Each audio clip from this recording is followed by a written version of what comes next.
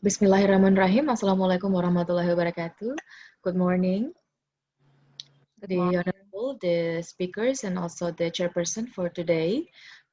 All of the participants, welcome again to the fourth ICO BTD, the international. I'm sorry.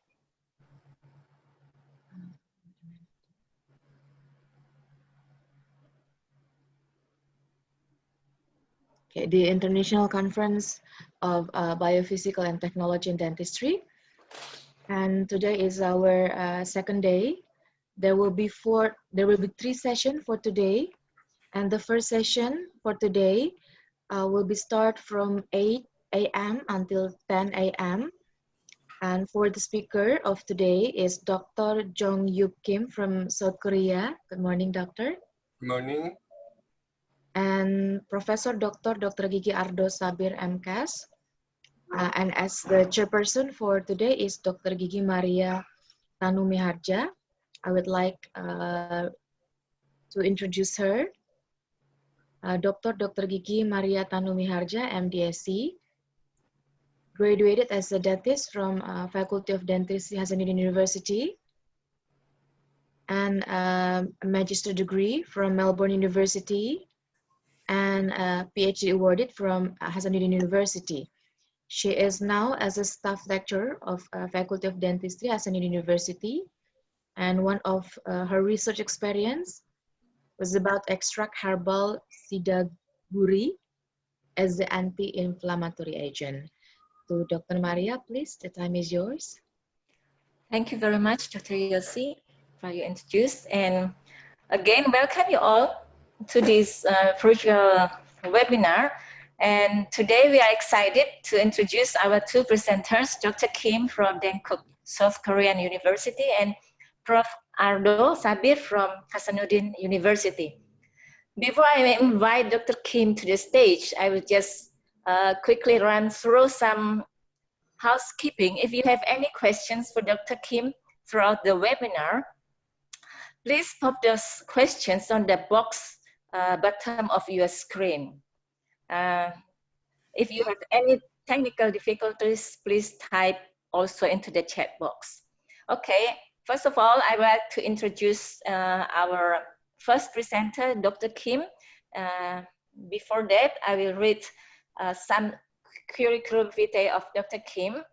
Dr. Kim graduated from Dankuk University Dental School and then completed his oral and maxillofacial surgery residency, and then pursued further academic career as training in postdoctoral prosthodontics, Boston University.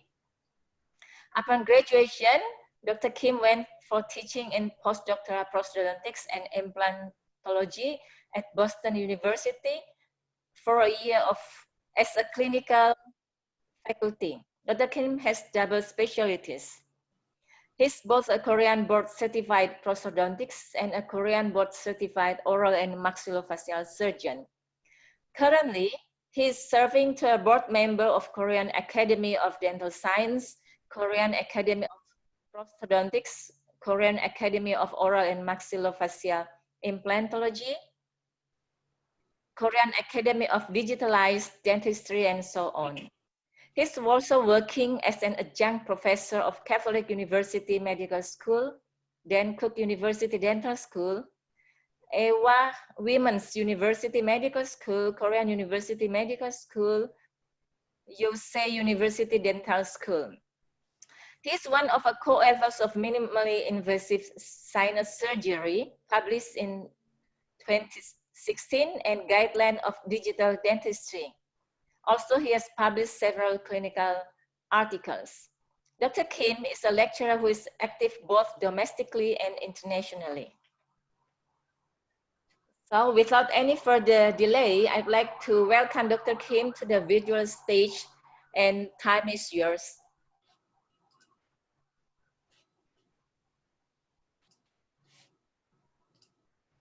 Dr. Kim. Yes. Okay, so thank you for the nice introducing me. And I'm Dr. Kim. I'm from Seoul, Korea, and it's rainy outside here in Korea. I know we have time difference, like a 1 hour, because we live in different time zone. It's 9 o'clock here. And I think everybody in the world are affected from this COVID pandemic stage. I think this is very good choice to have a webinar and during the pandemic stage. So about next 40 to 50 minutes, I'm going to speak about digital implant restorative workflow, as well as natural dentition with digital workflow as well. Okay, so I think everybody ready, right? So I'm gonna go into my subject today. Okay, so when we talk about digital dentistry, there are 3 different stages. So first one is digitation. So you make any analog data to digital data. And the second is digitalization. So you use the data from the digitization. So that's similar with the CAD software, using the CAD software. So next step will be the digital transformation, maybe something similar to the automated dentistry, right? Like a robot driving, kind of those kind of cases. So we have to know, we know there's 3 different terminology for the digital dentistry, right? So from the JPD, like a GPT-9, which is the Glossary of Prosthetic Terminology, 9 from the American College of Prosthodontics, I want to review some of the words before I start. Well, we used to speak more about the digital impression, right? But they make a definition of digital impression is the slang. So not proper words for the professionals, right? Because English terminology impression is making something negative likeness. But when you use the intraoral scanner, we don't make negative likeness. We just scan what it is, right? So that's why they make, they suggest not to say digital impression for the intraoral scanning, okay? But in same institute, the American College of Prosthodontics published Glossary of Digital Terms. In this term, they're using the terminology digital impression. So right now it is confusing stage to use the digital impression, but I'm going to try not to use the digital impression terminology digital impression during my presentation. Well, when you think about the advantage to make a digital, it's easier and good for the communication between the dentist and dental technician, and between dentist and the patient. And it's also good for the standardization, and it's good, very good for the record preservation.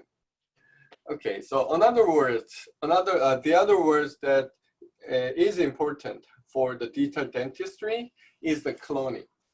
Okay, cloning is making something like same thing as genetically.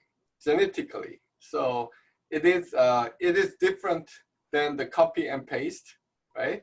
So it is different than the copying something, right? So we have to know the English terminology, cloning. We're using a lot in the digital dentistry.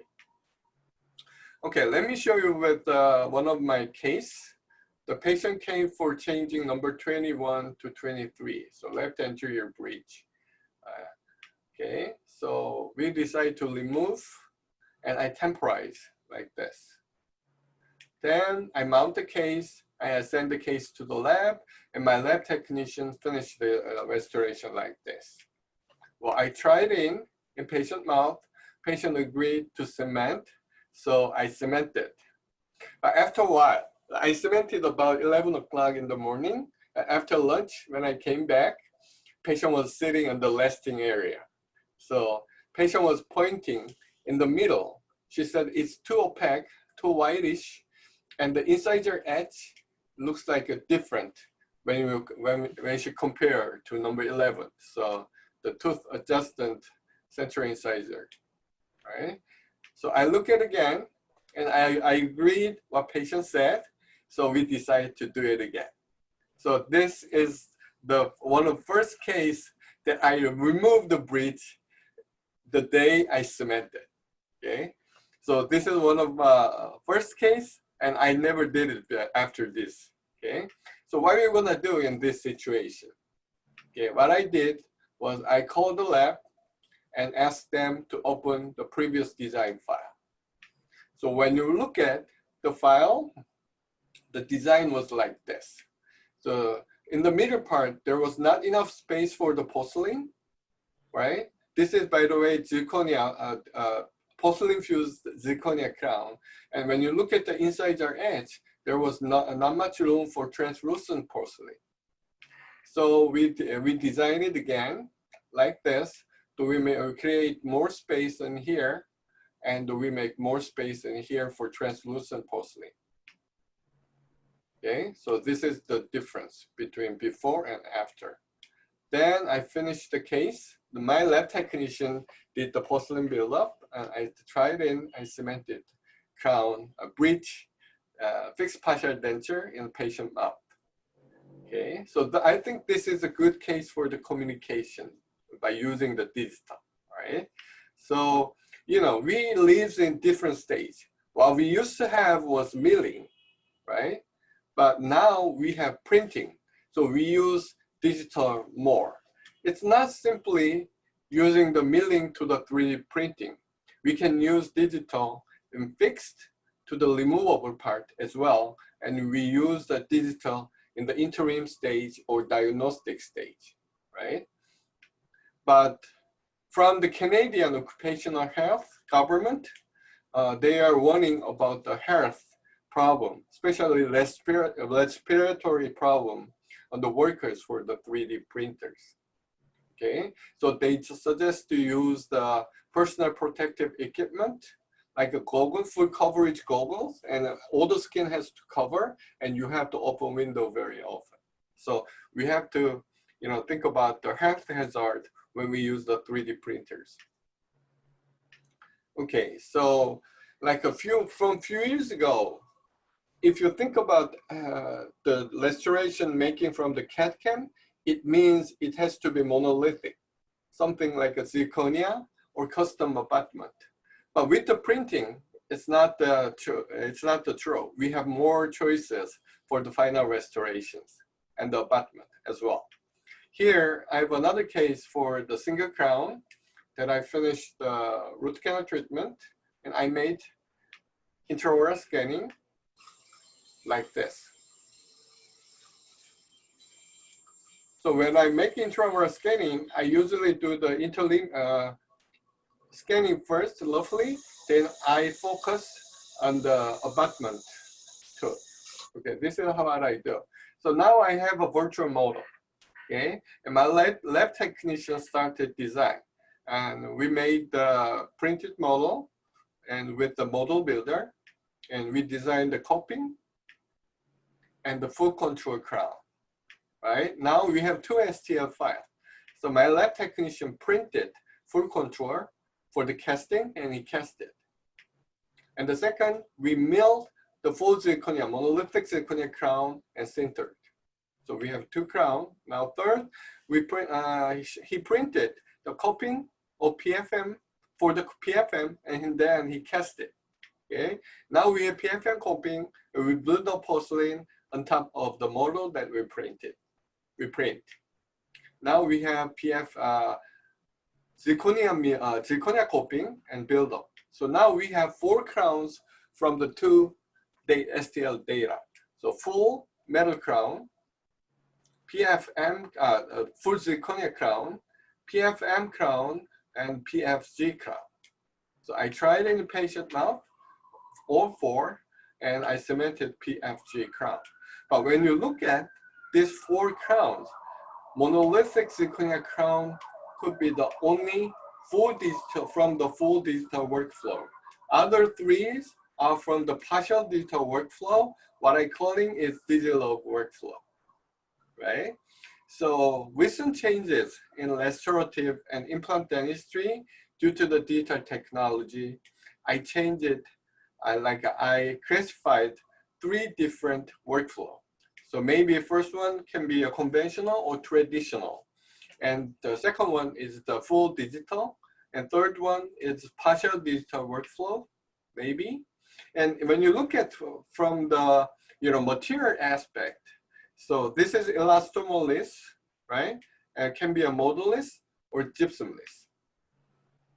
Well, when you say about the digital, what we used to think was doing full digital, like a moldless full digital workflow. But nowadays we can use the 3D printers. So I'm calling it gypsumless because we use the model, not from the gypsum. We use the model that printed, right? So that can be a digital or digital. Okay, so this is a case for the implant, and it was done 2011. Oh, this case was my first intraoral scanning of dental implant with the intraoral scanners. Okay, so implant was placed a little palatally and distally, so I need to make a custom abutment. In 2011, I used the iTero intraoral scanner, which is the photo stitching type intraoral scanner. By the way, I was the first one who, purchased iTero in Korea. So from 2011, I started using the digital intraoral scanner in my office. Yeah, this scanner is not too fast. I made it 4 times faster. So I'm taking pictures of antagonist. And the lateral bite scan.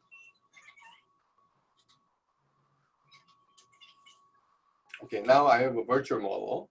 So I designed the custom abutment, and my lab technician milled the model of custom abutment. Then he made a PFN crown on top of model that milled. Okay, so when patient came, I delivered the custom abutment and the PFN crown. So is it digital? Yes, I made the impression with the digital intraoral scanner, but all other work are same as conventional, traditional. So that's why I'm calling this elastomerless digital workflow. About a few years later, I started to use the intraoral scanner from the 3J, so triage intraoral scanner. Here I have another patient who I did the implant placement with the sinus graft for the left upper. Okay, there are 2 implants. Here you can see the scan bodies. Scan body is the component that you're using instead of impression copy when you make intraoral scanning, right? So now I'm using color, display, powderless, and video late intraoral scanner. This is, I believe, Trios 2, right? Now I have a virtual model instead of a stone model. I started to design the custom abutment and splint it for monolithic zirconia crowns as well. And in this case, I don't have model, right? This is model-less digital workflow. So I assemble custom abutment and splinted monolithic zirconia crowns in patient mouth. It was good, and it was acceptable. So I delivered like this. But when you think about the workflow, this is like a full digital workflow. I'm calling model-less digital workflow. Well, these days, I'm using same, scan body, right? But instead of doing model-less, I'm printing using the printed model like this, because you can save your clinical chair time, right? Because you can adjust the proximal context and occlusal context before patient come. It reduces a lot of your chair time, which is precious. So here, when you look at the digital workflow, this can be a full digital workflow, but this is not model-less workflow. I'm calling gypsum-less digital workflow because I use the 3D printers. Again, so these are the classification that I use these days. Okay, let me introduce one of my favorite case, interesting case. The patient came 2012, August 20, for the implant placement of left and right side upper dentition. So I placed 5 implants with the sinus graft for him. And by the way, patient was coming from the Switzerland and for the implant treatment. his dentist was a periodontist who I work in Boston University together, and patient wants to go to the dentist who, you know, specialize for the surgery and the Pros as well. So that's why he fly from the Switzerland twice in Korea. Okay, I'm very happy with the work done. It was it took quite a few, many hours to do, but I feel very comfortable with my teeth now. I hope it will last as long as you can imagine, and I'm very satisfied with the work it was done. Okay. Can you tell me where you're from and how often you go from your country? To come here? Yes. I come from Switzerland in Geneva, and I came twice to Seoul to do what has been done. Okay, so he came twice to Seoul. Okay, so one for the implant placement, and second for the implant restoration. Even though I have my own lab in my office, but it was not easy to finish this restoration from the uncovery, like connecting healing abutment, which we call a second stage implant surgery, right? So from the second stage implant surgery to finishing the restoration in 10 days was not easy, even though I have my own lab technician, right? So we do nothing after implant placement until we're removing the healing abutment for the impression making. We do nothing. We're just waiting for the soft tissue healing and for osseointegration. So I was thinking at early of 2000, I was thinking, can we do something during the waiting period for the osseointegration or the soft tissue healing? So that's the idea I started with one stage implant placement and the impression as well. So here I have patient who need to remove this 47, like a light second molar, right? Because of the patient has a root fracture of the tooth. So I removed, and after 2 months later, I started to place the implant. When I get the initial stability before I do the bone graft, I connected the scan body to scan this dentition, upper and lower dentition with the scan body. Then I did the bone graft, right, around the implant, and I correct the healing abutment, and I send the patient. Now, this is how it looked in the implant placement after the implant placement. And now I have a virtual model, right? So I designed the custom abutment, and I milled the model of custom abutment, and I made the PFN crown. So when patient came back after 2-3 months, I simply delivered the custom abutment and the crown that I have. Okay? When you look at this case, there was no prosthetic visit. Usually prosthetic visits started with the removing healing abutment, connecting impression coping, making model, then send the case to the lab. Lab technician do something about the abutment, prefabricated abutment, adjustment of prefabricated abutment, or creating the custom abutment. Then he started to do the crown or design or wax up for the thing. But we did everything during the waiting period. So simply prosthetic visit is just delivering the restoration. That's why I'm calling it one-step implant. I'm sorry, this is Korean words. So I made a pattern of this method, the workflows of the digital implant. Okay, so I think, are you familiar with the in-coat healing abutment, which was started from the 3i Biomed? Here's 3 notches to identify the implant location. And this is the article that published in 2006. They making the model of in-coat healing abutment, and then they scan the robot placing the lab analog on the model, and then they started custom abutment and the PFN crown. And a few years later, they have like connection between the digital intraoral scanners. Now it became very popular for the digital dentistry. But I used a lot of in-coat healing abutment at this stage, but I found errors of angulations. So it was hard time next to the patient. I have to adjust a lot. So I would think to make it longer, to remove, reduce the errors when you merging in the CAD software. So I made 3 pieces of in-coat healing abutment, and I use the scan pin when I scan to make it longer. Okay, so this is a pilot from the model, and so I placed 2 implants. As you see, I placed the 2 implants on the model, and I connect the scan pin, and I scanned. I send the data to the lab. My lab technician made a custom abutment and the 2 splinted monolithic zirconia crown. And I printed model, I checked, and the original model, I checked again. So this is how it looked, and the in-coat healing abutment that I made. So we use a scan pin when we scan, because it can make it longer to reduce the angulation errors to match. Well, when you look at the case, the lady came from Japan. By the way, her husband is working for the U.S. Navy in Japan, but she is Korean physician.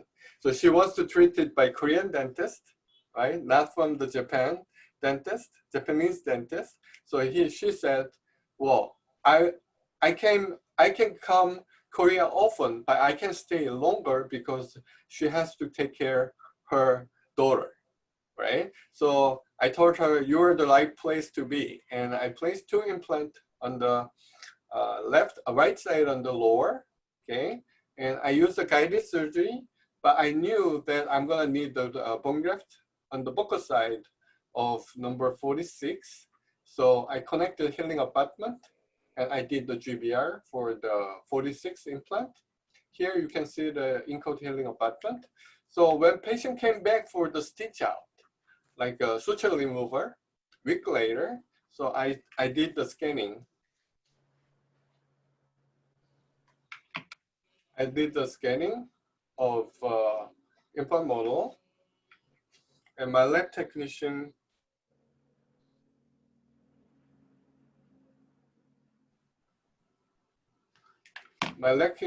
did the making the crowns, right?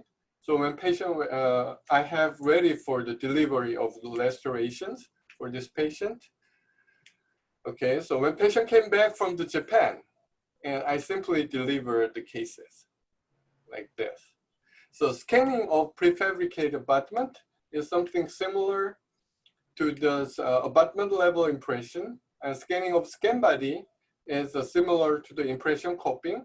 But if you think about scanning of coated healing abutment, it's very unique protocol for using the digital impression. So advantage of coated healing abutment, and you can make anytime impression, right? So here I presented 2011 about the digital intraoral scanning in implant dentistry. At that time, my chairman asked me about what's the disadvantage of doing intraoral scanning for the implant. And my answer was we cannot use the customized abutment. That was my answer. But now we have different. So this is an article from the Jong-eun Kim from Yonsei University. And he used the prefabricated abutment, impression scanning, right? Like this. But often we find the subgingival margin of prefabricated abutment when we do the abutment level scanning or impression. But he used the prefabricated abutment data from the library. Now you can have the definitive margin even though it's a sublingual, right? So this is a simple way to make a crown like this. So like I was thinking, can we do something similar and easier than making prefabricated using the prefabricated abutment in patient mouth? So this is the first case I did. I placed the implant on 37 area with the bone graft. I made a conventional model, and my lab technician used the in-coat healing abutment and used the table scanner instead of intraoral scanner, right? Then he made he picked the custom prefabricated abutment from the library, and then he made a full monolithic zirconia crown like this. And I sandblast this part then I deliver the restoration. If it works with the motor scanner, why not with the intraoral scanner, right? So here is a radiograph of the case that I previously showed you. And here I have another case like this. So I have to do the implant placement with the crystal sinus graft. I did. And I send the data by the intraoral scanner to the lab like this. So my lab technician used the library data of, from the prefabricated abutment library. He chose the abutment diameter, cuff length, and abutment length. So he came up with the abutment he chose. Then I ordered the abutment, prefabricated abutment, what my lab technician chose. Then he started designing the monolithic zirconia crown. Here is the prefabricated abutment that I choose, the lab technician and I choose from the library, and this is full zirconia crown. And I delivered. So this is the simple, because you don't have to have any components. You just have prefabricated abutment that you're gonna deliver, and you only have full zirconia crown for the patient, right? So this is one of the simplest way to use the intraoral scanner. Well, here I'm gonna show you interesting cases that I've done with the intraoral scanners. This lady has crooked centrals and have pegoratolis and the dense invaginatus on her anterior dentition. And this is the preliminary scan of her upper and lower. And now, from the upper dentition, I connect the upper lip. And from the lower dentition, I connected lower lip, like this, with the intraoral scanner.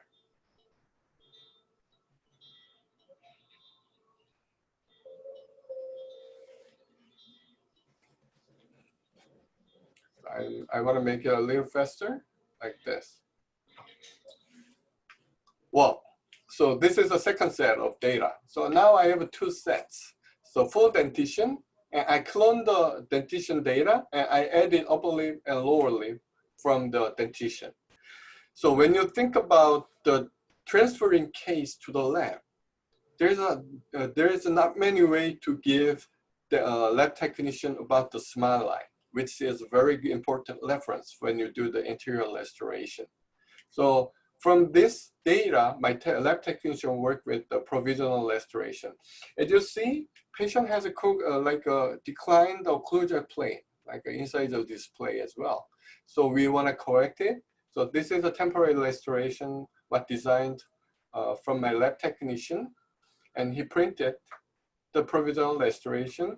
I'm gonna do the 2 laminate veneer crowns for 2 centrals and the 2 all ceramic full coverage crown for the 2 laterals.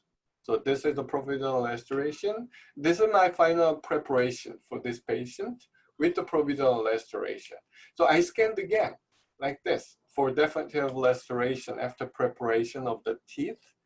Then he started overlapping the data from the first one to the definitive one. Then we collect the midline first. Then also we want to adjust the incisal edge display to flat to the midline, right?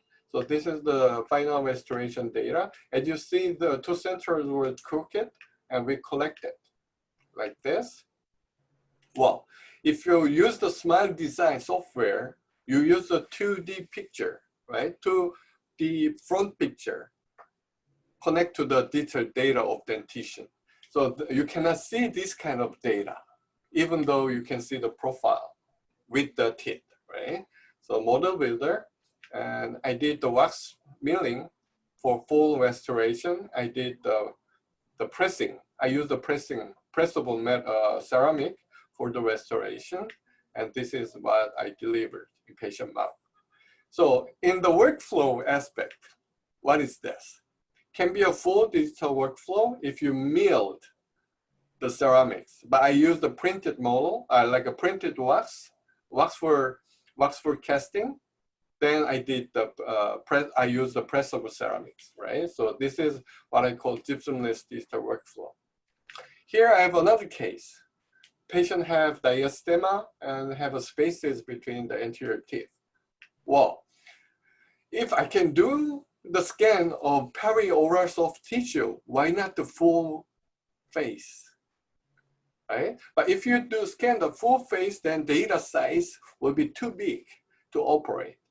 But important part is giving horizontal reference and the vertical reference to the lab technician to see the horizontal, occlusal plane to the horizontal reference, and to give the midline of face midline and dental midline.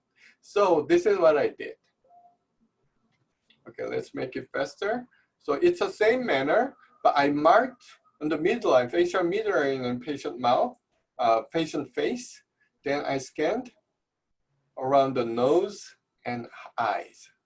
So I'm calling T-zone scan, T-zone scan, to give horizontal references and vertical references like this. So this is a scanned image, and this is how I marked in the midline. So after final preparation, I scan again for the final my prepared abutment.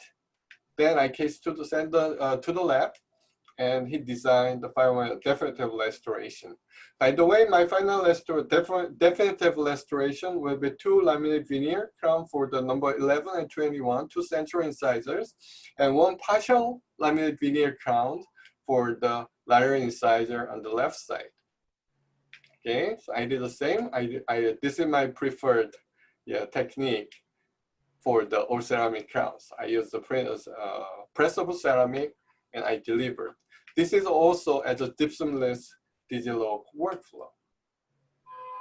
But how I sure this face scan with the intraoral scanner is correct? We don't know yet, right? So that's why I tried it. I like to use the intraoral scanner by myself. Like I do a lot because I'm using it more than 10 years now. For I've used 5, 6 different intraoral scanners have been. So I did the intraoral scanning of upper and lower dentition and occlusion as well. So then I decided to scan by myself and the face scan. So I did the face scan by myself, but it was not easy because you don't know where you scan, right? Without mirror, it was not easy. So I asked one of my hygienists to scan my face, well, 5 times. As you see my finger, this is 1, and this is 2nd time, 3rd time, 4th time, 5 times. So it was like a very similar experience of taking wedding pictures. Okay, you have to smile for like an hour. It was not easy. By the way, as you see, we have 5 facial data.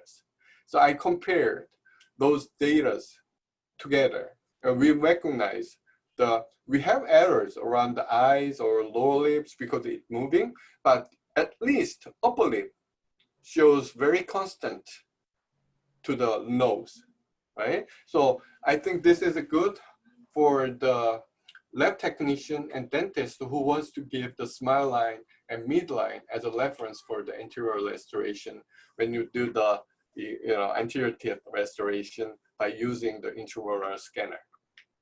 So if you think about new entry to the digital, I think this is something similar like a piano playing. And I like to play with my piano, and the last year my wife gave me the digital piano as a present. So now I'm using the digital piano instead of analog, like a conventional traditional piano, right? It has very advantage. It has many advantages. You can record, and you can have all different instruments, like hundreds of instruments, and you can use you can mix and match and everything, right? Okay. It's rainy outside in Korea, so I want to show you the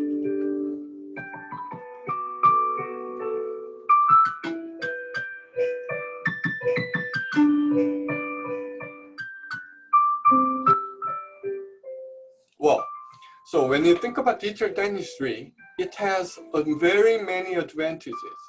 And digital impression, like an intraoral scanner, is not a magic wand. make you better dentist. If you want to play with the digital piano, you have to learn how to play the piano first. So if you think about making better dentists, making better dentistry with the digital technology, still, I think still, this is very important. What you learn from the textbooks and the school, those principles, right, are very important to build up the modification by using the digital intraoral scanners and all this, all this nice looking stuff. Okay, so that was my last slide. And thank you for your attention. And thank you very much to be a part of International Conference of Biophysical Technology in Dentistry. Okay, again, thank you very much.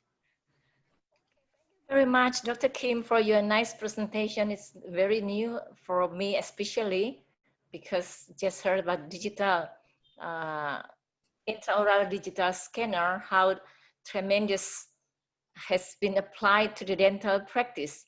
So for the participants, if any question, please, there's bottom of the screen in question and answer, and there's 15 minutes for Dr. Kim to answer any questions from the participants, please. The porcelain or zirconia used. Is there any limitation for indication for the patient? Because as we know, porcelain is very, very hard, that it can abrade the opposing teeth. In this case, what's your suggestion to decide for the patients? Okay, so when you're talking about the monolithic zirconia, right? Yes. Okay, so from the literature, that, by the way, that was an excellent question. Okay, and well, we all worried about the grinding the natural dentition from the monolithic zirconia crown. But if you look at the literature, if you polish very well, it's not going to abrade the antagonist, right? But I think it's very hard to polish well. Oh, I see. Okay, so that's why I don't like to use the monolithic zirconia too often for my patient. But if you have to, then you have to polish very well. Okay, and also I found that it is very hard to check the occlusal context because my Acufilm is not like a printing very well, like a PFN crown, right? So you use the Vaseline coated Acufilm, like occlusal film, to check the proper occlusal context on the PFM. So that was my suggestion. So you have to polish it very well, and you have to check the occlusion very well. Yeah, if you have to use. But how about the porcelain fused to zirconia? Porcelain fused zirconia crown is very similar to the PFN crown, so I don't worry too much about the porcelain fused zirconia crown. But I don't using it for the posteriors. I use the anterior area only for the anteriors and premolar area. After that, I'm choosing the PFN crown instead of a porcelain fused zirconia. Dr. Kim, there's a question here. The question is, how is the accuracy of this technique, mainly in the impression, both the soft and hard tissue? Okay, so accuracy, if you think about accuracy of soft tissue, because soft tissue is mobile, right? So yeah, if it's mobile, then it's gonna be not correct. But it's not like a same smile line. When you smile, you open a little bit and make a smile like this, right? But this is the data from, close your mouth, then just open like this. So this is not exactly smile line, but still, at least this is the minimum references you can give to the lab technician when you're doing the anterior dentition. Well, the scanning of hard tissue, like a dentition, is acceptable to use for the restoration. Right? That's what my answer. Okay, thank you, Dr. Kim. How about Dr. Eddy? Is that clear for you? And the other question is, is model's impression can be used to all implant patients? Well, that's another excellent question as well. Okay, so question was model like a digital intraoral scanning for all the implant patient is possible, right? So I think, yeah, my answer is yes, it is, but that's a difference. Can you do it and should we do it? Is a different story. In simple case, I don't care to making impression or making intraoral scanning. But if you have a complicated or complex case, I think you better have the model on your hand. That's easier for the checking and adjusting and also verifying, right? So if I have a full like a mouth cases with a long span implant restoration, I prefer to make impression instead of intraoral scanning, right? So can you do it with the intraoral scanner? Yes, you can do it, but I think it's better to do it with the model. That's my answer. Okay, thank you very much.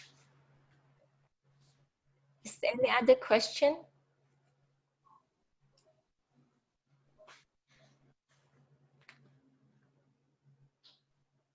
You can.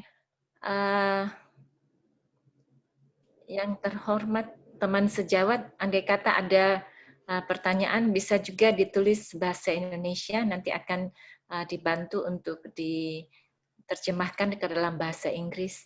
Terima kasih.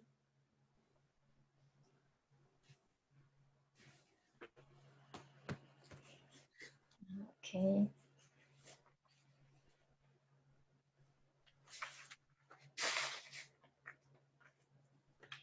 Is there any other question, please?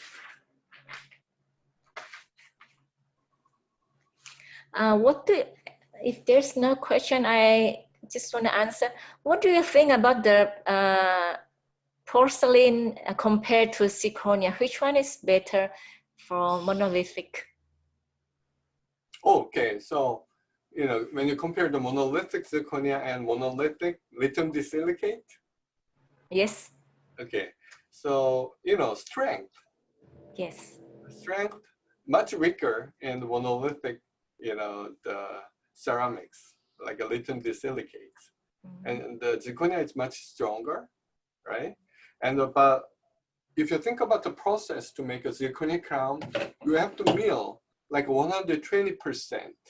Then you you make a sintering, right, for the zirconia. So make a shrinkage, right? So like I think the fitness of when you compare the fit, zirconia crown is looser than the the monolithic lithium disilicate milling, because that's a 1-to-1 milling, right? That's you mill the exact size. But zirconia you make 120%, then make a shrinkage, right? So that's a difference. So if you think about shrinkage, and also the lithium disilicate you can deliver with the bonding, yes, right? But zirconia has to be luting. So that's a difference. So when you have a compressive force, too much compressive force, lithium disilicate will enhance by the legend cement by bonding. But the zirconia crown, it stands as the strength of the zirconia itself. So that's a difference and different mechanics.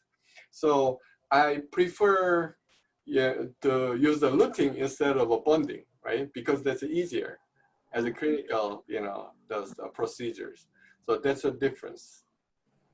Okay. But in the point of aesthetic, both of them provide the same aesthetic. Well, aesthetics, I think it's better to have lithium disilicate because it has a more translucent. I see. But these days, zirconia is not like a YZTZP, what we used to use, right? We use the more translucent blocks these days. So, if you have an anterior teeth with the high translucent, then you have to choose the lithium disilicate. If you have the tooth discolored, you have to cover the color, then you choose the zirconia instead of lithium disilicate. So it depends on the different situations. Okay. So I read in your abstract that with digital scanner, you can identify the characteristic of each different dental implants used from various manufacturers. Can you explain this? Yeah, I haven't, included the slides of this, but these intraoral scanners, now they're learning from the data. So they can choose the implant system. They can learning from the implant system. So all these different type of, scan body have a different features, right? So once they recognize what it is, then they can, auto program to choose the implant system instead of your, the input, typing the system.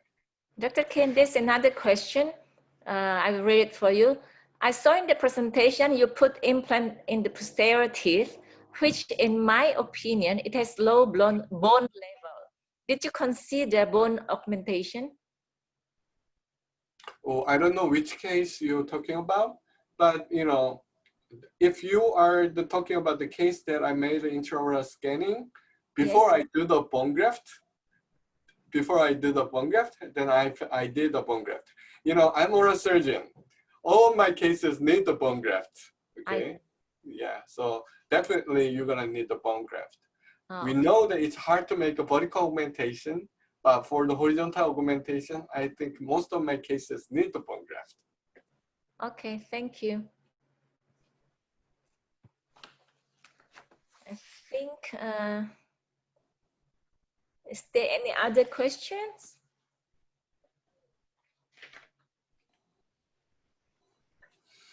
If there's no more questions, thank you very much, Dr. Kim, for your very nice presentation. It empowers ourselves, especially me, how to notice that digital technology has jumped tremendously to the dental practice, in particular in prosthodontics. And what I can conclude that the principles that we got from our study, and it can be considered that skill is the much more important. Right.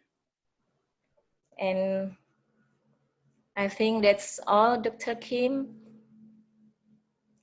Nice to have your presentation, and I will return this to steering committee, Dr. Yossi. Thank you very much, Dr. Kim. Okay, you're very welcome, and thank you for having me. Thank you. So, should I leave? Can I leave? There's a we're going to deliver virtually the certificate for the speaker for today, Dr. Afif.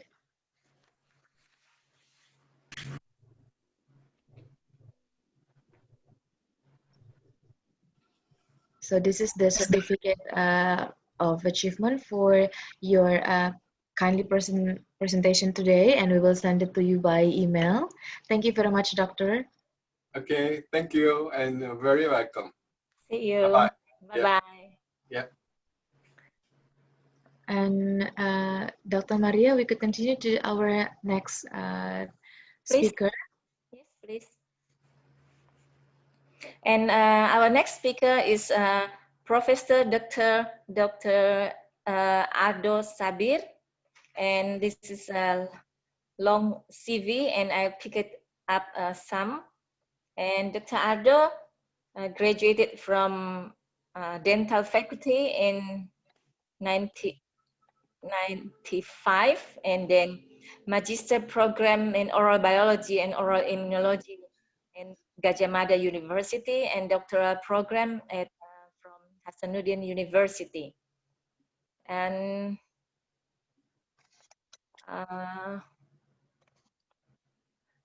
today, Dr. Ardo will deliver his presentation with the title, The Extrusion of Endodontic Filling Materials and Overview. And without any further delay, please, Prof. Ardo, welcome to this virtual stage. Time is yours. Okay, thank you very much, Dr. Maria. I deliver my presentation in Indonesian on English. I don't know, but I think just in English because this is an international. Okay. Okay, thank you. It's better to Okay, allow me. Assalamualaikum warahmatullahi wabarakatuh, and good morning, everyone. Please allow me to share my slide.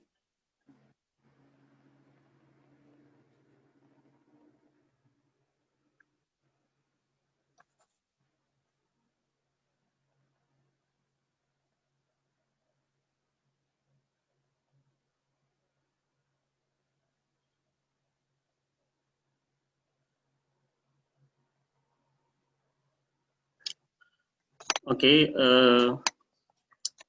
thank you for organizing committee to invite me to be a speaker is this virtual conference.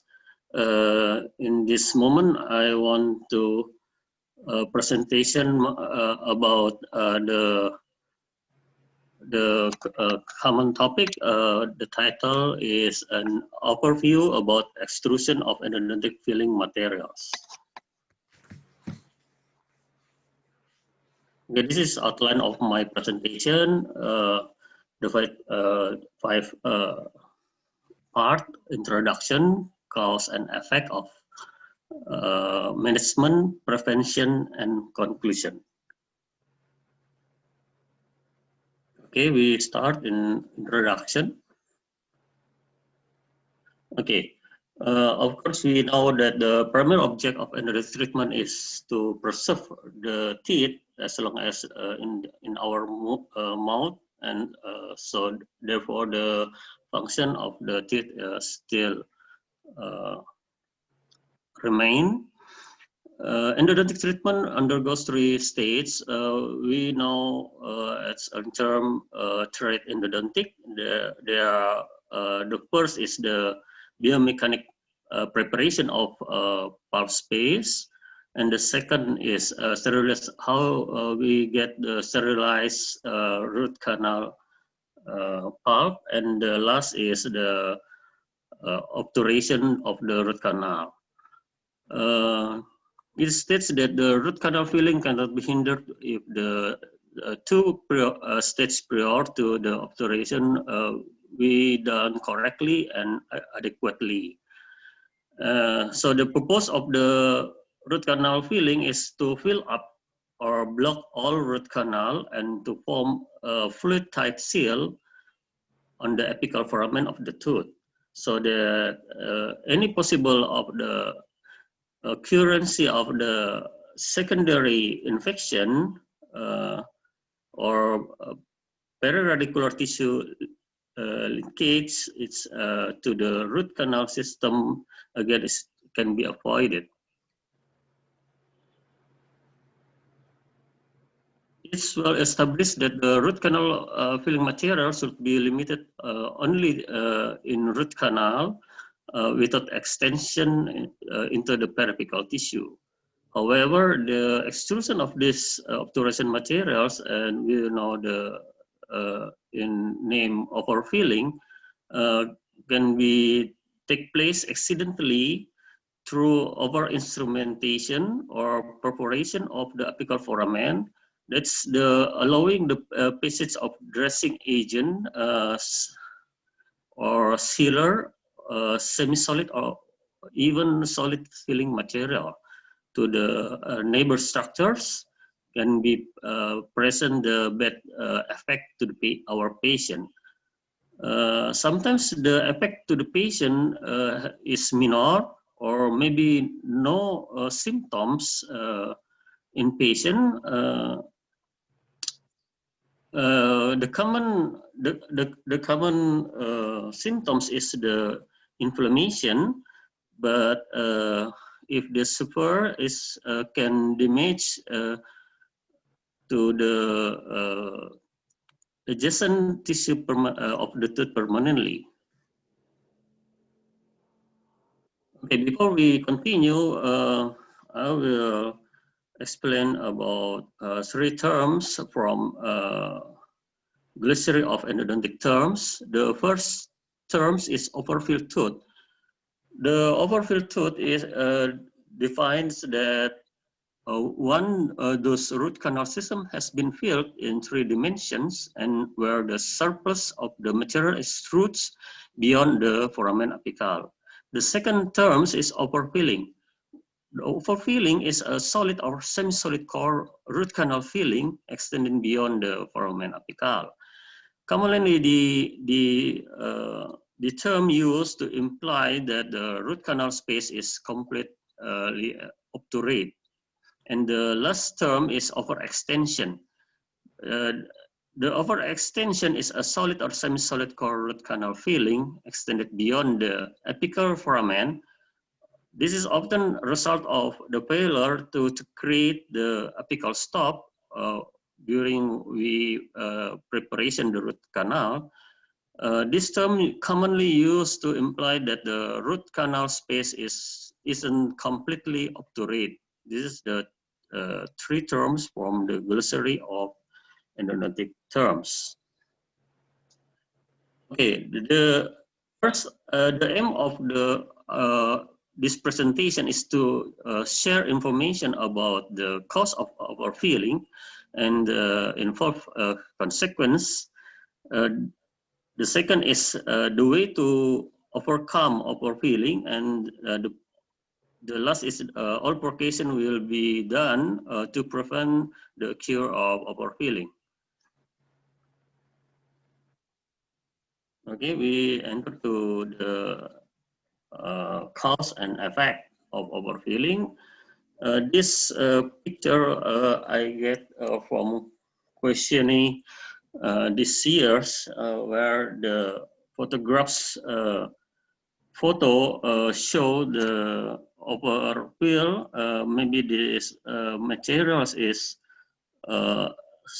maybe this solid materials, we don't know, beyond the apical foramen of the tooth. Okay, several many study or research show that the success rate of endodontic treatment will be decreased when overfilling occur.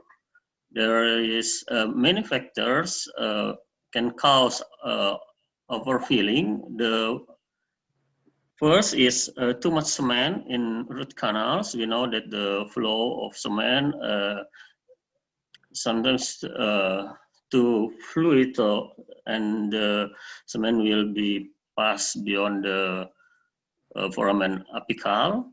And the second imprecise work length measurement is if maybe the operator not use the apex locator device and or take Ronson photographs, so that the working length is not correct. And the third is no X-ray photo prior, during, and after the treatment process. So never do the endodontic treatment if we don't have X-ray photo. Yeah. And the fourth is over instrumentation. Is the falling cause because the unprecise working length. The fifth is the excessive pressing to filling substance. Yes. The sixth is resistance disappearance due to inadequate root canal preparation. The seventh, the use of injection technique to fill the root canal. So we must be careful if we have to use the injection technique to obturate the root canal. The eighth is improper apical seal. Apical seal, maybe this is because the preparation is not good enough. And the last is operator lack to skill. So the skill of operator is very important to get the good obturation. Okay. the effect of overfilling, we are, as a dentist, should be careful, give careful extension when we get overfilling, or because the most patient may experience complication. The most is the pain. The effect of overfilling is verified from no symptoms to severe. It depends on three things. The first is depends on the type of filling substance. The second is the quantity of filling substance, which spaces the apical foramen, and the last is how far the filling substance surpasses the apical foramen. Based on these three factors, the most common effect of overfilling are inflammation, reaction on the periapical tissue. This causes the pain, severe pain, accompanied by swollen tissue, periodontal ligament breakdown, and also if the chronic can be periapical lesion can be occurred. Other effect is necrosis. Is the necrosis of alveolar bone in the periapical area of with the discoloration mucosa membrane in the apex, covering the third apex, chronic sinusitis, or even neurological difficulty such as paresthesia. Okay, how we manage if the overfilling was occurred? There is three alternatives to overcome overfilling when occurred during or after endodontic treatment. The first one is no treatment, where we just follow up the case, the patient. The secondly is we must do the retreatment or endodontic treatment again of the tooth, and the last one is we must do the surgery or endodontic surgery. The first one is no treatment or follow-up. In specific overfilling case, if patient don't have any symptoms, we are not conduct any treatment. We also just follow up the case. This is ultimately depending upon the presence of type of filling material, volume, and how far the filling material overpass the foramen apical. If the filling substance biocompatible, such as gutta percha or titanium cone, and it doesn't pass the apical foramen more than 1 millimeters, we only follow up the patient, follow up the case, follow up the patient. No measurement was needed.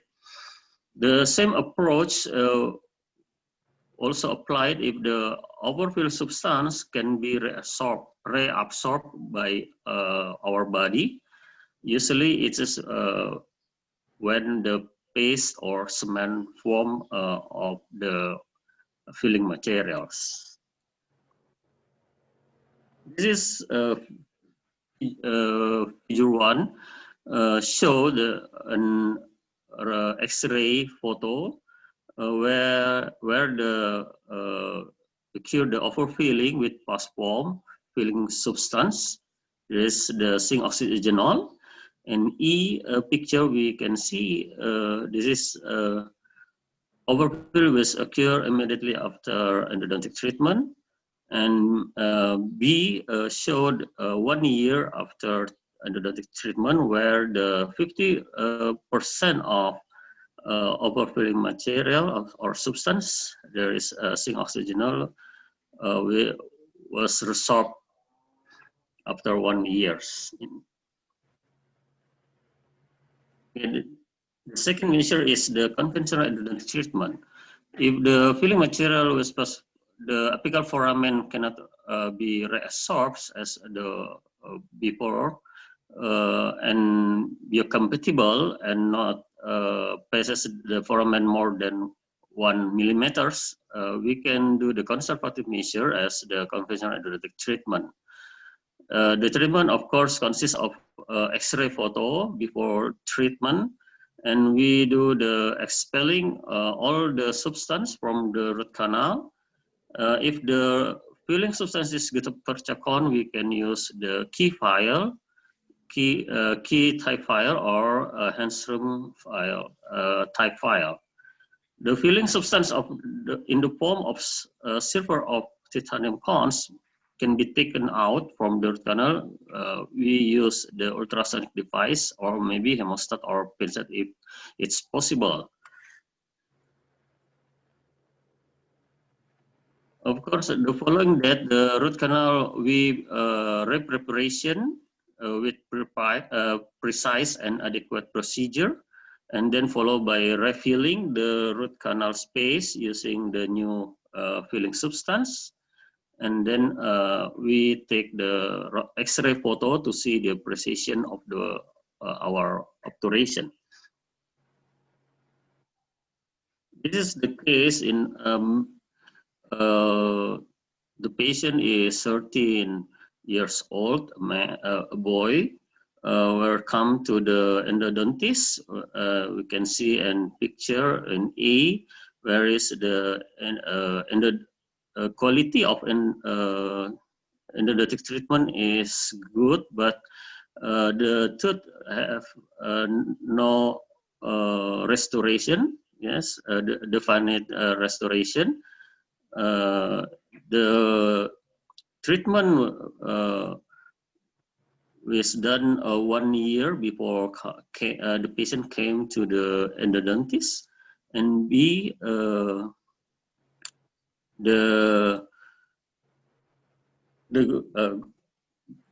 overfill is still seen after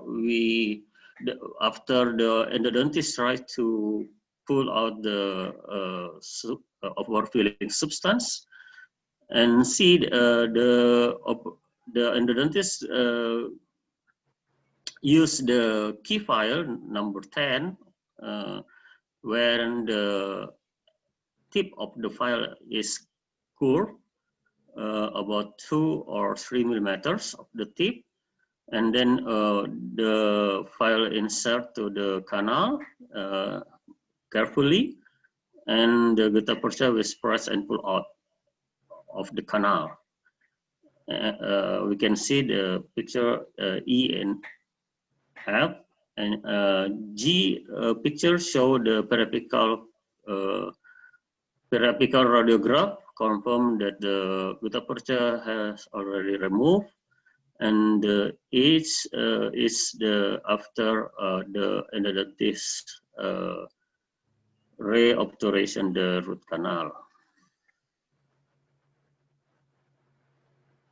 Okay, the third is surgery or endodontic surgery. This is the radical measure the last operator choose when the conservative treatment has failed.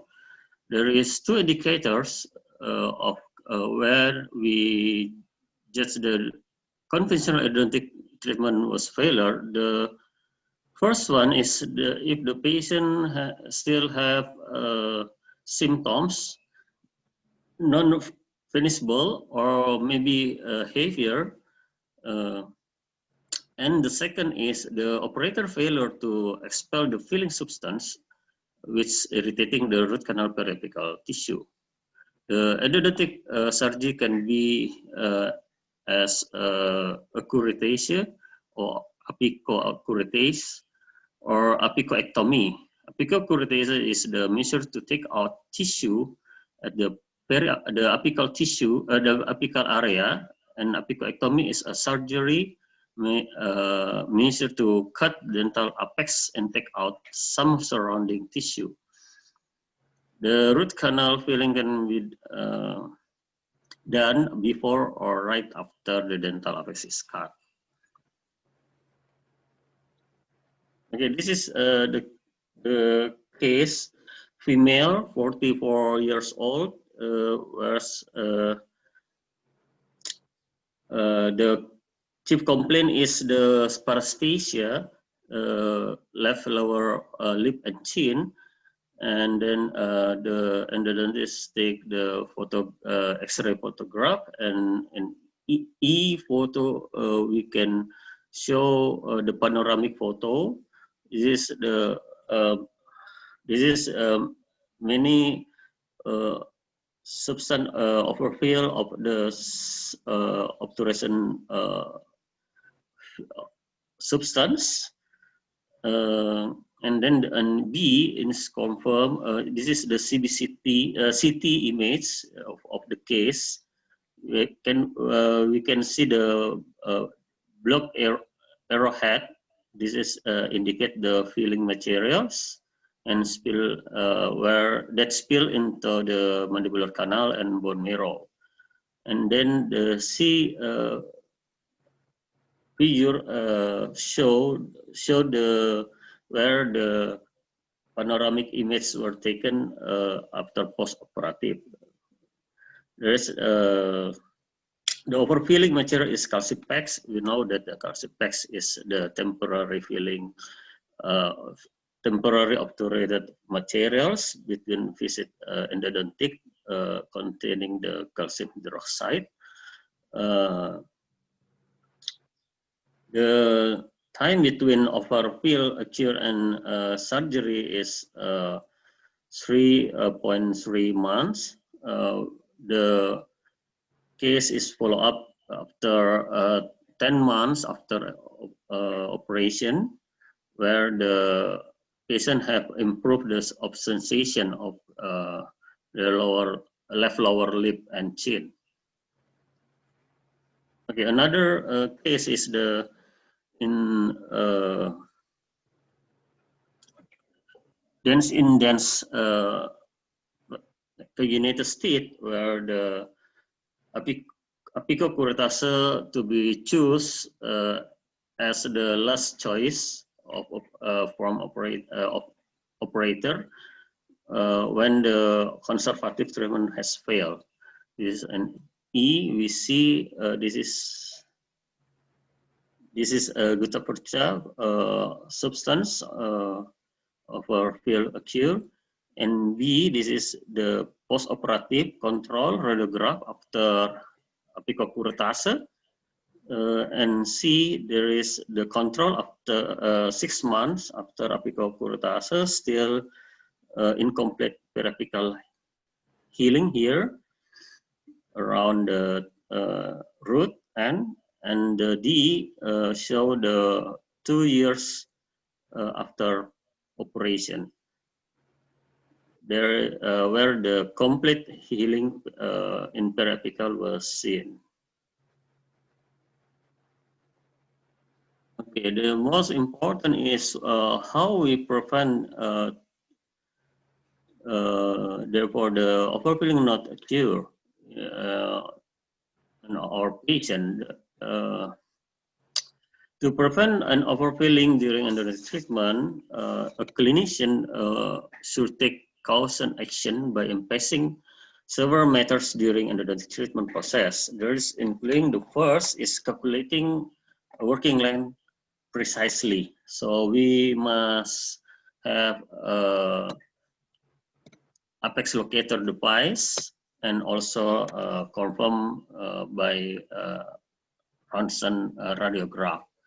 And the second is using intracanal instrument properly. Yes. The third is maintaining resistant form during root canal preparation. The fourth is no excessive pressure, yes, toward the intracanal instrument during preparation process. The fifth, no excessive pressure toward filling substance during root canal obturation. The sixth, we use sealer only as much as we need it. The sealer must have the minimal toxicity level to prevent more damage when an overfill occurs. And the last one, when we use thermoplastic technique, it is important to respect to the flow characteristic of the material and heat energy we use. As a conclusion of this presentation, overfilling is one of local factor to produce an endodontic treatment failure. A part of the skill of operator, overfilling can also cause by lack of standard treatment procedure. Overfilling can show light sign up to heavy symptoms, inflicting painful suffering to the patient. If the sign of complaint occur, patient must be given a conventional endodontic treatment, and if necessary, we have to do surgery or endodontic surgery. The prognosis of an overfilling tooth depends on the toxicity level and amount of or volume of the overfilling substance, and also how fast if our body or the patient our body can reabsorb that substance. Okay, thank you very much for your attention. Okay, thank you very much, Prof. Ardo, for your presentation. And it's time for all of us to have any questions, please. As usual, you can write it at the bottom of your screen in the box question and answer.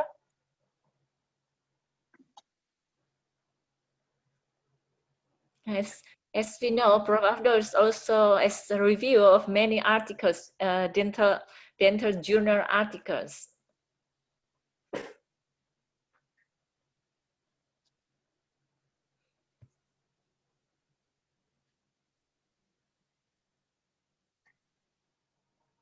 Is there any question? There are lots of participants I noticed from the participant box. There are about 59. And please, any question for the speaker, for our speaker this morning?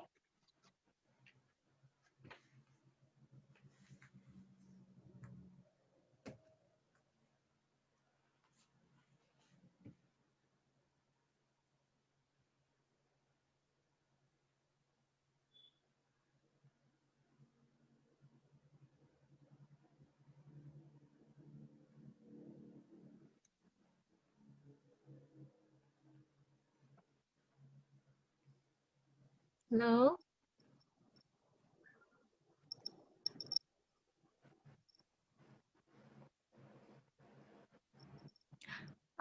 Prof. Ardo, maybe I just to make it up silent. So may I have a question?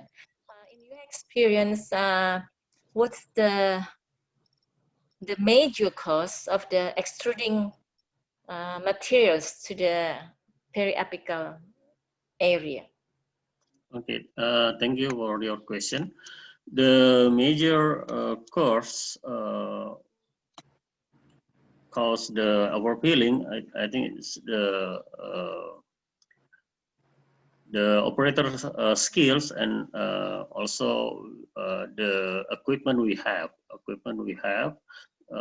So the cure of overfilling can be avoided, because the skill of the patient is important.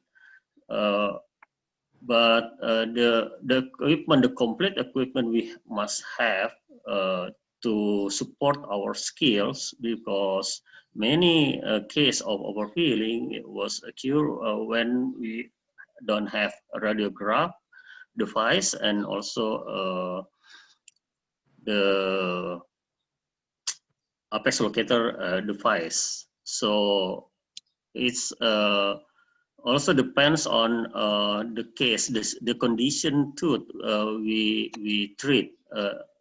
I think that's the factors.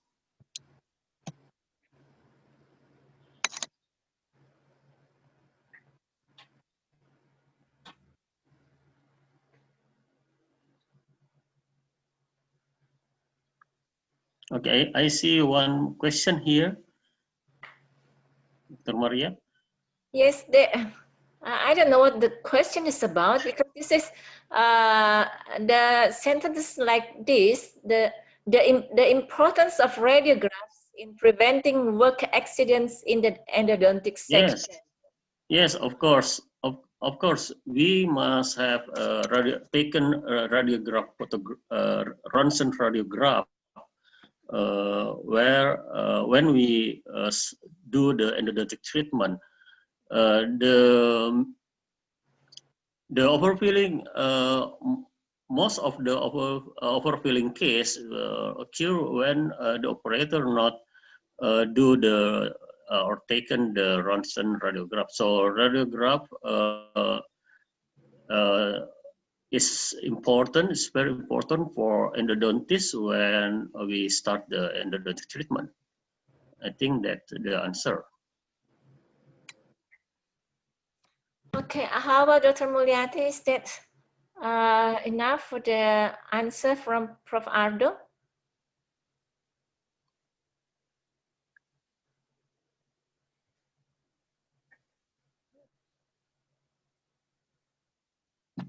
So how long should we wait, Dr. Yossi, before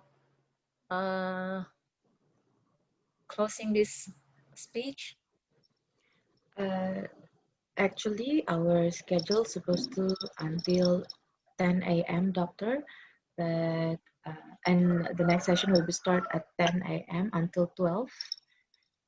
Yes, I know that, but I mean, there's no more questions, so should we wait for 10 o'clock? We can close the session and take a break for maybe about half hour while waiting for our next presenter to join. Okay, thank you very much. Because there's no more questions of what I can conclude from this presentation is that the most important thing is that to always consider every step of the root canal treatment procedures should be done properly, and radiograph is of utmost importance to support our work. So that's because it will determine what type of, the method used for the root canal treatment. And also, when we know the characteristics of the filling materials, this will avoid us of overfilling or over pressing the materials to the periapical area. In this way, we can avoid to cause inflammation of the periapical area. Thank you very much for Prof. Ardo. Thank you. Time is yours, Dr. Yossi. Thank you very much, doctor. There will be a virtual delivered of the certificate for the speaker. Dr. Afif, please.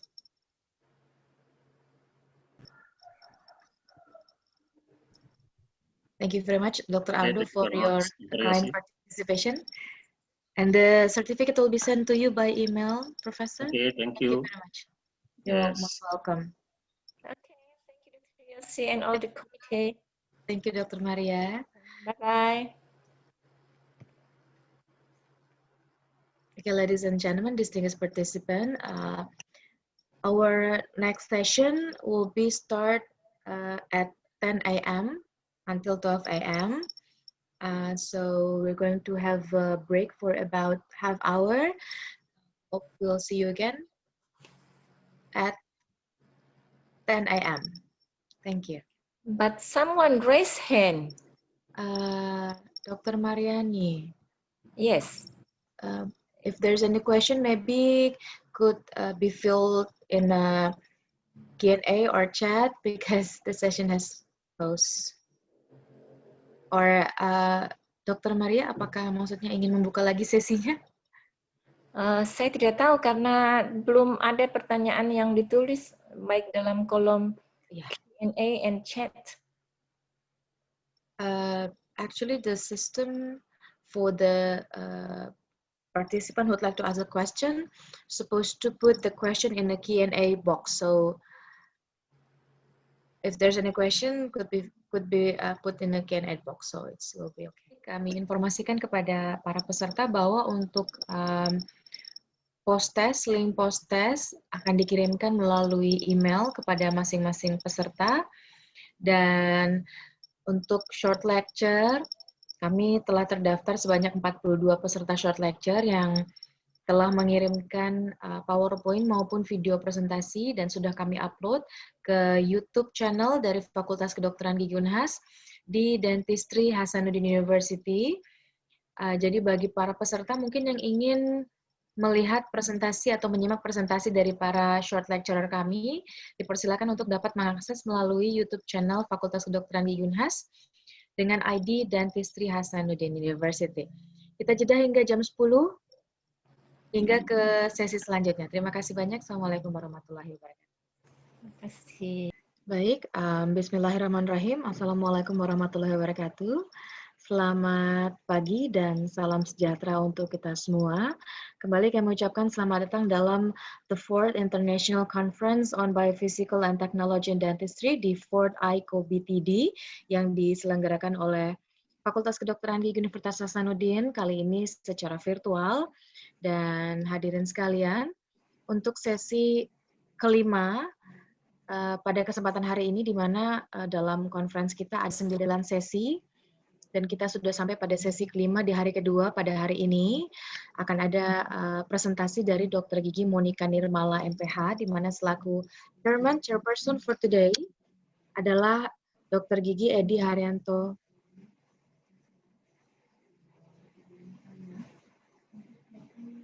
Dr. Gigi Eddy Haryanto Habar, Sp.Ort konsultan. Beliau lahir di Parepare pada bulan Juni tahun 1972. Graduate as a dentist dari Fakultas Kedokteran Gigi Universitas Hasanuddin, graduate as a specialist of orthodontic dari Fakultas Kedokteran Gigi Universitas Airlangga, dan Ph.D. rewarded by Hasanuddin University.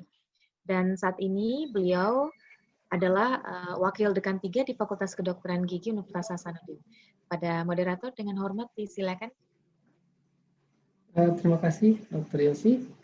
Thank you for this session. And Assalamualaikum warahmatullahi wabarakatuh. Good morning, everybody. Good morning, Dr. Monica. Yeah. Thank you for joining this webinar, and for all the participants, good morning. Now we continue our session. In this session, we have a lecture from Dr. Monica Nirmala from Indonesia, and the title of her presentation is COVID-19 update and lesson learned. Before we start the presentation, let me inform you information about this session. The speaker have 45 minutes to deliver the presentation, and after that, we have 15 minutes for question and answer session. If you have a question, you can write your question in a question and answer box, in bottom of Zoom, and I will read the question for the speaker. Okay. Before the presenter deliver her presentation, let me read the curriculum vitae for the speaker. Name: Monica Nirmala, DDS, M.Ph. Education: Harvard University, Master of Public Health in Global Health. University of Indonesia for Doctor of Dental Surgery, and University Indonesia 2 for Bachelor of Dentistry. Work experience, senior public health advisor at Yayasan Alam Sehat Lestari from March 2020 to present, and honors and award, Fulbright Scholar 2080, Kalpataru Award 2016, and many others. Yes, organizational and community service experience, President Harvard Chain Asian Student Organization 2019 till December 2019, and many other position in organization. Research experience, Harvard Chan School of Public Health India Research Center from June 2019 to December 2019, and many research in Harvard and Faculty of Dentistry, Indonesia. Publication, there are 2 publications made in somewhere else, how premature deindustrialization undermines the development of Indonesia and other emerging economies. Harvard Kennedy School Review 2020, and improving rural health care, reduce lodging and conserves carbon in a tropical forest, submitted for review at Nature International Journal of Science 2019. Many course and training, I pick one, strategic innovation for community health, a healthcare management training in innovation conducted by INSEAD Business School, fully funded by Johnson & Johnson Inc. Abu Dhabi, 2016. And there are presentation. I pick one, the interconnections of the environment and health, saving the forest with a stethoscope, presented at Radcliffe Institute for Advanced Study, Harvard University, 2016. Okay, that's the curriculum vitae for Dr. Monica. And now we start the lecture from Dr. Monica. Please, Dr. Monica, the time is yours. Thank you, Professor Eddy. It's such a pleasure to be with you all here. And thank you FKG Unhas for inviting me, Dr. Anggun, and all the committee that helps coordinate with this event. So today my presentation has the title of COVID-19 updates and lessons learned. So basically I'm trying to convey some studies that we now know that we didn't know like 5 months ago when COVID hit Indonesia in March. I have to apologize to all of you that some of my slides are actually in Indonesian. So it's kind of mixed between English and Indonesian. So please bear with me. I will try to explain it in English, but some of the slides will be in Indonesian. But after this, I will try to translate all the slides for you to use. I'll try to share my screen now. I hope you can see it. Can you see it now? Give a thumbs up if you can see it. Yes, we can see it, Doctor. All right, thank you, thank you. Great. So I'll start with reminding all of us that the global pandemic is still going up and is actually accelerating. Globally, we need 100 days from going from 0 case to a million cases. But now, from 23 to 24 million cases, we only need 4 days. So the pandemic is accelerating, and so is in Indonesia. So in the beginning, we need about 60 days to go from 0 to 10,000 cases, but now we only need 5 days to go from 150 to 160 thousands of cases. So what I'm trying to say is we should stay aware, jangan lengah gitu ya bahasa Indonesianya. Even though I think around us we see a lot of people are being ignorant already with what have been going on. So today I will cover quite a number of topics. First is a symptom predictor of COVID. So this is some updates about COVID symptoms and changes in operational definitions atau DO ya istilahnya in Indonesian in the newest guidelines. And third one is timeline and discharge criteria. 4 is transmission heterogeneity, which is I think very, very important, very, very interesting. 5 is case study, so super spreading events. And then the next one is transmission risk in different settings. I got this information like about 3 days ago, so the paper just published, and I think it's very important for us to learn about that. And then the last one is practical guidelines of what we can do to prevent COVID transmission. So I will start with a refresher. I think you all know this by now. You're an expert on COVID-19 by now. So SARS-CoV-2 virus causes COVID-19. And there are actually 3 modes of transmission. First is droplets. And second is, I didn't write it here, actually aerosols. And third is surface transmission. So yeah.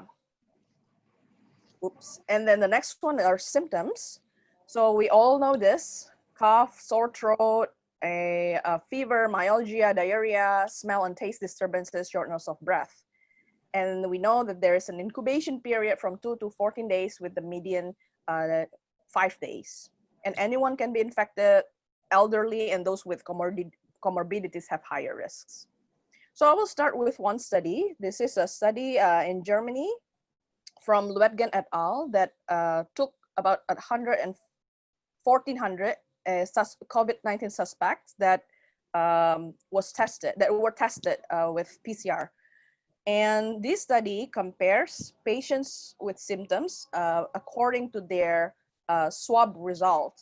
So on this graphic, we could see that those who are tested positive are those with gray with stripes, whereas patients who are tested negative are those gray without stripes. So if we see this graph, we could see that there are a lot of overlaps between symptoms. But if we look at it carefully, actually, the loss of taste or smell is the strongest predictor of COVID-19. We can see that. We can see that from the 2 dots that are separated farthest from each other compared to other symptoms. As you can see here, the next one would be myalgia and fever. Yeah, so if someone, your patient or yourself, started to have like some disturbances on your smell and taste, then you have to think about COVID-19.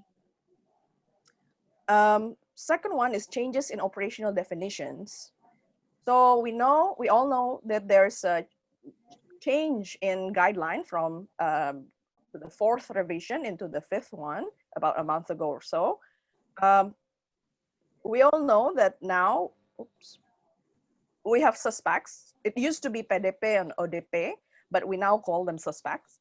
So suspects are those who have upper respiratory symptoms and those who come or live in areas with local transmission, and then upper respiratory tract infection and close contacts, and upper respiratory infection with severe symptoms, but no other possible causes. And then the next definition is probable. So clinically, it's convincing, but the PCR test result is not available. And then confirmed cases are those who are tested positive, whether they are symptomatic or asymptomatic. And the last one is close contacts. It used to be OTG, ya, orang tanpa gejala. So kontak erat means those who have close contacts with confirmed or probable cases 2 to 14 days before and after a onset of symptoms. So close contacts meaning less than a meter, being in close proximity, less than a meter, and then more than 15 minutes. And then have physical contact, or healthcare workers without proper PPEs, and then other situation based on local transmission. And we also know that in the new guidelines, there are changes in discharge criteria for patients. So for those who are asymptomatic, we don't need full PCR tests as a follow-up. We only need to get them isolated for 10 days after they are being diagnosed positive. So for those who have mild and moderate symptoms, we also do not need a PCR test. They need to be isolated for 10 days plus 3 days without symptoms. So minimum is 13 days. So if they have like longer symptoms, then they have to isolate it even longer. So for those who have severe symptoms, they need to get PCR tests, only one that is negative, then they can be declared discharged. They can be discharged. Plus 3 days without symptoms. If we cannot do PCR testing, then 10 days isolation plus 3 days without symptoms are enough. Maybe we are a bit worried, like why the guideline was changed that way. Like, is it safe to say that someone is discharged without testing? I will explain that with this timeline. So this graph summarizes the COVID-19 progress. So the blue line shows the disease progress itself. And then the red line is the infectious period of a patient. The green line is when someone is still PCR positive. The orange is antigen positive, and the purple one is the antibody positive. And day 0 is the onset of symptoms. So we have lots of information here, but I want to draw your attention to the red line, which shows how long someone is infectious. So according to a number of studies, COVID transmission happened 2 days before symptoms until about 10 days after symptoms of onset. And peak of transmission happens before onset of symptoms, and about the peak is on the day of symptom onset until 1 day, and then after that it will decline significantly. So if you see here, PCR positive tests could be much longer than the period in the guideline change, because someone is no longer infectious after 10 days.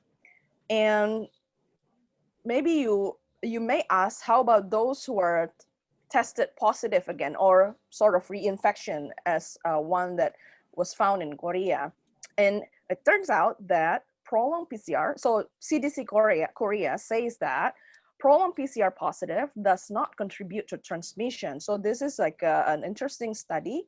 There are 208 people who are tested positive after they are being discharged after isolation. And then, so they're tested, and then the samples were cultured. About 108 people were the sample were cultured, and actually only 10 of the whole samples that are cultured were positive.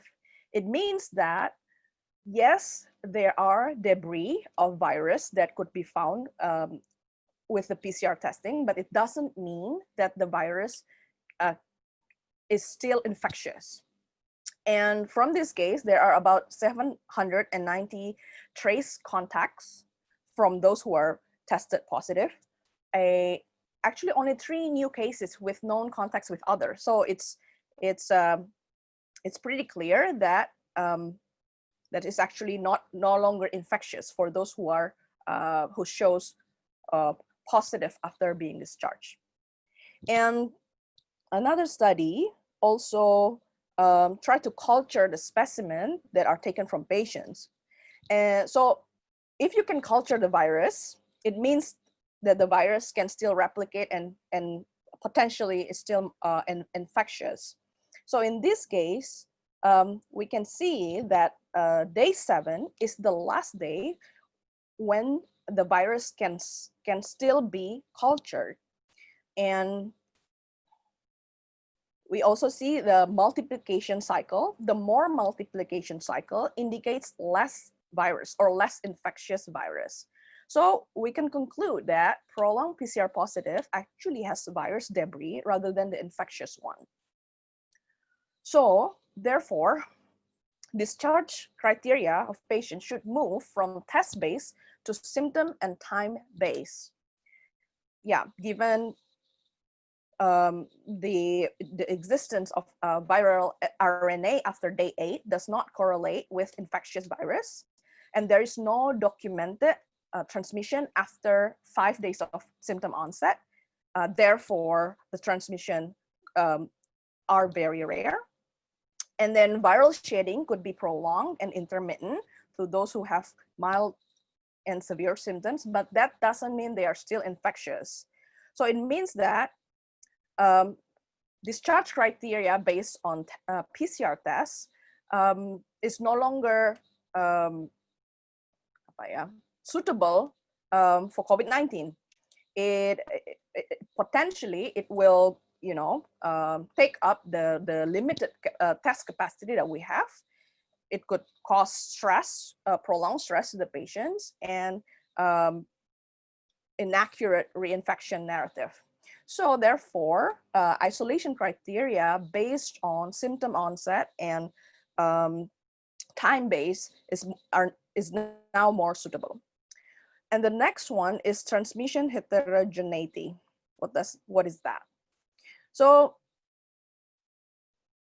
yeah, according to some studies that I read, so this study shows that the secondary transmission has heterogeneity. It means that, so okay, we can start. We can start with the graph on the left. If you can see that one patient, generation 0, transmit the virus in two different people in the first generation, and you can see in the those who are in the first generation, the first person transmit the virus to 8 people, and then the second one transmit to 0 people, meaning they do not transmit the virus. When you calculate this transmission, you will find the reproduction value, or RT, is 2.6. But that doesn't mean that every COVID patients in average transmit to 2 to 3 people. The fact is only a few people transmits to more people or causes like explosion of transmission, and the other people do not transmit to others. So if you see a graph in the middle, you can see that, you can see that the distribution actually has like a long tail to the right side. It means that there are a few people that cause like hundreds of secondary infections, or dozens of hundreds of secondary infections. And actually oops, I don't think, yeah. If you can see my mouse here, so on the left side, you can see that actually almost 70% of people do not transmit COVID-19. So we can say that secondary transmission is actually driven by a few infectious people, or what we call super spreaders. And this is another study that shows the same thing, that like most people, about 70%, do not transmit COVID-19. And yeah, the probability is 0, like you can see here. And then a few number of people, again, cause like the explosion of transmission. This is what we call like the long tail to the right. So we can see here that COVID-19 transmission is actually heterogeneous. It's not homogeneous. So yeah, it's not everyone has the same opportunity of transmitting COVID-19. And contact tracing in Hong Kong also shows the same thing, long tail to the right. Only a few people cause many clusters. So now we know that COVID-19 transmission is driven by super spreading events. So we really need to pay attention and really pay attention to super spreading events and try to, if we want to mitigate, if we want to prevent COVID-19 transmission, we need to think how to cut the tail, the tail that goes to the right. So we need to learn from the super spreading events that already happened. What are some of those? I think you're familiar by now about this case, the restaurant in Guangzhou in China. So one patient, which is A1, which sits in the middle, came without symptoms, and he or she transmitted COVID-19 to 9 others patients in the restaurant. And as you can see, patient A1 sat far away from patient C2, for example. So we can say that this person sat more than 2 meters than the C2 patient. So the hypothesis was that because of these patients was sitting like under the aircon and under the same airflow of the aircon, that's why the droplet nuclei was transmitted. And that's why this person can, infect like 9 people. And those who sit on table E and table F and the waitress did not get infected. So we can see here that the virus has a strategy. It's actually a combination of closed space with aircon and then prolonged contact, jarak dekat, yeah, close contact, and then a lot of people or high occupancy in one space, and then with activity that causes like deep breath. In this case, they probably are talking to each other, right, in a restaurant. So the next one is boarding houses or dorms in Singapore. We know that 90% of cases in Singapore happen in migrants' dormitory. And the strategy of the virus is actually the same: closed space, prolonged meeting, close contacts, high occupancy, and activity that requires deep breath.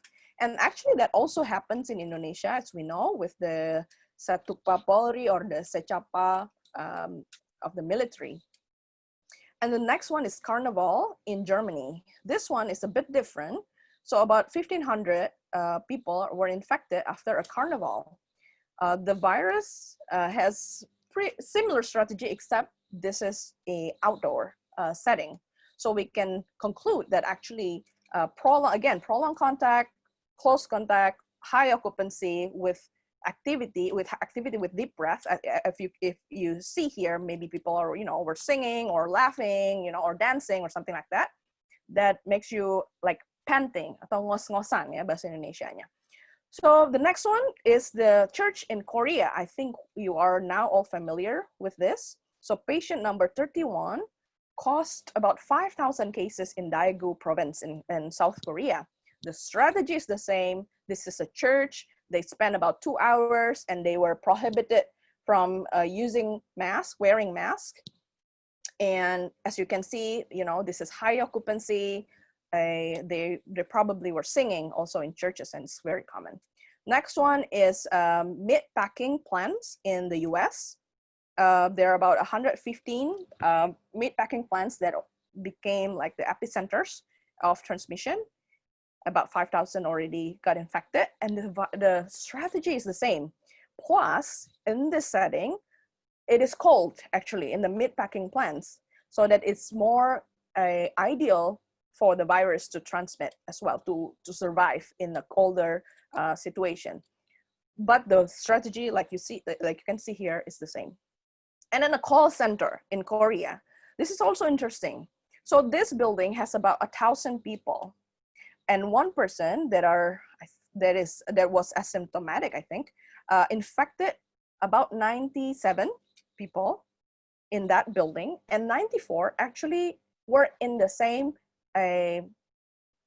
level, in the same floor.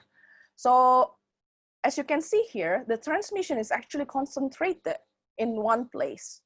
It's not like as easy as, like spreading in one building. It's actually concentrated in one floor. And as you can see, the strategy is the same. With this being a call center, as you can imagine, like people perhaps were talking, like trying to, like answering phone calls all day long. And that's why perhaps the concentration of droplets in the room was high. The next one is choir in Washington. I think you might be familiar with this. So one person infected about 45 out of 60 choir members. Even though in the setting, they already practice social distancing. So it's not enough. Social distancing is not enough in this case, because again, the strategy of the virus is the same. And I think my last example is a case in the prison in the US. I think this is about the same with those in the dorms, yeah, like what we just discussed in Singapore. So same, the virus strategy. So now we know super spreading events, and now we know the strategy of the virus. Then what do we do? So this is a very helpful study that was just published about 3 days ago. This is talking about risk of transmission in different settings, and considering only asymptomatic people. So like assuming that those who come to one place will get checked, like no cough, no fever, or something like that. So the risk of transmission that they put together nicely in this paper consists of 5 factors. So mask being the first one. Yeah, sorry, this is in Indonesian because I just translated this into Indonesian and I haven't, put the English version here. So the left, I will put 2. So there are, I separated this into 2, big section. So the left one is those who are with masks, and the second one, the right one, is those who do not wear masks. And then that is the first factor, whether, masking or not. And then the second factor, short contact or whether it's a prolonged contact. You can see it's in the upper one is the short contact, short duration contact, and then the bottom one is the longer one. And then the third one is types of activities, whether you are silent or you're speaking or you are shouting or singing. So as you can see, the top one being safer than the bottom one. And then the next one is types of activities. Oops, sorry, occupancy. Whether in one space it has low occupancy or high occupancy. So I translated into kepadatan orang ya, rendah or tinggi. And then the last but not least, actually it's very, very important to consider the ventilation of, you know, of rooms. Whether it's outdoor and with good ventilation, or whether it's indoor with good ventilation and poorly ventilated, the last one. So by looking at this matrix, we can consider all of our activities. We can think about the risk of activities that we have. So for example, so there is no like one silver bullet, but we can see that our a strategy against the virus should be a combination of all these 5 factors. For example, we recently, or actually maybe 2 days ago or so, we talked a lot about reopening the cinema, right? So before the pandemic, we can imagine that a cinema, usually people don't wear masks going to a cinema. And most people, you know, like don't talk during the movie, even though they might talk, but, you know, very, very little. So we can consider that as a, you know, silent activity. And usually it has high occupancy and it is poorly ventilated usually in a cinema. So I would say this is the blue box that I made. So probably, you know, watching movies in cinema is in that box. So it's actually red. The risk of transmission is high. If we want to reopen cinema, we have to think how to move from this red box into the green box. So I imagine maybe we can ask people to wear masks like all the time, like during the movie, right? And then, well, movie usually, you know, 1.5 hours to about 2 hours. So it is considered as a prolonged contact, not a short one. So what else we can do? We can lower the occupancy of the space. And then the most important ones, actually, we have to make sure that the cinema is well ventilated. Otherwise, if it is not well ventilated, it will be in the box next to it, the yellow one. So the risk is actually medium. So this is just an example, and I encourage you all to do this exercise with all your other activities, you know, schools, universities, a clinics, or a church, or, you know, other types of activities with this, you know, matrix, using this matrix. So before this matrix was published, actually, I already tried to, you know, organize like how we think about all this thing about the transmission of COVID. Now we know that the virus has this combination of strategies. So closed space, a lot of people, prolonged meeting, close contacts, and activity with deep breath. So we just need to strategize based on their strategy. So if the virus likes closed spaces, then we should prefer like open space. If they like, you know, like ramai-ramai, like a lot of people, then we should try to minimize people who meet. And then we should also limit the duration of our meeting and try to be, you know, more distanced. And then, well, related to activity with deep breath, meaning like more droplets coming out. So we need to think about how we should make it, you know, cleaner. And then we have to be more cautious as well. I will go one by one. This is an Indonesian, yeah, acronym TSSBBW, yeah. So more open, meaning like outdoor and semi-outdoor meetings are prioritized. And we should limit meetings and indoor closed space, minimize that. Maybe we can do, you know, meeting in a, you know, in an open, you know, garden like this. Although they don't wear masks, so never mind. Second one, if you meet in indoor, make sure that the space is well ventilated. So open your windows, open your doors, put an exhaust fan, put a filter, something like that. And make sure that there is like sunlight and avoid air conditioner. That is about lebih terbuka or open space, more open. And then about less people atau lebih sedikit, we should modify our activity. If we meet with each other, then try to meet in small groups rather than bigger ones. So for example, like meeting with 2 or 3 good friends versus, you know, attending a party, of course, is safer meeting with 2 or 3 friends. And doing activities with, you know, different shifts, take turn. So it could be based on anything, you know, like maybe if this is an office, then based on the department or something like that, you can modify that. And then shorter duration, it means that if we have like a meeting, we should limit that into less than an hour. Actually, yeah, close contacts meaning more than 15 minutes actually, but I don't know, like if you meet like less than 15 minutes, why don't you just meet like online, right? So if you have like a physical meeting, then try to limit it to less than an hour. And then if you try to reconfigure your office, for example, try to make like the flow of people into one direction so that you limit meeting people face to face. So duration of people that meet face to face is limited. So about distance, like shorter distance. So yeah, working, studying, and praying from home are more, you know, prioritized rather than physical ones.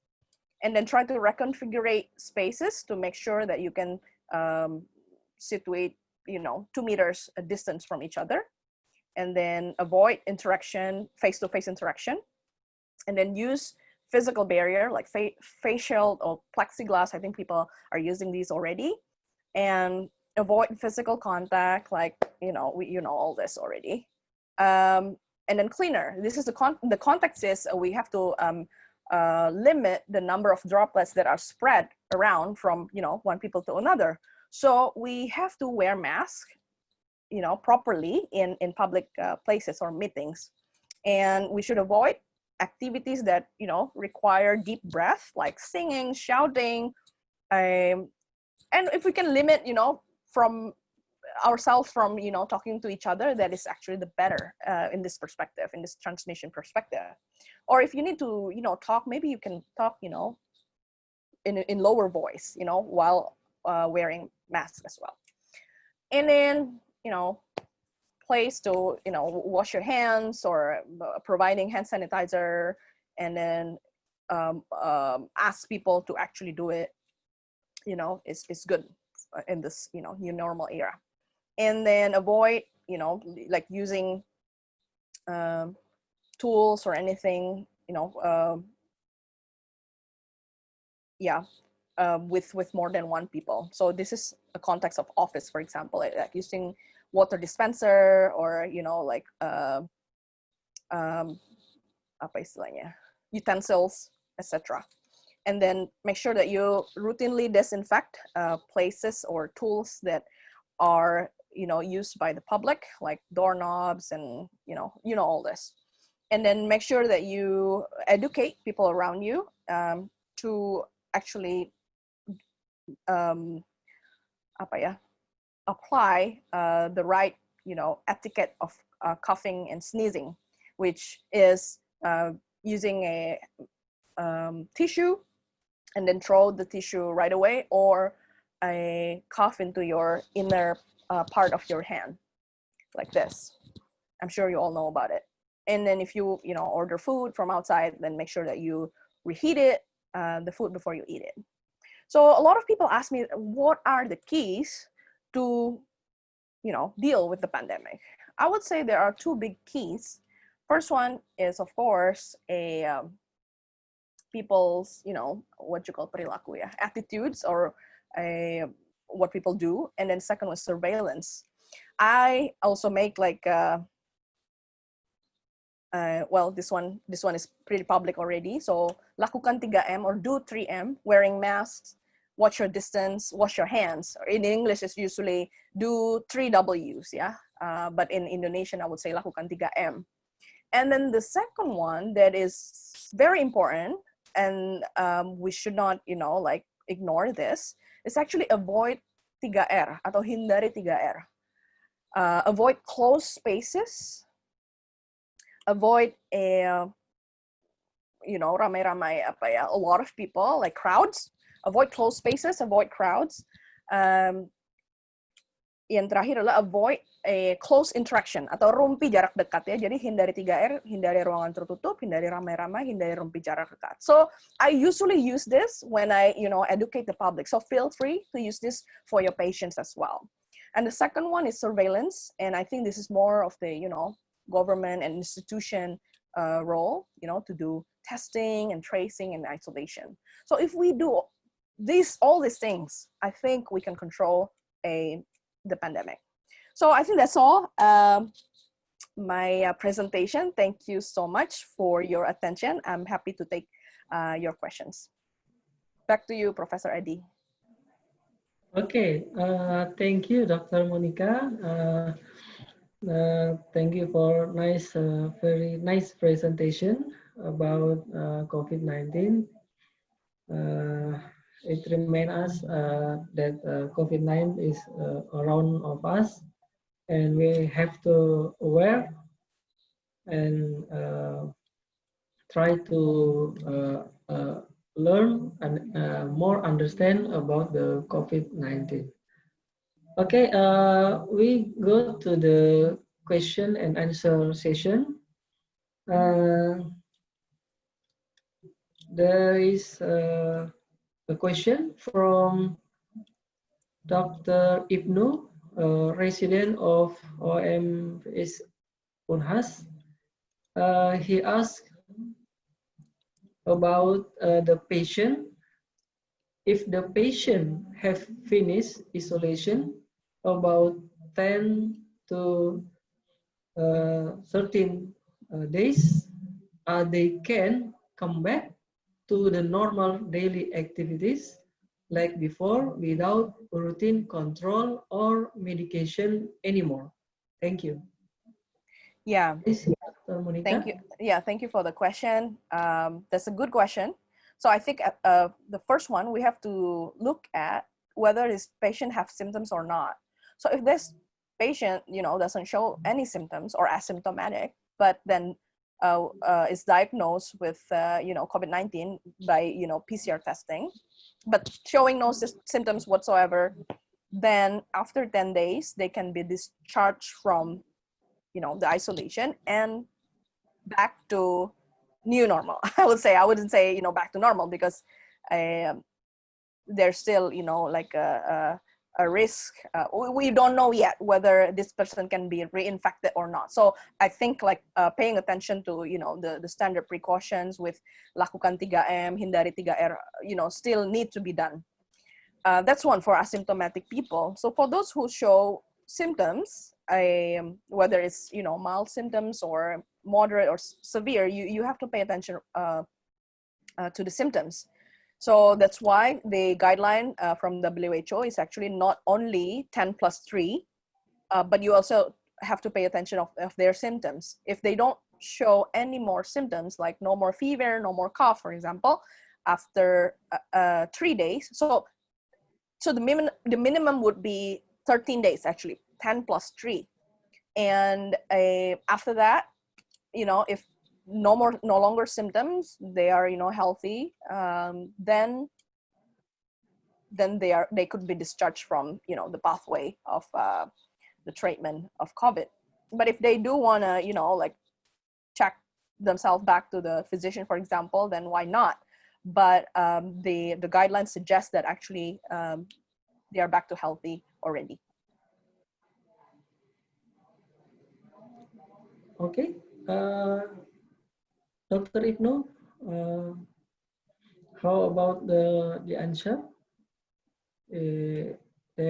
That's enough, maybe. If there is a question, another question, please write your question in question and answer box in the bottom of the Zoom application.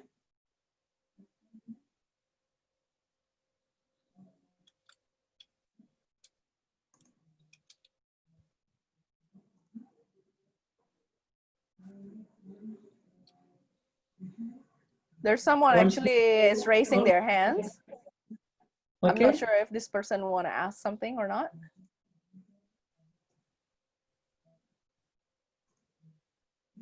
Okay, Dr. Anissa Citra Utami, if you have a question for Dr. Monica,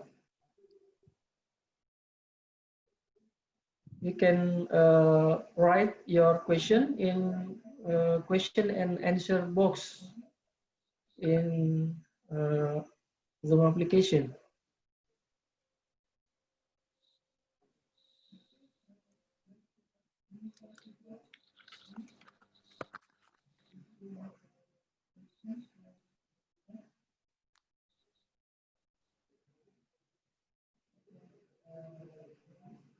Anissa Utami, Anissa Citra Utami, if you have a question, you can write your question in question and answer room in Zoom application.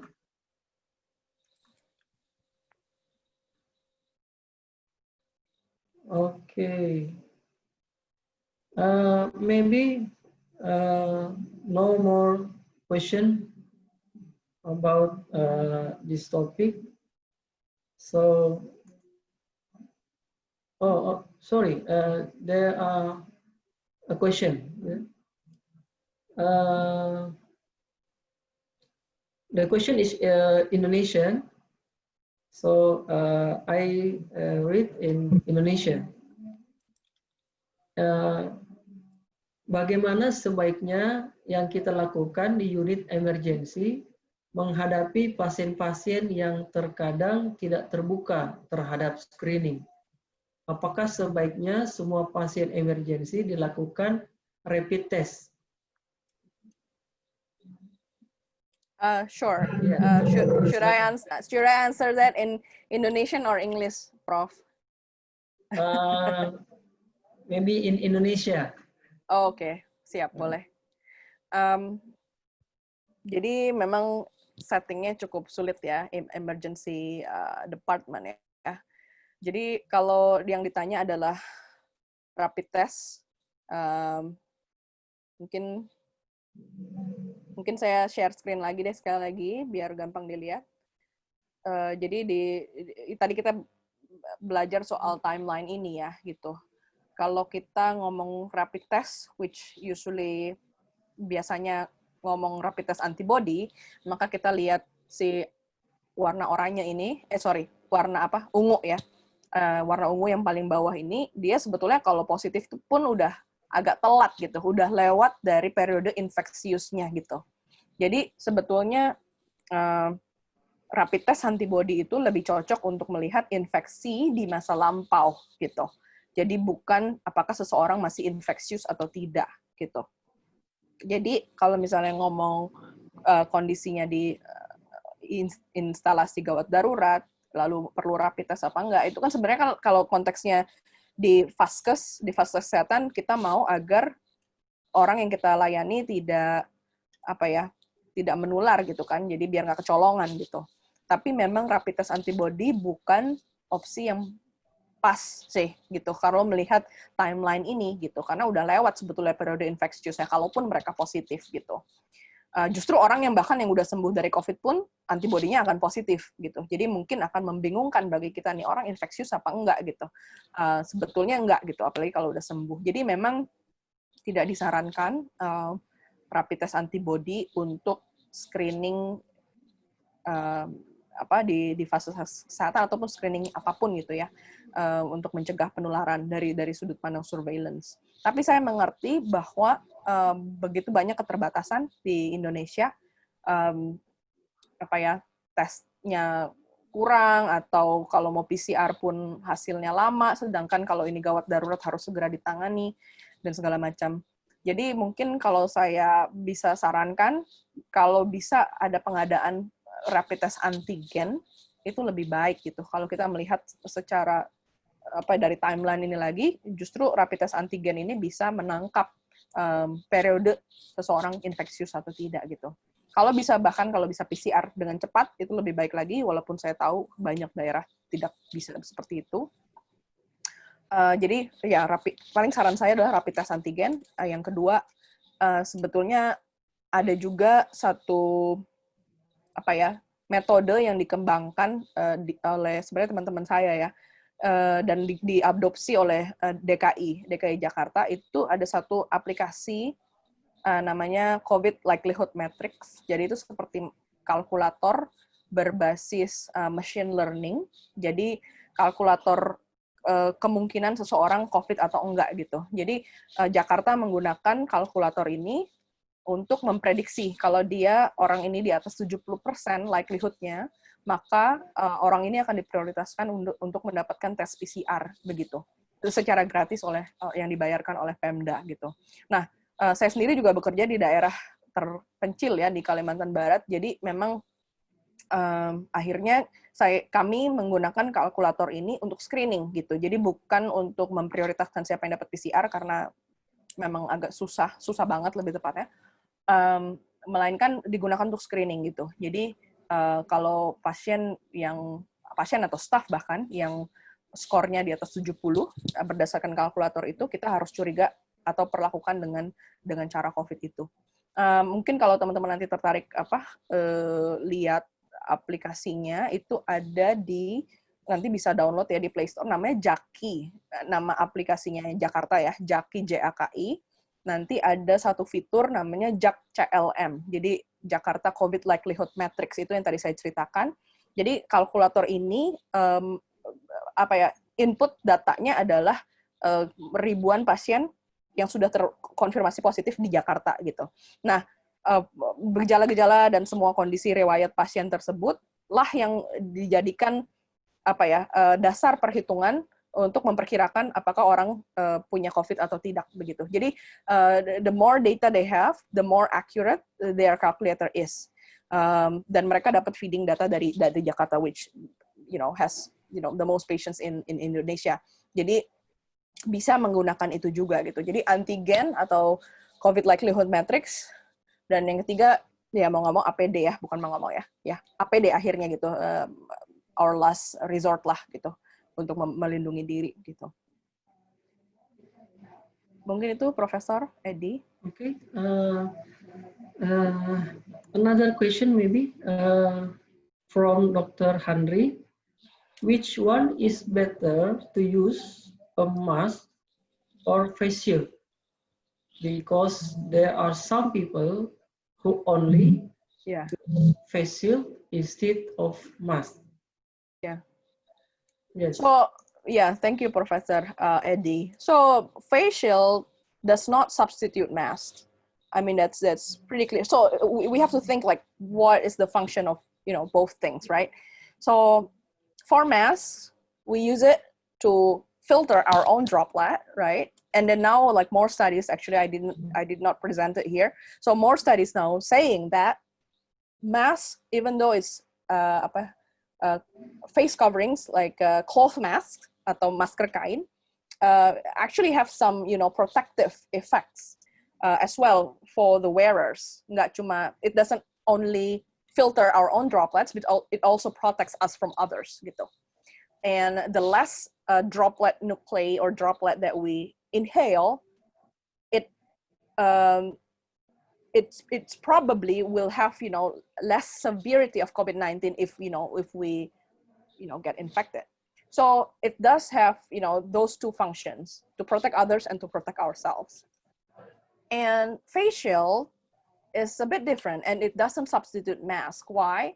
Because face shield is basically trying to cover your eyes, nose, and mouth from droplets that are more moving in like in ballistic method. Jadi maksudnya kayak muncrat gitu. Mungkin face shield bisa jaga percikan dari sisi muncratnya itu. Tapi we have to think that COVID does not only transmit through ballistic droplet yang bergerak secara balistik gitu ya, seperti lompat begitu. But COVID also transmits through aerosols in closed spaces with poor ventilation. Jadi kayak tadi contoh-contoh super spreading events, even though they, social distance, meaning that there will not be, some ballistic droplets that come to your way, but there is still, transmission, which suggests that that aerosol or airborne transmission is the mode of transmission in that case. So, kalau cuma pakai, if you only wear face mask, then it means that, you can still inhale the udara, yeah, the air without any, like filter or something in front of your nose or mouth. So it only protects you from droplets that, move secara balistik tadi itu, tapi tidak yang secara aerosol. So it does not substitute. If you want to wear both, then it's great. But if you only have wear masks, then it is also great. Okay, thank you, Dr. Monica. Dr. Henry, maybe it's enough for the explanation. There a question again from Rahmat. The emerging issue nowadays that COVID-19 is airborne. What is your main suggestion in order to minimize the spreading, particularly in aerosol generation procedure in dental office? Yes. Yeah, thanks for the question. I think I'm pretty sure other speakers will cover this topic as well. Maybe perhaps much deeper than I would cover. So in general, I think in all settings, not just dental office, but also in other kind of offices or other kinds of, closed spaces, we have to modify those closed spaces with better ventilation.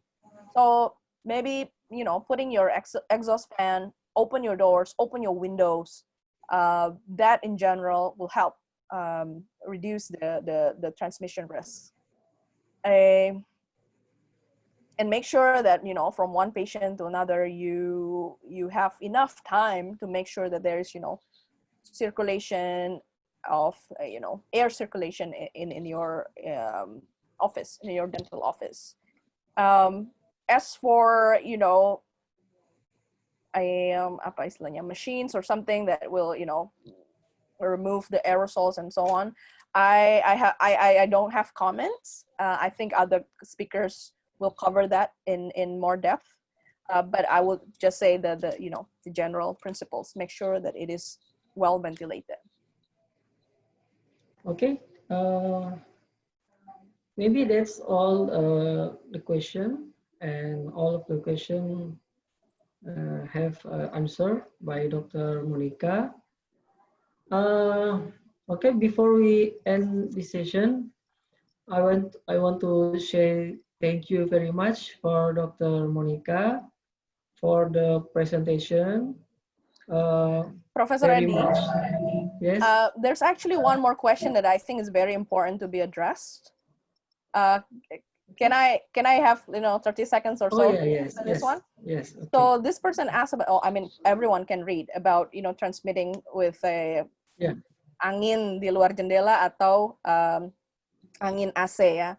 So the perbedaannya adalah kalau ini jadi gini, COVID tidak menular seperti kayak asap gitu ya. Jadi kayak tetangga kita bakar sesuatu, lalu di rumah kita bisa cium asap itu. It doesn't work that way, COVID.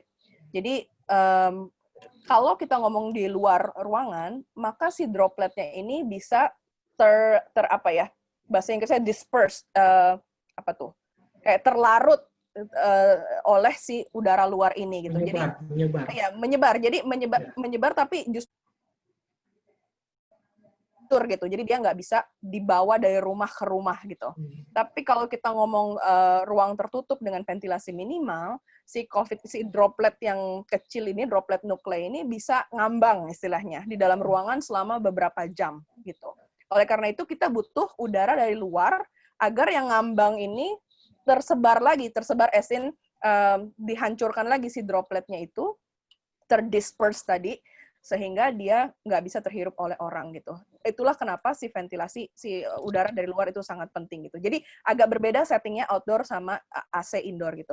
Karena AC juga dia meresirkulasi udara yang ada di dalam ruangan. Jadi ya si droplet yang ngambang itu ya diputer-puter aja di ruangan itu gitu. Itulah kenapa sebenarnya berbeda gitu. Dan indoor spaces with poor ventilation is very dangerous actually in terms of COVID transmission. Okay, thank you very much again for the answer. The last question is done. So I want to say thank you very much for Dr. Monica for the nice presentation. It reminds us of COVID-19. And for all the participants, thank you very much for your attention. I return the session to the MC, Dr. Yosi. Thank you very much, Dokter. Terima kasih banyak, Dr. Eddy, dan juga kepada presenter kita, materi kita, Dr. Gigi Monica Nirmala, MPH. That was a very excellent presentations about the COVID transmission. Dan selanjutnya adalah penyerahan sertifikat secara virtual kepada presenter kita. Ya, terima kasih banyak dokter atas your kind attention and sharing in our 4th ICO BTD. Once again, thank you. We will send this certificate through email. Thank you so much. Terima kasih banyak. Baik, hadirin sekalian para peserta, berhubung kita ada satu presenter yang pada kesempatan hari ini tidak bisa hadir untuk memberikan presentasi, sehingga untuk sesi kelima kita sudahi sampai di sini dan nanti akan dilanjutkan dengan sesi ke-6 pukul 13.00 waktu Indonesia bagian tengah. Jadi kami informasikan bahwa untuk sesi kelima hanya satu presenter dan nanti kita akan langsung melanjutkan ke sesi ke-6 setelah break, di mana sesi ke-6 akan dimulai pukul 13.00 hingga pukul 15.00 waktu Indonesia bagian tengah dengan pemateri Dr. Lordjie Marr, Morilla, M.Sc.D from Thailand, dan Dr. Gigi Ratnasari Dewi, Sp.Pros Consultant from Indonesia, dengan chairperson kita Dr. Gigi Alkarama Mahardika Talib. Dan kembali kami informasikan bahwa acara akan dimulai pukul 13.00 hingga 15.00 waktu Indonesia bagian tengah. Untuk link post-test sesi kali ini akan dikirimkan via email ke masing-masing email dari para peserta. Kembali kami sampaikan bahwa sertifikat akan kami serahkan bagi para peserta yang melulusi post-test dengan passing grade 70%. Sesuai dengan ketentuan dari P3 KGB PDGI. Dan kami juga telah mengupload presentasi dari 42 short lecture kita melalui YouTube channel dari Fakultas Kedokteran Gigi Unhas. Jadi bagi para peserta bisa mengakses video tersebut di YouTube channel kita di Dentistry Hasanuddin University. Terima kasih banyak. Selamat siang. Sampai berjumpa pukul 13.00. Terima kasih, Dr. Monica. Thank you. Assalamualaikum warahmatullahi wabarakatuh. Terima kasih, Prof. Eddy. Baik, Assalamualaikum warahmatullahi wabarakatuh. Selamat siang. Good afternoon, everyone. Welcome again to the 4th International Conference in Biophysical and Technology in Dentistry, the 4th ICO BTD, held by the Faculty of Dentistry Hasanuddin University. And now we enter the 6th session and the 2nd day. And for this session, we are going to have two presenters. First is Dr. Lordjie Marr, Morilla, M.Sc. from Thailand, and the second will be Dr. Gigi Ratnasari Dewi, Sp.Pros Consultant. And as the chairman for today is Dr. Gigi Alkarama Mahardika Talib. And I would like to introduce Dr. Alkarama is also one of our lecturer staff in Faculty of Dentistry, Hasanuddin University. And graduate as a dentist from Faculty of Dentistry, Hasanuddin University, and now still ongoing on the Magister of Hospital Administration, also in Faculty of Dentistry. Please, Dr. Alkarama, the time is yours. Thank you, Dr. Yosi. Assalamualaikum warahmatullahi wabarakatuh. Now we're going to sixth session in second day of ECO BTD. We have two speakers now for this season. So I will read the curriculum vitae of first speaker. I will read name Dr. Lordjie Marr Otamias Morilla from Philippines. Email address lordjie_marr@yahoo.com. Professional education, name of institution, Faculty of Dentistry, Hon Khai University, Thailand. Year of attendance, 2016 till 2018. Degree of Master of Science in Dentistry. It last education, Dr. Lordjie, and then work experience. Now, Dr. Lordjie is an instructor, College of Dentistry in University of Perpetual Health, Medical University, City of Binan, Laguna, Philippines. And last competition attended of the speaker, 2020 is first Asian Society of Oral and Maxillofacial Pathologists Council online meeting via Zoom meeting. Okay, now we're going to see the lectures. So, Dr. Lordjie, time is yours.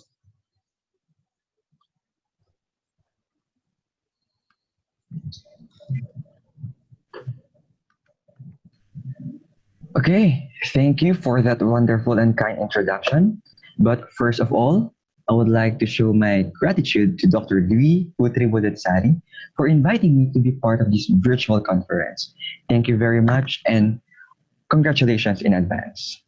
Okay, so to start my lecture, I will ask all of you if you still remember the time you got accepted in the university. Because in my case, I vividly can remember. So this is my university, the University of the Philippines. And this is how my acceptance letter looks like. So the moment I read the letter, I started researching about my university, knowing where to stay, where to eat, where to buy this and to buy that, everything.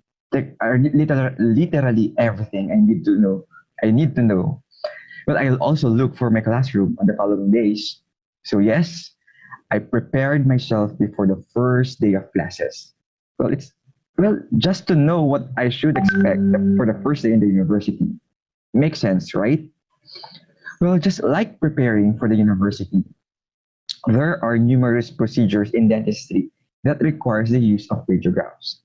And failure to recognize when to use one might lead to a high rate of complications. Okay. So take the following examples right here. So the first periapical radiograph here on the left side shows that the path of insertion of the fixed bridge is not parallel to the long axis of the tooth. And in the long run, this might cause or might result in unwanted effects. Okay. This second periapical radiograph here shows a failed post placement. But there is a very high chance that this tooth was extracted eventually. Okay. So there is no doubt that periapical radiographs render the most detailed 2D image. However, with our current situation, periapical radiograph taking might become a significant concern. Okay?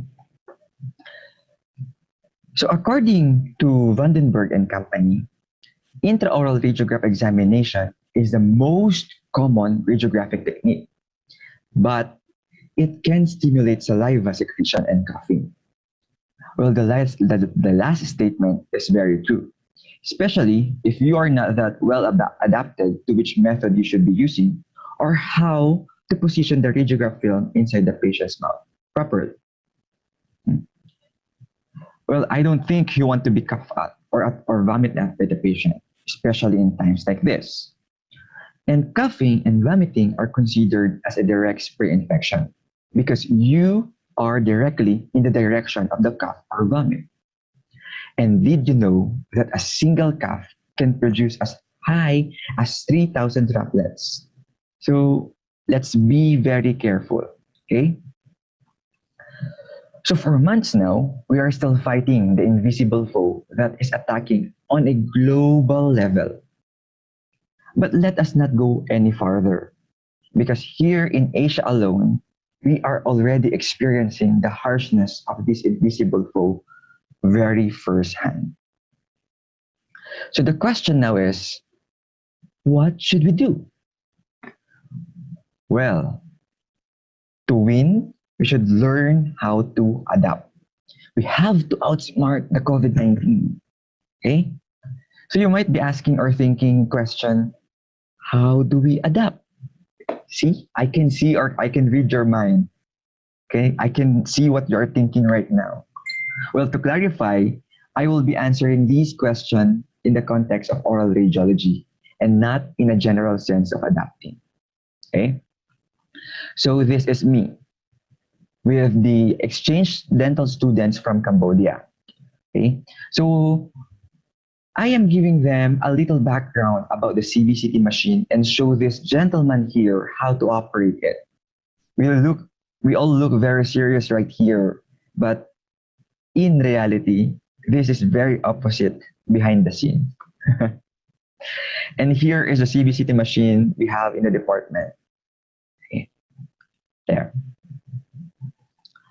Okay, and speaking of extraoral radiographic techniques like CBCT and Panoramic, we had come a very long way because the quality of these extraoral radiographs had improved a lot for the past decades, some of which can already identify dental caries in a more detailed way and even estimate the alveolar crest. Okay. There are a lot of things we can now see clearer in intraoral radiographs because of the advances in technology. With our current situation, I think maybe extraoral is what a dental clinics or offices need. And according to Patel and company, small FOV or field of view of CBCT are best because they can also give detailed information about the crown and the root of the teeth without oral contamination. So see? Okay, a while ago, I was talking about periapical radiograph taking becoming a significant concern at the moment for us dentists in our field. Well, with all the possibility of inducing coughing and even vomiting, one would question, Doctor, what alternative do we have? Well, we have this one, the extraoral radiograph. Just because our patients don't show any symptoms of COVID-19, it doesn't mean that we can be complacent. We should always go back to the universal rule. That is to consider patients as if they are infectious. Oh, not because we are judgmental, okay? But this is for the benefit of the patient and for the whole dental team. Okay? So it is recommended to use extraoral radiograph to avoid inducing saliva production and coughing that might generate droplets and in turn aerosol. So using extraoral radiograph, we can minimize or reduce virus transmission. Okay.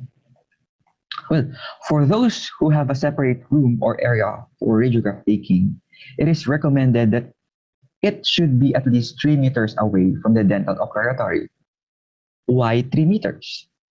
Because in the study of Vina, there is evidence that dental aerosols can reach 1 to 3 meters from its sources and remain in the air for a considerable amount of time. Well, negative pressure are also recommended to keep the possible viral load to a minimum. Okay? And patients don't wear masks during radiograph taking. That is why it is our duty to protect the patient from possible harm. Okay? Okay, some of you might ask, what if we don't have a separate room for radiograph taking? If your setup is like the one in the picture, that is fine. like this one. But make sure that you have extra precaution. It would be a little tricky if the patient only wants a radiograph. Be sure that you disinfect the area before and after taking radiograph. However, this setup, this one, would be an advantage if you need to take a radiograph of the patient you are currently treating, because the patient will no longer leave the operatory room. So there is less possibility of breaking the asepsis control in the dental clinic. Okay. And other dentists who own a portable radiograph machine like this one should maximize its use, because instead of moving the patient in between areas of the clinic, you can carry this portable radiograph machine. So if a patient is in the operatory area that needed a radiograph, just bring the portable machine. If a patient only wants a radiograph, just bring the portable machine on the other area of your clinic away from the operatory area. However, you need to properly disinfect this portable machine. Okay? It should be practiced before and after every use to eliminate cross-contamination. That is why extraoral radiograph is recommended more than intraoral radiograph during these times of uncertainty. With regards to whether the patient should wear PPE or not, I think that a long bib or drape is enough, just like the one used in barbershops. Because as long as you practice proper radiograph taking, there will only be a minimal chance to induce coughing or vomiting.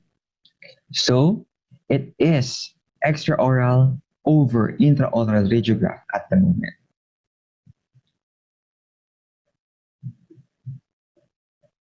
Oh, sorry. I'm sorry. I have to check that because I was buzzed because I'm currently on quarantine. Okay. Okay. So yeah, so that's a very long introduction, I think. So a pleasant afternoon to everyone. Having mentioned that extraoral radiograph taking is recommended over intraoral radiograph taking due to infection concerns, our topic is all about panoramic radiograph, the new normal. Okay. And this presentation aims to give uses of panoramic radiographs. Second is to review of the anatomy of the panoramic radiographs. Third is to teach us on how to examine dental radiographs.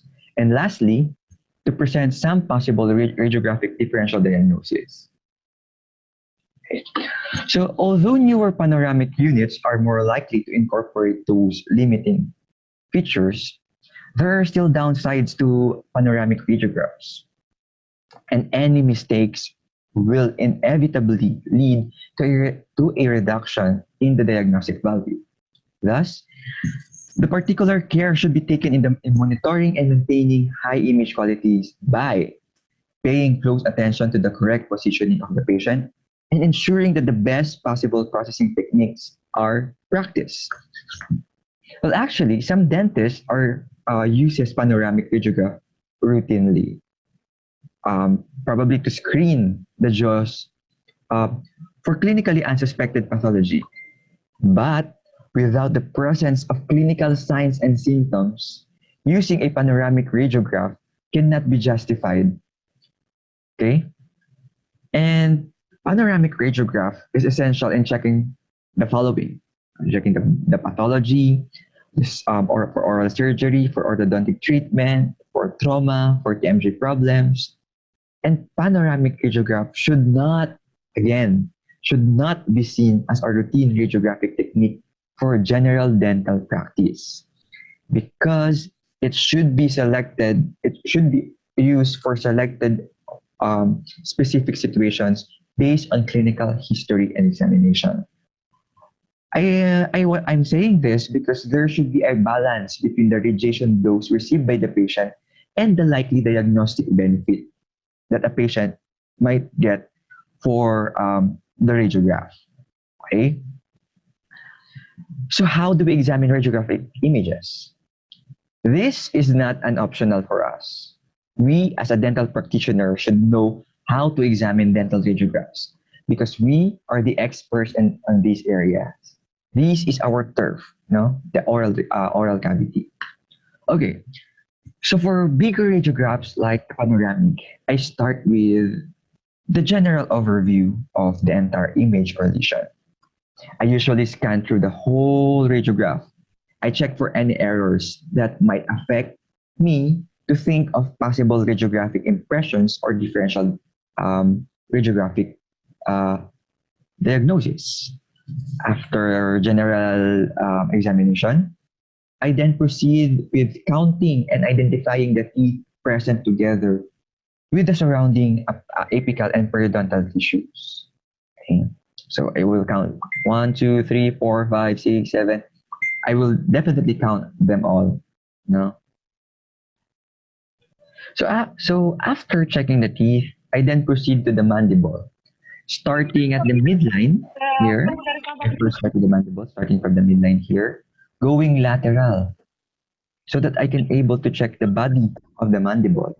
Okay, from here, start going to the body of the mandible, and then go with the ramus, and then on the TMJ area. Okay. After this, I proceed to the maxilla. Okay. And then, just like in the mandible, I start at the midline, going lateral, so that I can check from the midline to the sinus and to the zygomatic area. Okay. There. After checking the teeth, the mandible and the maxilla, I now check the other structures that can be seen in the panoramic radiograph, like the vertebrae, the hyoid bone, and also the nasal cavity here, okay, and also the floor of the orbit. So that is how I examine the panoramic radiograph to make sure that I won't miss any areas instead of jumping from one area to another area and then missing out some important details. Okay? So that is how we examine radiographic images. Okay, so now that we know how to examine a panoramic radiograph, here is an icebreaker. Okay, so this is a panoramic radiograph of a patient who experienced pain on both the left side and the right side, but the pain is more prominent on the right side. Okay, and the patient is also complaining difficulty in swallowing.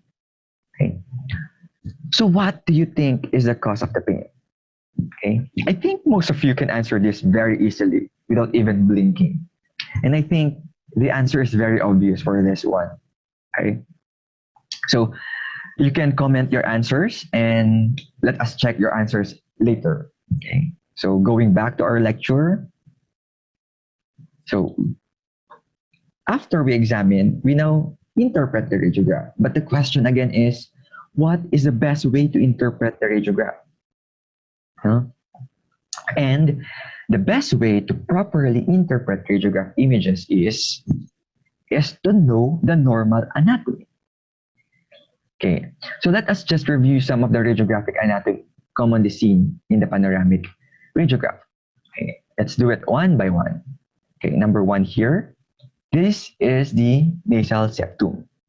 Number two, this is the what? Yes, this is the anterior nasal spine. The third one, this one. What is this one? Okay, this one is the incisive foramen. How about this one? Number four.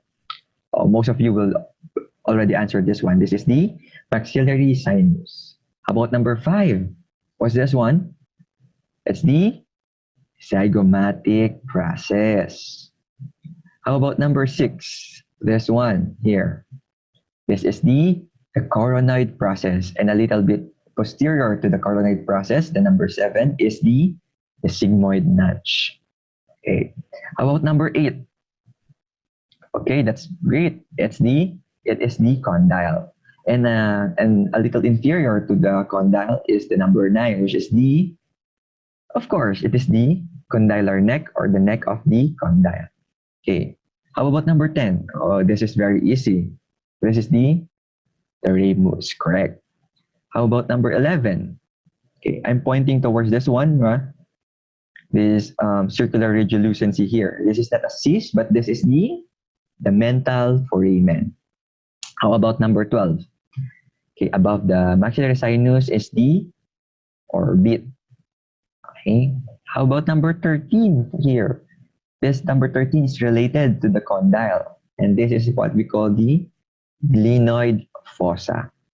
And a little posterior to the glenoid fossa, a little superior posterior to the glenoid fossa is the external auditory meatus, or the ears. Okay, the ear canal. Okay, how about this one, number 15? Okay, since this one is the ramus already, this one is the mandibular canal, of course. The number 16 is the floating hyoid bone. And last but not the least, this is what this is. Both sides we have this one. This is the vertebra or the spine. Okay, so there we go. We finished reviewing the anatomy already, no? So knowing what is normal, we can easily identify the abnormal of the lesion. But again, it doesn't end there because we need to describe the lesion. Okay. So how do we interpret the radiographic images? Okay. So how? Don't you worry. All you have to do is remember only one word. And this word is this one. So when you are interpreting radiographic images, always remember Lordjie. Well, it's my name, but it can also be a mnemonic device. And it stands for, okay, let's go through it one by one. L is for localization. So is it localized? Is the lesion localized like most cystic lesions? Or is it generalized like multiple myeloma? Is it unilateral like fibrous dysplasia, this one? Or bilateral like cherubism? Okay. It is also important to localize the position of the lesion. No? Because if it's coronal to the tooth or above the ion canal, like this one, it is more likely that it is odontogenic in nature or in origin. If it is below the ion canal, like this one, it is more of a non-odontogenic origin. And if it is within the ion canal, like this one here, it's more likely of a neural or vascular in origin. Okay? So it's very important to know the position because from there, you are already screening or narrowing down your differential diagnosis. And some lesions have a specific location or occurrence. Okay? For example, ameloblastoma and cementoosseous dysplasia. Ameloblastoma occurs on the posterior mandible, while cementoosseous dysplasia usually occurs on the anterior mandible. Okay? So you really have to be specific with the location to narrow down your differential diagnosis radiographically. Okay? So that is for L, or localization. Next is O. O is for outline. So it is more of describing if the lesion has a well or ill-defined outline. Is it corticated or sclerotic? Okay? And outline also needs to be described. For example, you can also describe it by shape. If the outline is circular, scallop, or irregular. So that's for the outline. Okay, the shape and the outline. And then we have R. R is for range. This includes the size of the extension of the lesion. Is it the size of the lesion 2 centimeter, 1 millimeter, or 5 millimeter? Does the lesion extends from the anterior area up to the ramus area, or probably from canine to molar area? And that is how you describe extension. Okay. Next, we have density. Well, for this one, you just have to tell if it is radiolucent, radiopaque, or mixed radiolucent, radiopaque. That's it. And the next we have J, or juxtapose. This one is more of a reminder that we have to check the asymmetry of both sides. Well, we all know that most of the anatomies that can be seen on the right side can also be seen on the left side. So we have the right mandible and the left mandible here. And we have the right ramus and the left ramus. So it's asymmetry. Okay? It is not necessarily a perfect symmetry, but a normal range of anatomy. Okay? And a very significant asymmetry should always be noted. Okay? So that's for juxtapose. Next we have I. I is for the internal architecture of the lesion. Okay? And we're talking about the lesion here. Some examples of internal structures are ground glass appearance, for example, fibrous dysplasia, like this one. Okay? We have also large marrows, okay, large marrow spaces, for example, thalassemia. We also have honeycomb and soap bubble appearance, for example, ameloblastoma and OKC or odontogenic keratosis. We also have some, like this one, straight septa that is commonly seen in odontogenic myxoma. Okay, so we also need to describe if there are also inclusions like calcifications like this one, or even tooth, impacted tooth, like in the case of AOT and COT. Okay, so we have to describe the internal structure. Okay, and lastly, we have the E for effects on the adjacent structures. For with regards to the effects on the adjacent structures, we can describe displacement. Displacement is usually caused by malignant lesions. And we also can describe root resorption. And root resorption usually is caused by benign lesions. So be very observant with regards to displacement and root resorption. Okay, you can also describe if there are effects in the periodontal ligament spaces, if there is a displace in interalveolar nerve canal, and any periosteal reaction. Okay, all you have to do is to note them here.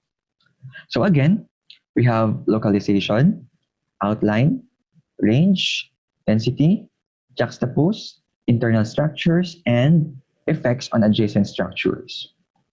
Okay, so when you need to interpret a radiographic image, always remember Lordjie. But you don't have to push yourself to include all of these letters. It is on a case-to-case basis. Some radiographs will not show effects on adjacent structures, and some would show. So you just write no effects on adjacent structures, or write nothing if there are no effects on adjacent structures. Okay, so this is an example of how to write a radiographic interpretation. Okay, so this is how. And usually I give 3 impression diagnosis as differential diagnosis for the impression. Okay. Okay, so you might be thinking, how about conventional film-based panoramic? Okay, because I've been flashing digital radiographs from the start.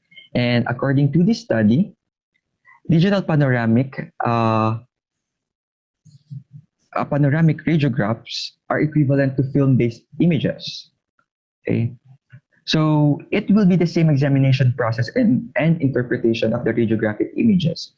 However, we need to be keen, or again, be observant when examining film-based radiographs, because we cannot adjust the contrast of the film, but we can still see the radiolucencies and the radiopaques of the images. Okay, so there. Okay, so after a thorough examination and interpretation of the radiographic images, you can narrow down your differential diagnosis. For example, a radiolucency at the periapical of the tooth you can think of dentigerous cyst, ameloblastoma, calcified odontogenic cyst, and adenomatoid odontogenic tumors. And for generalized radiopacitys here, for example, radiopacitys, generalized, we can think of probably florid osseous dysplasia, or we can think of mature stage of Paget's disease and osteopetrosis.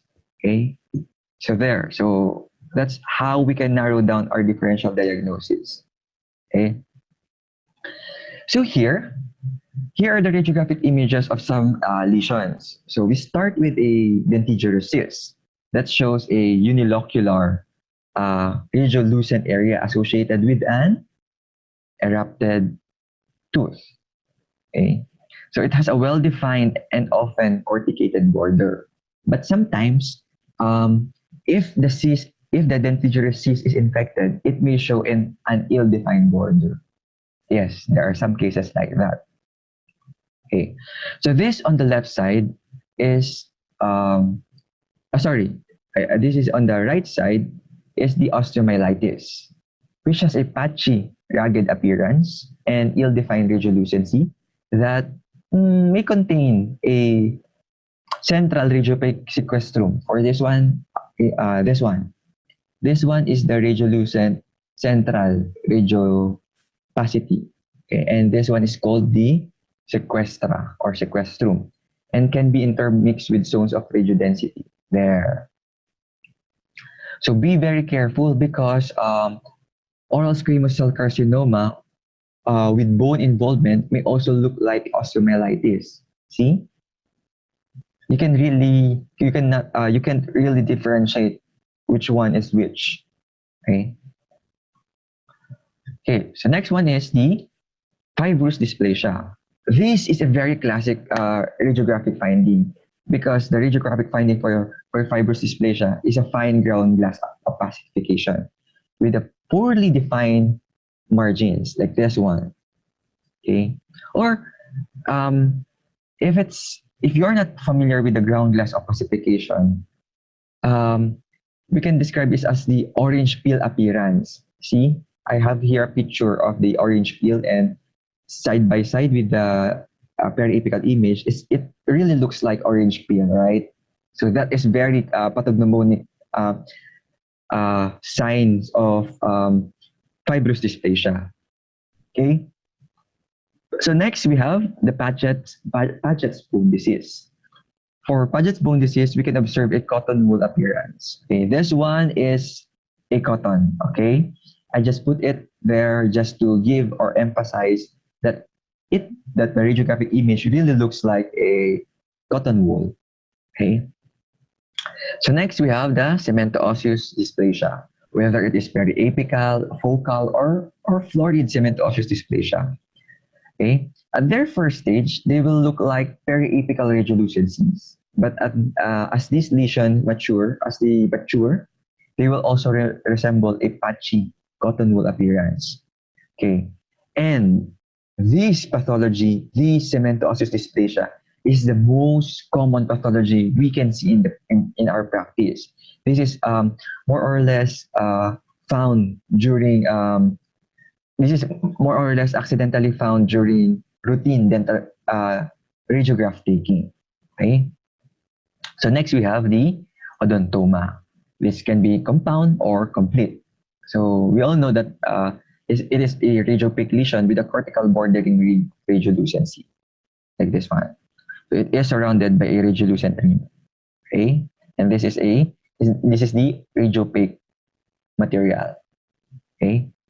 Next one, we have the osteosarcoma. Well, you would never miss its sunray appearance like this one. It's sunray appearance. It's like the rays of the sun. Okay, for this one too. Okay. However, aside from osteosarcoma, vascular malformation, especially the intraosseous, can also present a sunray appearance radiographically. So you already have a differential diagnosis for osteosarcoma. But just in case, more or less, it is more of a, if you see a sunray appearance, always think of osteosarcoma. Okay. This next one here is not a pathology, but this one is a foreign body, which will look like just like a radiopaque pathology. But on a closer look and thorough history taking, it will help us find the answer that it is a foreign body. And lastly, we have the ameloblastoma with a soap bubble appearance and honeycomb appearance here. So how do we differentiate soap bubble from honeycomb appearance? When we say soap bubble, the locules don't have same shape. They have the different shapes. However, for honeycomb appearance, they appear to have a similar shapes or sizes. Okay, they are almost uniform in sizes. Okay, so those are only of the few pathologies with distinct radiographic appearances. Okay, there are also a lot of pathologies out there with radiographic appearance, but I just included here the most common pathologies I think that we will be encountering in the practice more or less. Okay, so here are the commonly used types of extraoral dental radiographs. We have here the oblique lateral, we have the lateral ceph, we have the CBCT, and of course the panoramic, no? And you also have the MRI. Yes, we do use MRI in dentistry, especially for the diagnosis of trigeminal neuralgia. Okay, so there we have another question, that is how to decide which type of radiographic technique to use. Well, we should first identify what we would like to take. Will it cover a small or large area? Will panoramic be suffice? Or is it better to take a technique with a larger coverage? Will we need details or gross examination? Okay, so all of this, you should always consider all of these or answer all of these questions before you decide on which radiograph technique to use, so as not to induce the patient to further radiation exposure. Because we always have to put in mind the principle of ALADA, that is as low as diagnostically acceptable. Okay, so it is also known as ALARA. But personally, I think the word diagnostically will have a more bearing or weight. Okay, it means making every reasonable effort to maintain exposures to ionizing radiation as far as below the dose limits as practical. So when we say diagnostically acceptable, it also means no errors. Okay? Okay. So I think most of us know that the picture on the on the right side, on the left side, is from CBCT. Okay? And CBCT has become a go-to radiograph for almost all of us. If a patient complains this or that, some dentists automatically prescribe CBCT. However, we have to be very careful because all cases are not indicated for CBCT. Maybe a panoramic will be enough for a case. So it is a case-to-case basis again. So don't get me wrong, no? I love CBCT. I think I don't need to explain that I really love CBCT. And the picture on the right shows how much I really love CBCT, okay? But I will always remind all of us to keep the principle of ALADA, as low as diagnostically acceptable. So always bear this in mind, okay? And for this lecture, I will also include this topic here, okay? So we are in a very uncertain time, and we don't know the enemy completely. So you guys might have heard telemedicine or teledentistry. In oral radiology, you also have this so-called teleradiology. Okay, it is a system recommended to prevent contamination in oral radiology. Okay, so in teleradiology system, you just send the scanned copies of the analog radiographs or send copies of the digital radiographs to the patient via online methods. It's up to you what means of online methods to use. If your clinic has a web page, maximize its use. Okay, so why am I telling this teleradiology system? It's because hard copies of images can be a major means of transmission of COVID-19. And of course, we cannot use this infection solution on hard copies of radiographs because it will greatly affect the quality of image and will jeopardize the diagnostic information that we can get or we can arrive from the radiograph images. Okay, so it's teleradiology. Okay, So I think you remember this panoramic from earlier. Okay. So what causes the pain on both sides? With pain more prominent on the right side of the patient. Okay. And patient also has difficulty in swallowing. Okay. So let's check your answers here. Okay. Let's see. Mm. Is it because of the lower third molars? Possibly, yes. Okay, possibly. Let's see. But did you also consider the upper third molars here? Did you? Or are there any other considerations? Okay. Okay, some answer third molars. Okay, which one? The upper or lower? Some answer well, third molars in the upper or lower. Okay. Some, okay. I see. So, are you all intrigued with the answers? Okay. So look at this calcified elongated stylohyoid ligaments. This calcified elongated stylohyoid ligaments causes the bilateral pain and difficulty of swelling. This is what we call a case of an Eagle's syndrome. Okay? So what I'm trying to point here is that we should also think outside of our box. We are not limited to the teeth. We are also responsible for the oral health of the patient. And so we should be aware on all the structures of the oral cavity and its surrounding. And patient with same complaint will always go to dentist. So it's very, very, very good to know things like this. Okay. So for the past minutes, we have been tackling or discussing all about oral radiology. How does it adapt to the current situation? We also review the anatomy and how to examine and interpret the panoramic radiographs. And we have also seen some radiographic images. Okay. And we also have discussed that the recommended use of extraoral radiographs over intraoral radiographs during this pandemic time. However, always keep in mind the principle of ALADA, that is as low as diagnostically acceptable.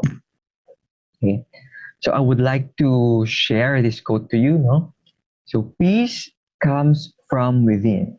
Do not seek it without.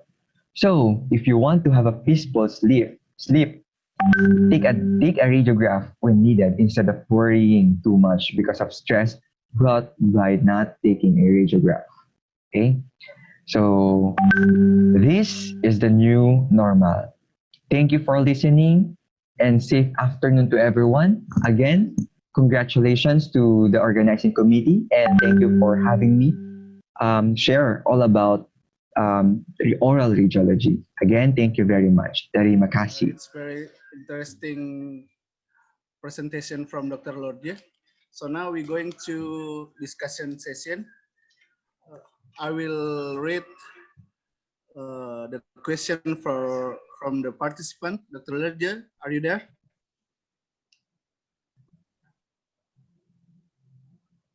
Yeah, Dr. Lordjie? Hello, yes.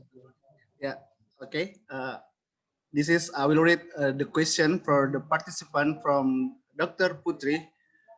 First question is, could you please give some explanation about how to assess the coordination and position of TMG? Sorry. Can I have the question again? Hello, can you hear my voice? Yes, I can hear, but because of my internet connections here in my quarantine place, it's not stable, so it's a little bit choppy. Oh, could you please give some explanation about how to assess the condition and position of TMG? TMG, temporomandibular joint. I see. Oh, yeah. Well, for that one, I think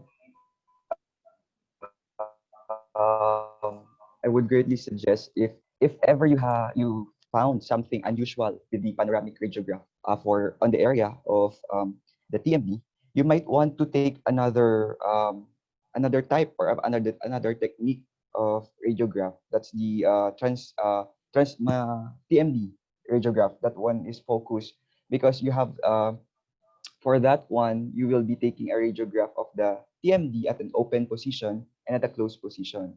So just in case you found a significant deviation on the panoramic with regards to the TMD, um, probably you might need to add another technique with your radiographic impression so that you might diagnose more specific with regards to what specific problem is happening within the TMD area. Okay, but at least with using the panoramic radiograph, you can easily check together with the other structures if there is a problem with the TMD or TMJ. I'm sorry. Okay. Okay, thank you, Doc. So next, second question from Dr. Faisal. How we can make a diagnosis of trigeminal neuralgia from MRI? Oh, this one I think more of it's a skill base. So it will be more of a practice because like for example, I started my training with honestly with a little comprehension of what oral radiology is. But as I go to the program, having the familiarization what I've mentioned earlier, knowing what is the normal anatomy in the radiograph will help greatly in diagnosing trigeminal neuralgia. But again, for MRI, special training again would be greatly needed for this one. You might want to have a cooperation or collaboration with the neurological doctors so that you can discuss together. Because treating trigeminal neuralgia, in my experience, is a team effort. So it's not actually more of it's a job of the dentist, but more of a team effort because in the team we have dentists, medical doctors, and even physical therapists, and even psychologists in the team. So it's a team effort in treating and diagnosing trigeminal neuralgia. Because sometimes this one's very difficult to diagnose, especially if the patient is very old, and we don't really actually sometimes we should weigh things like for example if the patient is very old, let's study first or let's observe if the patient can really be undergo MRI because there's some indications I think with Okay, thank you, Doc. So maybe I will read last question from Hidayat Sakti. Thank you, Doc, for your presentation. I'm Hidayat, an oral and maxillofacial surgery resident from Hasanuddin University. I want to ask you which radiographic technique should be able to use to compare with panoramic result. I Thank see. you. Okay. Well, you can still use if the situation allows, if you really wanted a more detailed image of the area, you can still use the periapical one. Because and you can also use the panoramic for CBCT if the patient has a CBCT images. But if you only have panoramic radiograph, you can compare that one to the previous radiographs you took with the patient. So it's really important that that the clinic or the patient should be advised to keep all records because those records are very important to see a little bit of history or background on what happened prior to having this current or present radiograph that we have. Okay, so with regards to the question to which technique, well, if in case there is available other techniques at hand, with regards to comparing 2D, some difference when comparing it. So be very careful comparing 2D from 3D image. Okay, thank you. Maybe still one question from Sure. Prof. Susi. Could you please clarify how to perform the teleradiography? Oh, I see. Okay. So it's a great question actually. Okay, it's a great question. It's of course the patient will still go to the clinic and have the radiograph taken. How else can we radiograph without the patient, right? And then instead of actually giving a printed copy, we can just send it to their emails or any means of online sending the copies. If it's digital, that's one way to take advantage for that one, because it's digital radiography. It's already inside in the computer, so you just have to send the image to the patient or the referring dentist. If it's the film-based one or the analog one, you can scan the analog film with the scanner and just save it as picture with the high resolution picture, and again you just send it to the patient or the referring dentist. So again, why am I more of referring or suggesting the teleradiography during this pandemic times? Again, it's because one way of transmitting the virus is through the hard copies of our images, because we might never know if this virus might already landed on the hard copies that we are giving the patient. So in order to reduce transmission, we can utilize technology so that we can again adapt on what we have and control the situation. Thank you so much, Doc. So please give for Dr. Lordjie, very interesting presentation, Doc. So now we're going to giving Thank you a very much. certificate. And by the way, yeah, thank you, Doc. So oh, and by the way, if you still have questions, you can just I think you can just give my email so that I can clarify some more questions if there are still any. okay. So we, if still have a question, you can give Dr. Lordjie in Lordjie LORDJIE_MARR Marr at yahoo.com. So this is a certificate for Dr. Lordjie Marr Morilla for speaker of main lecture in ICOB-TD 2020. Thank you very much, Doc. Thank you very much. Yeah, thank you very much, Doc. Yeah, so I will give for MC now. So yes, Dr. Yosis, please.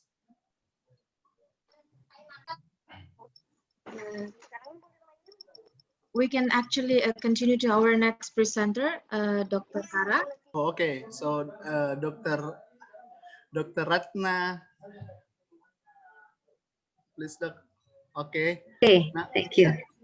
Now I will going to read CV curriculum vitae for next speaker. Name Dr.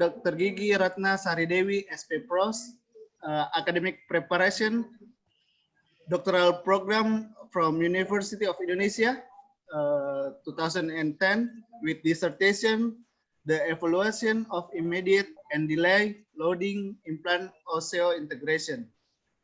Working experience, University of Indonesia Prosthodontic Department. Now, Dr. Ratna is a lecturer staff being given the responsibility of supervising both preclinic and clinic students and other diverse academic duties in the faculty. Organizational experience, now Dr. Ratna is a member of IADR and Indonesian Prosthodontic Association. So many publication and presentation both national and international. So Dr. Ratna, time is yours. Assalamualaikum warahmatullahi wabarakatuh. Thank you, Dr. Al-Karomah, as a moderator. Thank you for time for me to present my presentation. It is great for me to join this meeting. Okay, I want to share my presentation. Okay, the title of my presentation is about early and late dental implant failures, how to solve in the new normal. Dental implant treatment nowadays is more popular due to its success is very high. Implant have become a treatment of choice in many, if not most, situations when missing teeth require replacement. Study of the interaction between implant-supported restoration and the surrounding oral environmental appear for to lay to support the conclusion that the human health response to oral implant is favorable. From the many studies, there's a reveal that the success rate of the implant is quite high. It is about 84.6 to 100%. In the general population, the use of dental implants has become higher and higher. Become a management strategy for replacing missing teeth for the majority of the population. The clinical success of dental implant therapy has improved, so that some clinicians consider to be a form of standard of care. De Mello et al. Write in their paper that the success rate of the implant treatment is about 84.6%. And Kimoto et al. Has a study that the dental implant success rate is very, very high, almost 100%, that is 99%. Many dental implant-related research conducted in the Department of Prosthodontic, Faculty of Dentistry, Universitas Indonesia, such as evaluation of osseointegration, aesthetic aspect of anterior implant, and masticatory efficiency of posterior implant. We have some research about the dental implant. Modern dentistry has changed tremendously with implant therapy. For the successful implant therapy, making a proper treatment plan considering both surgical and prosthetic part in mind of the keys of success. The goal of modern dentistry is to restore the normal contour, function, comfort, aesthetic, speech, and health, regardless of the atrophy, disease, or injury of the stomatogenic system. As implant characteristics are crucial in success of the implant treatment. Type of bone also has a significant part for the successful of implant treatment as well. Although dental implants enjoy a high survival rate in the clinical and academic literatures, but the failures still do occur. Implant failure can be divided into two types, early failure and late failure. Early failure occurs prior to the insertion of the abutment and crown complex, and late failures occurs after the dental implant has been loaded. This terminology of the failure, I refer from the classification of implant failure as stated by Tuffler, Antonetti, and Smith. They divided in implant failure into two parts, early failure and late failure. And another classification of implant failure as stated by Niels Romy, they difference the implant failure into three parts. The first due to the systemic fractures, the second due to the surgical fractures, and then the next failure is prosthesis. And classification of implant failure as stated by Rosenberg et al. They divided into two parts, infectious failure and traumatic failures. And classification from the Esposito et al. Is divided into 4 parts: biological, mechanical, iatrogenic, and inadequate patient education. Dental implant failures are influenced by several factors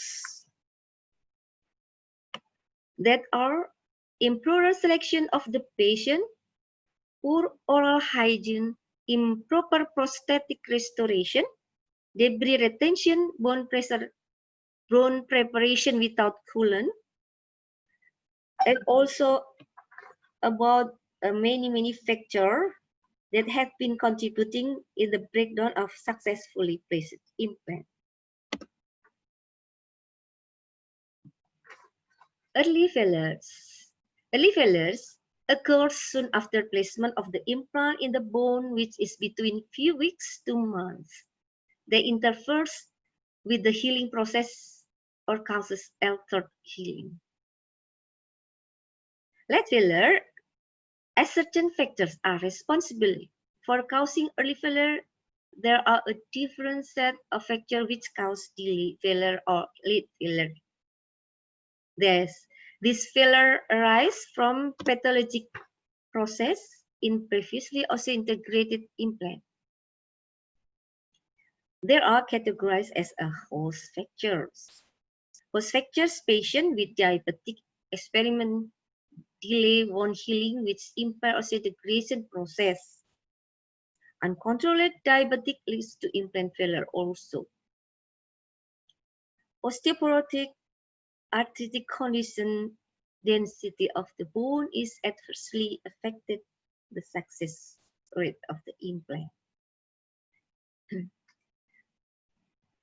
Overweight and also smoking habit, parafunctional habit, these factors will affect the success rate of the implant. Distribution of force enhance the success of the implant. Increased force on one implant lead to prosthetic component breakage. Hence, excessive load on single implants should be avoided. Misfit of implant leads to constant tension in the component, which leads to screw loosening or fractures. Robert L. Simon in 2003 wrote in his paper that the implant failure rate was 4.6% with complication of abutment screw loosening 7%. Poor implant design and excessive loading of implant increase the failure chance. Greater the cantilever distance, greater the chance of the failure. Failure modes. The mode in which failure is caused is different in early and delay failure. In early failure, it is due to the lack of osseointegration, whereas in the late failure, it is due to the function and psychological attribute of the patient. Lack of osseointegration instead cause of the existence of the fibrous union of tissue instead of osseointegration. So the mobility of implant due to lack of the osseointegration result in implant failure. And also the poor of bone quality, the improper design of the implant interfere the osseointegration process also.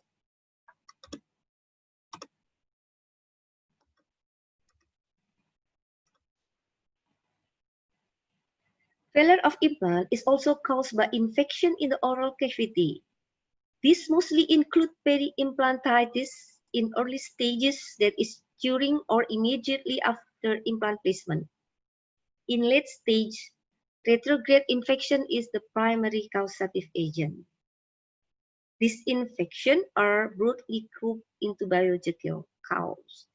Peri-implantitis is an inflammatory process which affects the tissue around an osseointegrated implant. It results in loss of supporting bone along with bleeding, suppuration, increased probing depth, and mobility.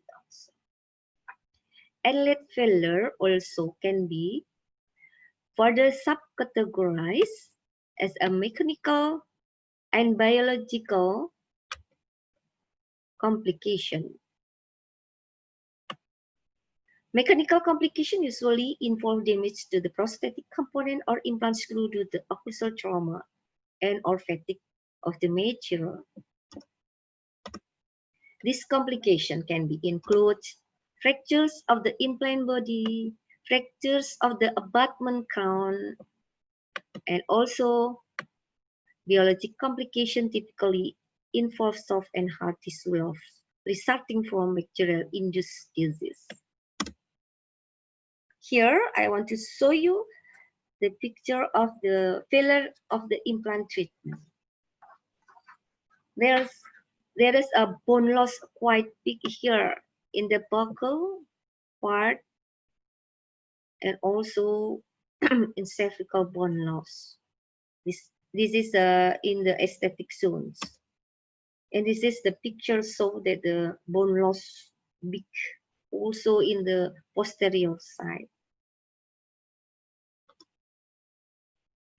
The late failure of dental implant treatment could be cause of the contamination. I want to show you in the next picture. This is the cases of failure causes of dental implant contamination.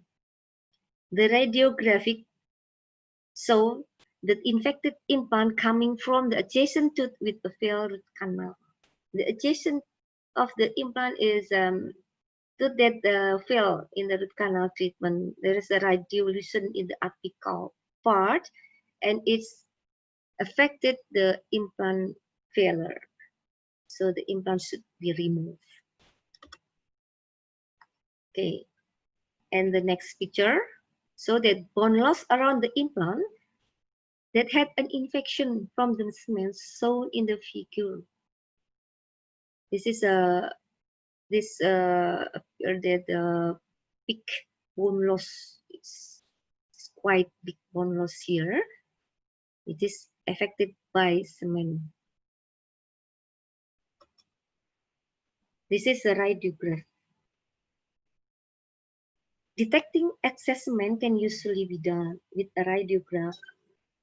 The cement is located in the proximal region and is radiopaque because cement is radiopaque. And watch the treatment next. So, how to solve the dental implant failures? Okay, we move back to the previous case. This case is contamination from implant cement. Yeah. We see here from the picture, the cement will be removed. Bone loss around an implant that had an infection from the cement zone in the picture. The steps taken is firstly open the flap, then remove the cement, irrigation and bone grafting, and then close the periodontal flap. Soft and hard tissue loss due to excess dental cement left at the time of implant crown insertion. In one study, 90% of the implant crown inserted with cement exhibiting inflammation and bleeding upon probing were due to cement in the peri-implant sulcus. Cement acts as a nidus for bacteria and induces rapid hard tissue loss around the dental implant fixture. So because the fracture cement could be affected the failure of the dental implant treatment. Some clinicians prefer to choose not cemented implant but use screw retained implant because sometimes cement influence the failure because the cement sometimes still retain inside in the proximal parts. So it may be a factor that can include the inflammation and the bone loss. It's depend on the how big the bone loss. Can be maintain the implant, or we should to remove the implant and re-implantation. It's depend on the bigger of the bone loss here. We need to many factors that we should be considered for these cases. And another case, dental implant screw loosening and fracture complication. We can see the radiograph here. This is categorized late or delayed failures. Mechanical complication usually involve damage to the prosthetic component or implant screw due to the occlusal trauma and or fatigue of the material. This complication can include fractures of the implant body, abutment, crown, and screw body. Dental implant screw loosening and fracture complication can be as high as 45% over a 10 years period. Once a screw has fractured, it can be challenging to remove it from the implant chamber. Sometimes difficult to remove the screw has fractured. So what the step we should to do is depend the condition, depend on the complicated problem in every case. Sometimes it's different. And what method should to be done for these cases? Actually, there are several methods, but I just want to share you 3 methods for screw retrieval. First method is catheter and instrumentation. And the second is using high and low speed handpieces. And the third method is using screw retrieval kit. A broken implant screw fracture in the apical 50%, the apical 50% of the implant chamber. This is cases. And I want to discuss about the first method. We use the catheter and instrumentation. The left one is the picture of the cases. The oscillation from the ultrasonic scalar can gradually reverse out the screw by placing the thin tip of the ultrasonic. We use ultrasonic scalar. We choose the thin tips because it's the thinner one could come inside to the hole. The ultrasonic scalar directly on the top of the screw, and then adding a lubricant.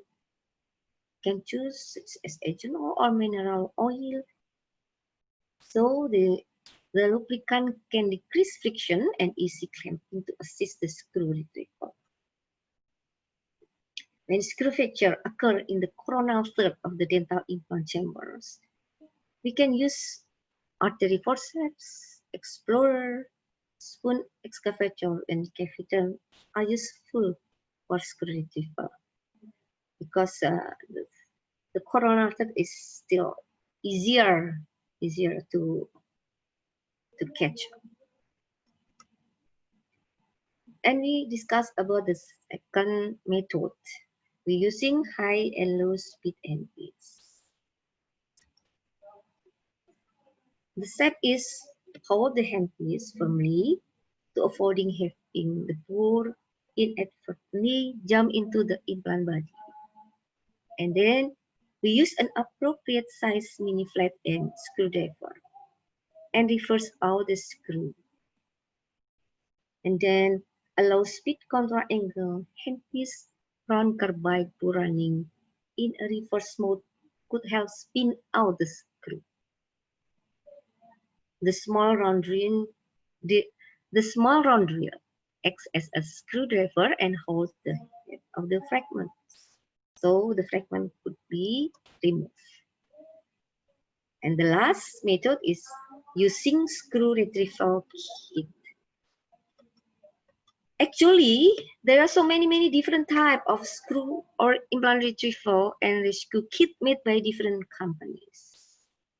We can choose, but if we have preference maybe for the kit, depend on the brand of the implant we use.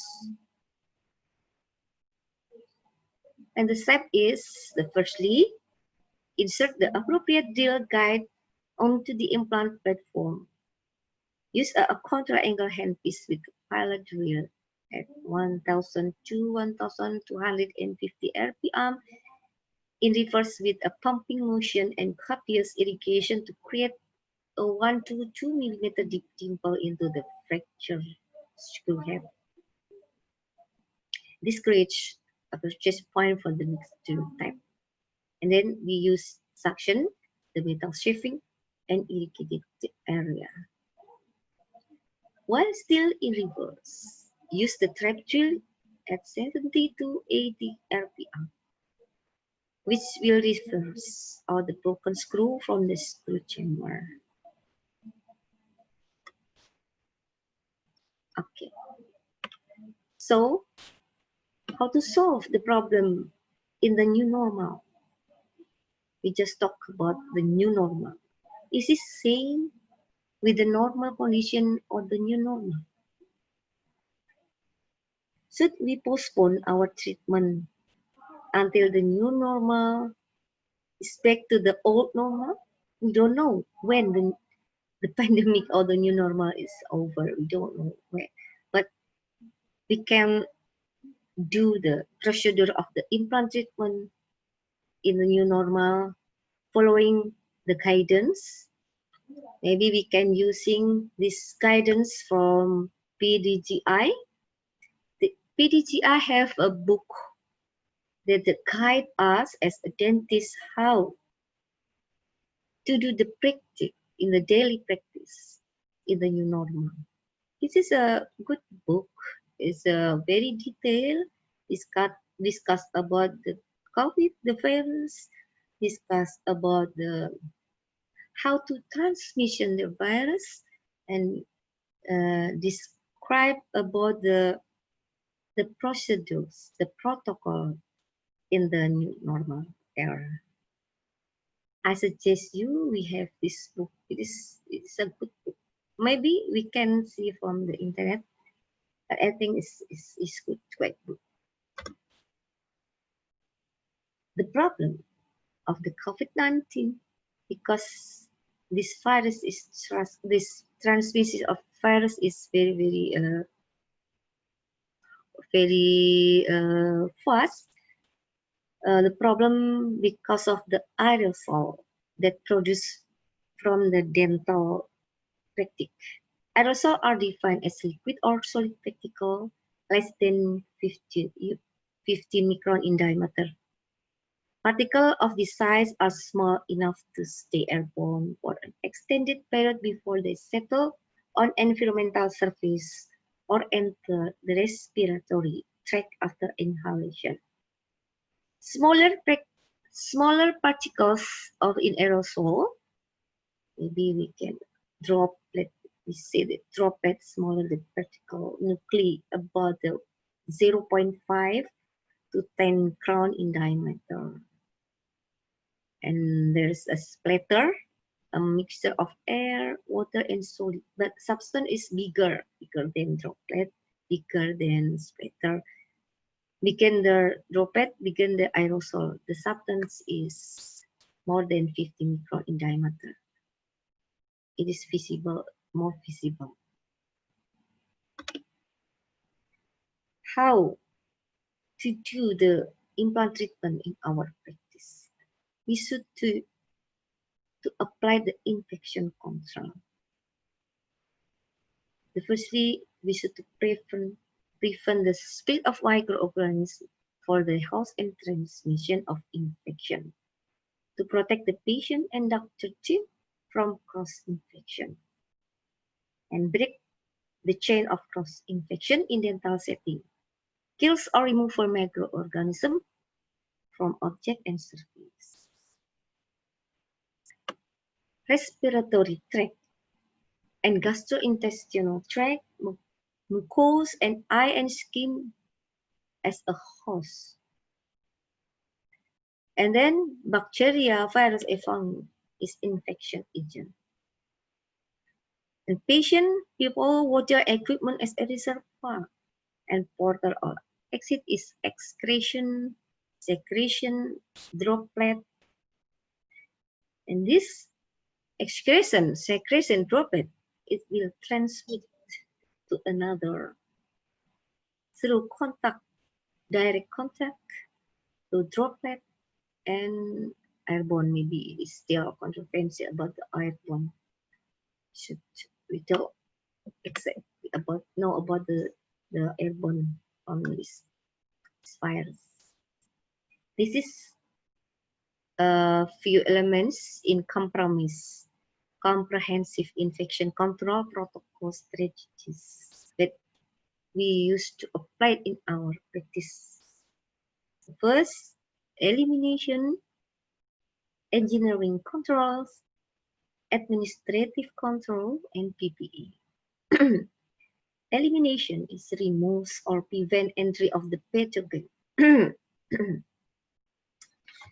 This step is early identification, contrast, removing biohazard with proper waste disposal management.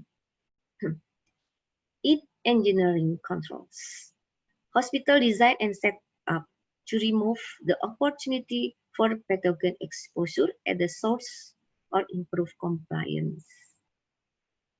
The procedure here is negative pressure room, air purifier, we're using vacuum aerosol, extraoral vacuum aerosol, and also intraoral vacuum aerosol, using UC light and good air ventilation. And the third, administrative control, work policies and procedures that prevent pathogen exposure. We used to have a staff training, patient screening, physical distancing, emergency treatment as priority, ADA protocol of sterilization and disinfection, and aseptic techniques should be applied. And then PPE.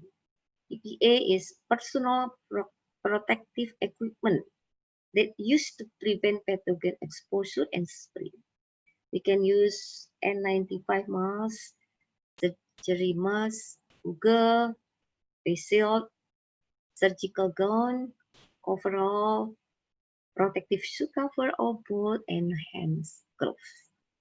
This is mandatory. We just using this for our practices, and I suggest to use a level 3 as a recommendation by PGGA or by WHO. This is a PPA recommended in the level 3 for the medical staff. Using Google, mask, gloves, yeah, as I said, mentioned before. The dental industry has a critical role alongside the professional to play in the return to greater levels of the dental treatment. The new normal will probably not look like the old normal for a long time, if ever again.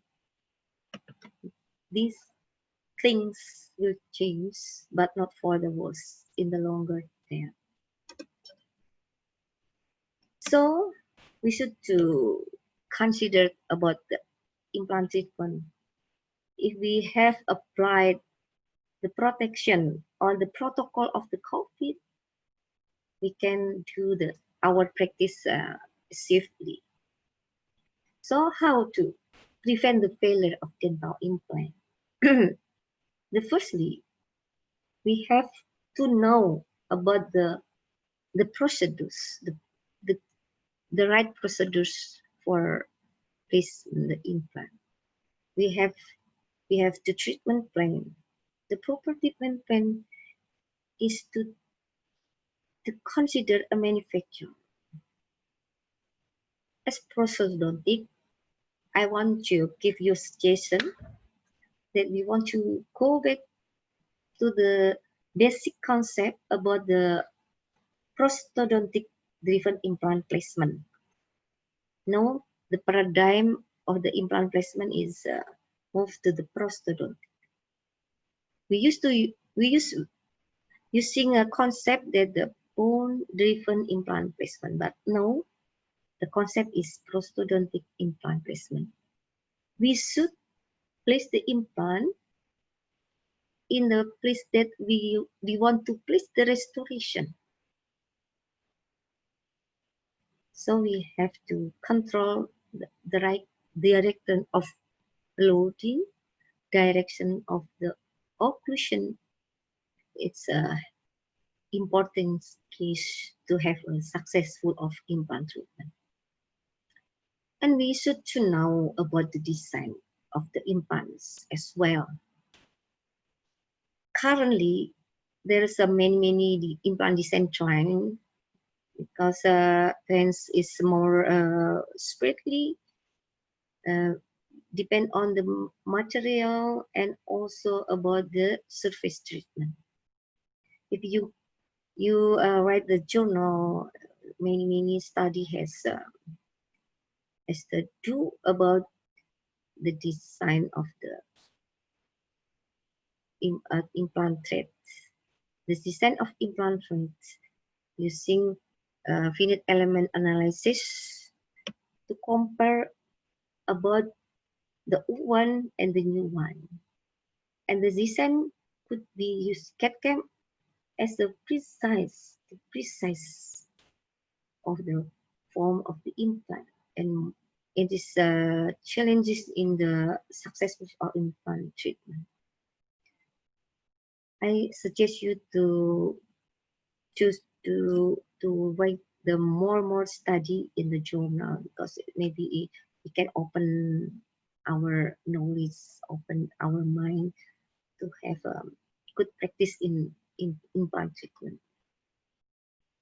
So as prosthodontic also, I want to show you that the place implant should be in the 3D perspective. 3D perspective implant. Buccolingual, mesiodistally, apicoincisa or apico-occlusal. It is important. We should use another tools to help our place implant. We can choose the digital implant planning. It is more safer in the pandemic or new normal, because we can reduce the visiting of the patient if we use a digital. The planning. If we want to have an ideal implant position, we have to have a diagnostic and treatment planning and surgery in the proper. And we can use CAD/CAM for make a surgical gate and high accuracy between planning and execution using good prognosis and long-term success. The concept between prosthetic and implant planning. As so I mentioned before, the prosthetic-driven implant placement. Why the surgical guide is important? What is the surgical guide? Refer to glossary of prosthodontic term. Surgically shaping the alveolar process of positioning of gingival tissue. The second, proper surgical placement and angulation of dental implants, and occlusion during orthognathic or grafting surgery. Surgical template. Surgical template as a guide that used to avoid mistakes and deviation in implementing plan. Actually, surgical guide will bridging between restorative plan and surgical plan. The guide method classification in 3 parts. One is template assisted osteotomy preparation.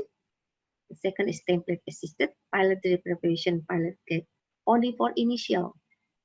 This is used from initial when we using the initial. And then the third, full template assistance is fully guided.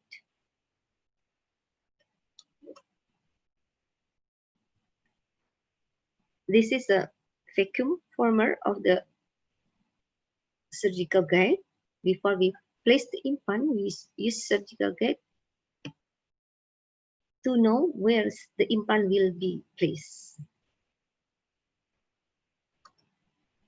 The classification guided by support. Firstly, bone support, the guided support by bone, and tooth support, the guidance support by tooth, and then as tissue support. It's depend on the edentulous area that will be placed the implant. The accuracy surgical guide with conventional cleaning. The mucosa supported mean deviation is about 2.29 and bone supported mean deviation angular is 2.17, coronal is 1.08 millimeter, apical is 1.53. The supported mean deviation angular is 2.26, coronal is 1.00, apical is 1.15. So finally, we can conclude of my presentation. Failure of implant is a multifactorial occurrence. The combination of causes lead to ultimate failure of implant. Every dentist needs to identify the cause to treat the present condition. Proper data collection, patient feedback, and accurate diagnostic tool will help point out the reason for failure. An early intervention is always possible if regular check-up are undertaken. The treatment strategy for complication and failing implant is influenced by the identification of the possible etiologic factor. When a diagnosis is established and possible etiologic factor identified, the causative agent should be eliminated and the treatment attempt as soon as possible. Thank you very much. Thank you. And I give back to moderator. Thank you. Now, I want to stop set. Thank you, Dr. Ratna. Very interesting topic about implant. So now we're going to discussion session. Please, participant, if you want to ask question, please type in Q&A. So the participant can now type the question.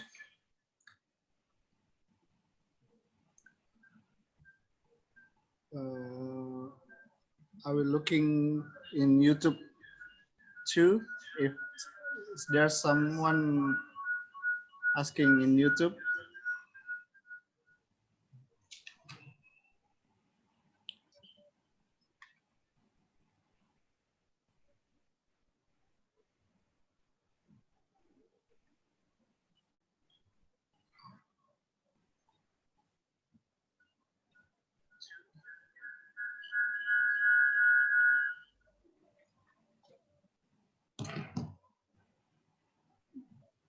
Okay, is anyone want to ask Dr. Ratna?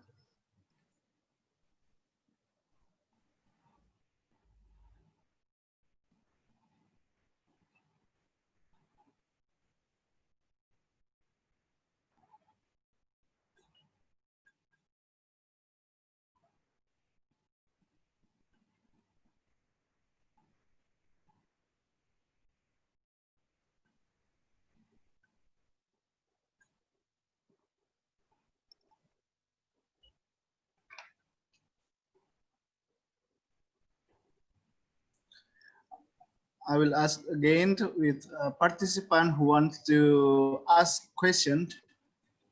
Please type your question in Q&A or chat. Maybe chat could too.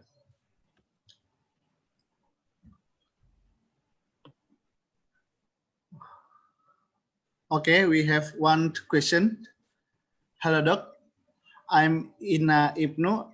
I want to ask about what kind of bone graft which use would be effect on implant failure. Thank you. Okay. I want to answer the question. Actually, yeah. What kind of bone graft which use would be effect on implant failure? Thank you. Okay. The best graft is autogenous graft, but we can use synthetic graft. But it's depend on the amount of the bone loss. We cannot decision now. We should do consider the condition of the failure.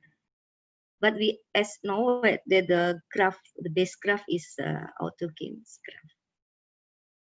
But we can use another, depend on the condition of bone loss. I think this is the answer. Okay. Can use synthetic, we can use autogenous graft, we can use allograft, but it's depend on the condition of the bone loss. Dr. Al-Karamah, you still mute? Yeah, okay. Sorry, Doc.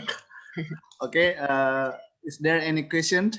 So it's depend for bone loss, Doc, yeah? Yeah. Okay, is there any question before we close this session?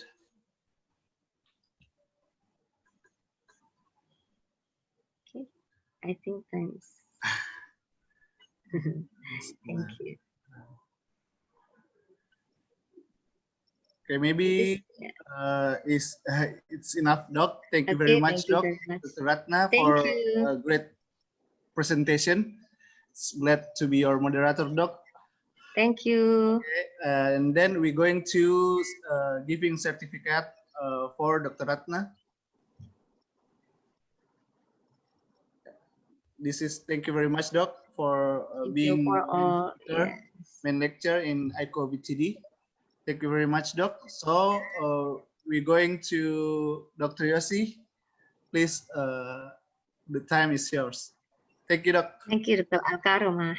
Yeah. Terima kasih banyak, Dr. Kara. Terima kasih banyak, Dr. Ratna. Sama-sama. Demikianlah akhir dari sesi 6 pada kesempatan kita hari ini. Ini adalah hari kedua dari the fourth ICO-BTD. This is the second day of the ICO-BTD, and that was our last session for today. And we are going to continue the next session tomorrow. The last day, we're going to have the last 3 sessions, session 7, 8, and 9. For this session, the link of the post test will be emailed onto your email account for all the participants, and we'd like to inform that we will have a question and answer session specifically for the short lecture presentation that's been uploaded in our YouTube channel in Dentistry Hasanuddin University. Jadi nanti kami akan mengadakan sesi tanya jawab untuk para short lecture, para peserta short lecture. Jadi kami ada 40 presentasi yang telah diupload di YouTube channel kita di Dentistry Hasanuddin University, dan kami akan mengadakan sesi tanya jawab masing-masing untuk seluruh pemateri short lecture kita pada hari ini akan dimulai pukul 16.00 hingga pukul 17.00. Jadi kami informasikan bagi para peserta mungkin yang telah menyaksikan presentasi dari para short lecturer kita yang sudah diupload di YouTube channel dan mungkin punya pertanyaan yang ingin disampaikan kepada para presenter, kami persilakan nanti untuk hadir kembali pukul 16 hingga pukul 17 sore hari ini. Dan demikian, sampai jumpa lagi juga pada sesi berikutnya di esok hari, sesi 7, 8, dan sesi 9. Terima kasih. Assalamualaikum warahmatullahi wabarakatuh dan selamat siang.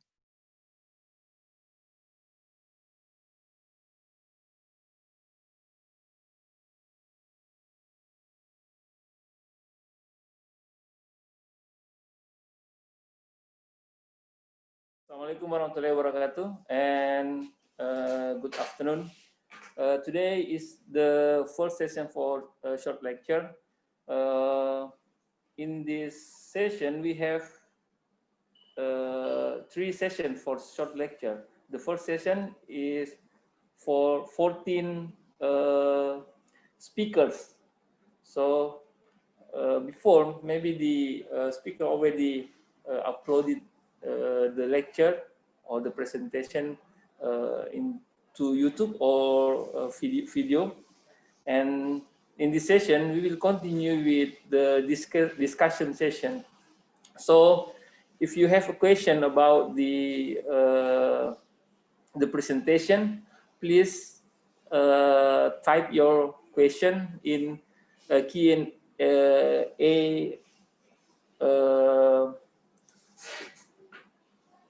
please type your question in question and answer. So I will read it and the speakers will answer it. So the first session is the 14 speakers. First is Dr. Rini Sitanaya with the title Effect of Antiretroviral Therapy on HIV or AIDS patient on change in salivary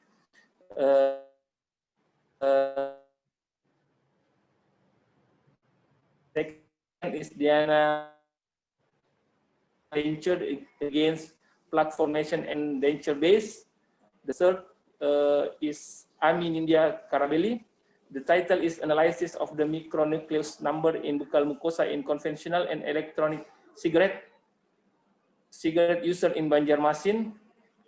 4 is Helen Christine. Appendectomy as one of the triggers of Crohn's disease and atypical oral lesion in Crohn's disease case report. Next is Barunawati Yunus with the title Characteristic of Impacted Mandibular Third Molar in Skeletal Occlusion using Cephalometry Radiography in RSGM and Lordjie TNI Angkatan Laut Makassar. Next is Maria Tanumihardja, reduction of bacterial effect irrigation with 6% NaOCl and continue irrigation with 17% ETA and 2% CHX during endodontic therapy, endodontic treatment and chronic apical periodontitis. 7 is Fajriani, effectiveness of cathetic extraction of green tea or Camellia sinensis on Porphyromonas gingivalis. 8 is Devi Puspitasari, effect of thickness and exposure time on the degree of conversion of bioactive composite resin composite. Next is Mulyati Yunus, palatal rugae anatomy based on classification of Thomas and Kotze as a media in self-human identification. 10 is Arya Setya Putra, the effect of pineapple peel extract mouthwash on the plaque index of fixed orthodontic patients. Alam Syah Piliang, perbandingan mikrobiota pada pasien kanker rongga mulut dan pasien HIV/AIDS, sebuah systematic review. Then Nelly Nainggolan, challenges in treatment oral medicine emergencies during COVID-19 pandemic, case report. And the last of this first session is Puji Handayani, mouthwash containing 2.5% banana peels extract is effective in reducing plaque index in fixed orthodontic patients. So if you have a question, okay, there is a first question from Andi Anggun Maulinia Putri.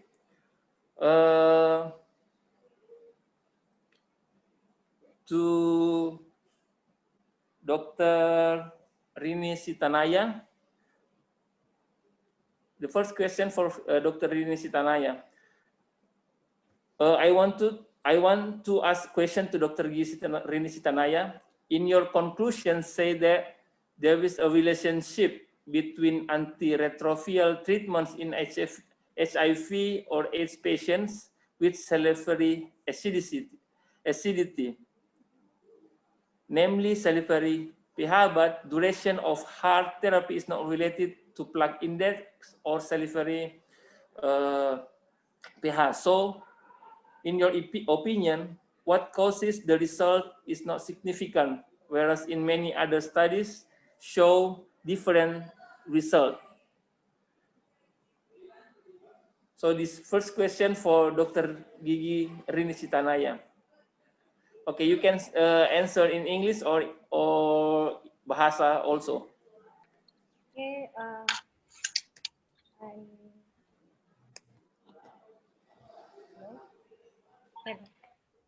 hello. Halo. Halo. Okay, please. Oh iya. Time is Kedengaran yours. ya? Ya. Kedengaran ya? Kedengaran. Ya, Dok. Mungkin saya jawab dalam English atau Indonesia? In bahasa aja. Oke. Okay. Silakan, Dok. Oh ya. Dari hasil kesimpulan ini tidak signifikan karena dari hasil pengamatan kami ini selain orang-orang atau sampel kami ini, responden kami ini adalah orang-orang yang berada dalam satu komunitas YPKDS tersebut. Di YPKDS tersebut bukan hanya mereka itu mendapatkan akses ke misalnya ke puskesmas, rumah sakit, mereka terdaftar nama-nama mereka itu bisa mengakses ke pelayanan kesehatan, kemudian mereka secara rutin itu mendapatkan seperti penyuluhan, kemudian pendidikan tentang kesehatan seperti itu. Jadi termasuk mereka juga terpapar dengan bagaimana cara hidup sehat, misalnya ya seperti sikat gigi 2 kali sehari, kemudian mereka tahu bahwa harus berkunjung ke dokter gigi seperti itu, sehingga walaupun mungkin sudah lama menggunakan obat ini, tetapi tidak signifikan hasilnya terhadap plaque index maupun salivary acidity-nya. Saya kira seperti itu.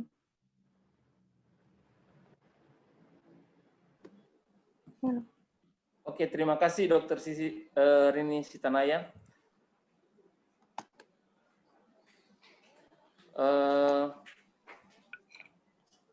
Okay, thank you for your answer from one of anonymous attendee. So the next question is for Dr. Helen Christine. In your case management, Vaseline album with diphenhydramine HCI and sulcralfate was used to cure the lesion on the lip. As far as I know, diphenhydramine is an antihistamine. So, what is your consideration when prescribe this medicine to Crohn's disease and therapy? And what is the purpose of adding sucralfate? For Dr. Helen Christine, time is yours. You can answer it in English and Bahasa also. Okay, thank you very much. Vaseline album dipakai untuk bibir, tetapi diphenhydramine dengan sucralfate itu tidak dipakai untuk bibir, tetapi untuk mouthwash. Karena dia termasuk magic mouthwash untuk menghilangkan inflamasi dan rasa sakit di dalam mulut pasien sehingga dia dapat makan dengan baik.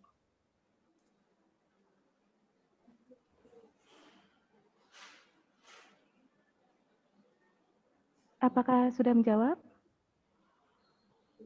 Oke, sorry, bisa diulang sekali lagi, Dok, karena suaranya agak kurang kedengaran dengan baik. Baik.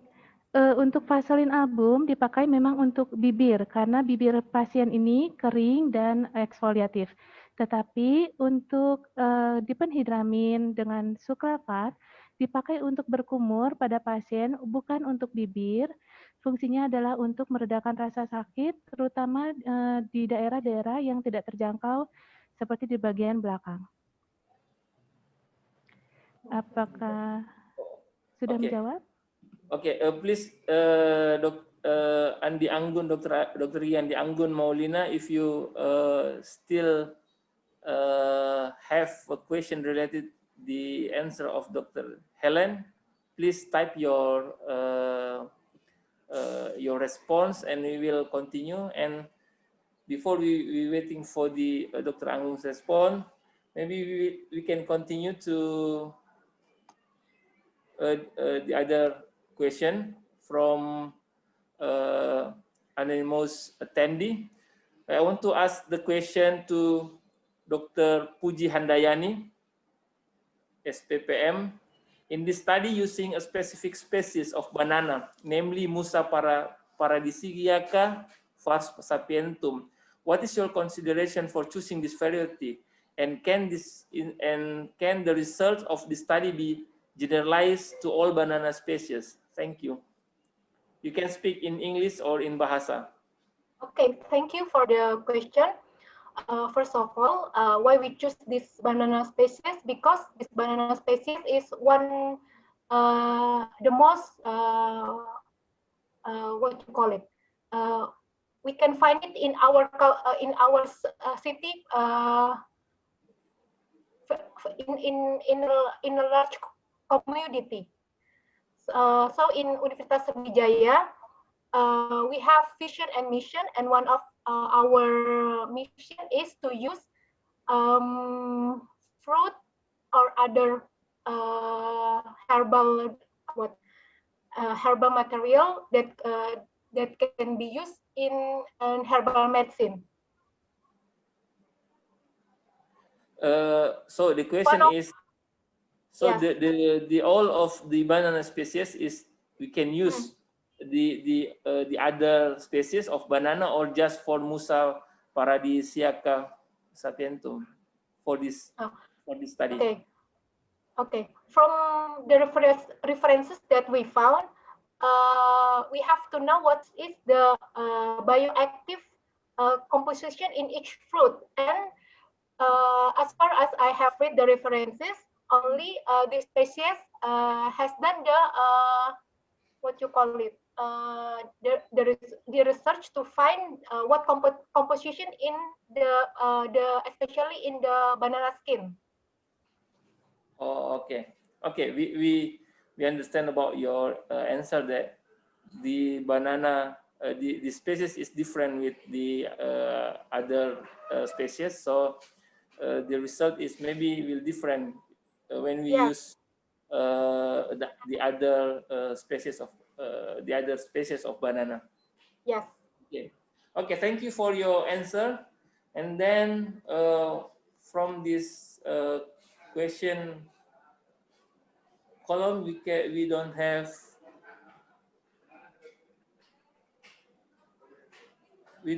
a question anymore. So I would like to ask some of the speakers about the presentation. First, maybe I would like to ask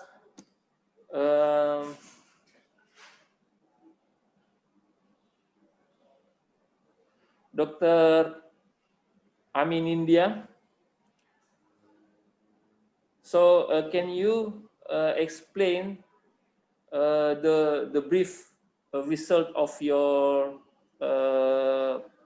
study? Oke, suara saya kedengaran? You can explain in English or in Bahasa. Both is okay. Oke, suara saya kedengaran? Ya, kedengaran, Dok. Oh ya, tadi pertanyaannya tentang hasil tadi ya, ya, hasil. Jadi penelitian saya ini kan arahnya adalah untuk mengetahui apakah rokok itu bisa menyebabkan mutasi gen. Jadi dari hasil penelitian saya didapatkan bahwa rokok itu walaupun dia rokok secara konvensional atau rokok elektrik, keduanya sama-sama bisa menyebabkan mutasi gen sehingga terjadi penampakan mikronukleus di bukal mukosa pada pasien di penelitian kami, begitu. Oke. Jadi keduanya memberikan hasil adanya peningkatan mikronukleus di bukal mukosa, baik yang elektrik ataupun yang konvensional. Iya, tapi konvensional lebih bermakna, lebih banyak dibandingkan yang elektrik. Oke, terima kasih Dokter Ami penjelasannya. Baik, mungkin di sesi kita ini kita punya waktu 20 menit. Kemudian mungkin yang terakhir terkait satu pertanyaan ke Dr. Helen terkait dengan pada penata laksanaan kasus Crohn disease ini digunakan sebagai obat racikan yang sebenarnya ditujukan untuk penggunaan sistemik. Menurut dokter, apakah penggunaan obat sistemik jika digunakan secara topikal akan memberikan efek atau manfaat yang sama? Silakan Dr. Helen.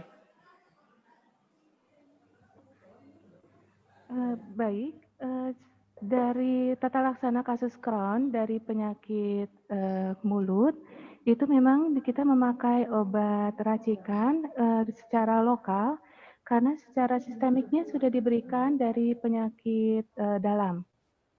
Dan secara topikal ini untuk mengurangi juga efek samping dari obat-obatan yang diberikan.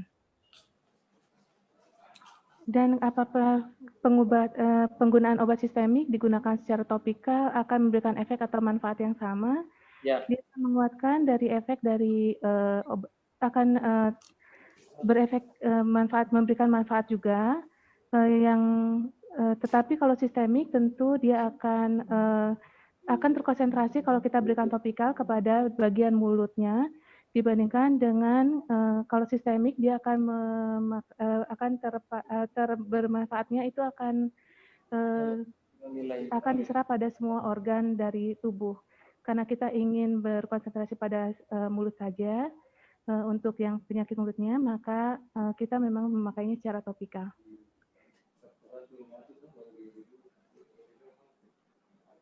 Oke, ya terima kasih jawabannya Dr. Helen. Ya, terima kasih Dr. Helen. Nanti jika ada tanggapan dari penanya mungkin bisa dituliskan di kolom question and answer. Nah, untuk sesi kita, karena kita hanya punya waktu 1 jam untuk 3 sesi, maka setiap sesi ini hanya kita batasi untuk 20 menit per sesi. Nah, mungkin yang terakhir untuk di sesi ini saya ingin bertanya ke Dr. Nelly. Dr. Nelly Nainggolan terkait dengan challenges in treatment oral medicine emergencies during COVID-19 pandemic. Dr. Nelly, can you give us a brief explain about your case report because it's very interesting report. So can you give us a brief summary of your study?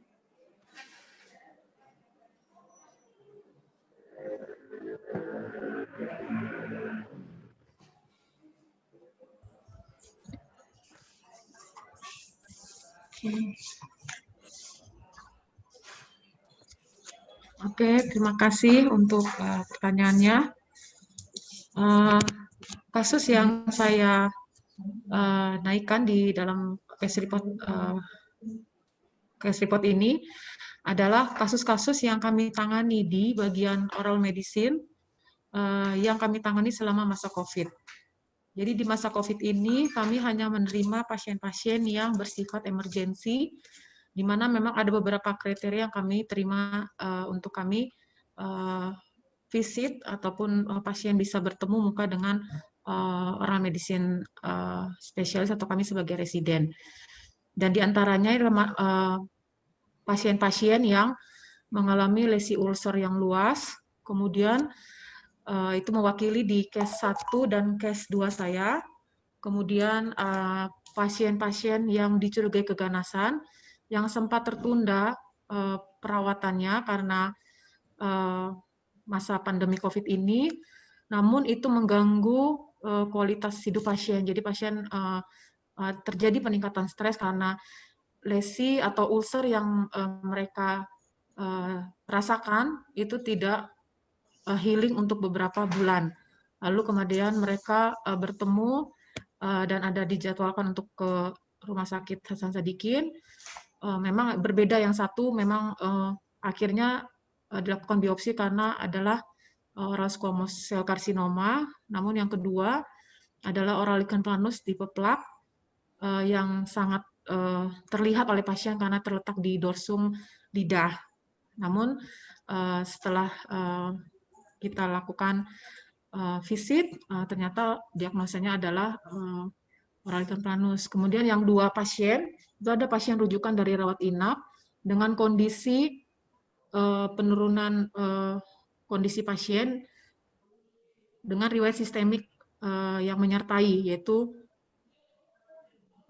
chronic kidney disease atau disertai AKI atau acute kidney injury, kemudian dengan pasien karsinoma paru.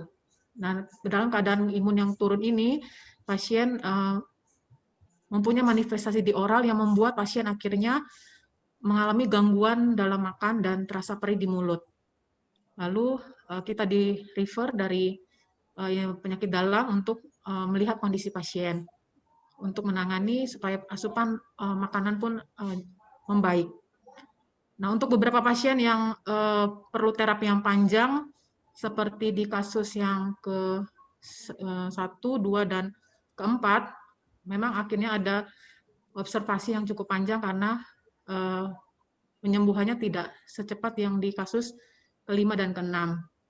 Nah, dengan masa pandemi COVID dan ada beberapa pasien di luar kota, akhirnya kita tidak bertemu secara visit ke rumah sakit. Jadi masih kita pantau melalui beberapa foto karena pasien juga menghindari untuk kunjungan yang terlalu sering atau berulang ke rumah sakit. Jadi tetap pasien kita pantau dan untuk menghindari karena emergensi pasien juga sudah kita tangani. Jadi untuk beberapa pasien memang akhirnya kita temu janji memberikan terapi melalui jarak jauh. Mungkin itu yang bisa saya sampaikan. Oke, terima kasih banyak dok penjelasannya. Kemudian untuk sesi ini mungkin kita sudah cukupkan karena waktu yang diberikan yang diatur oleh organizing committee just for 20 minutes for each session. So we will continue to the next session. So thank you very much for your presentation and answer for many questions. So we will, for the first session, we will close. It's enough for this first session. So we will continue to next session.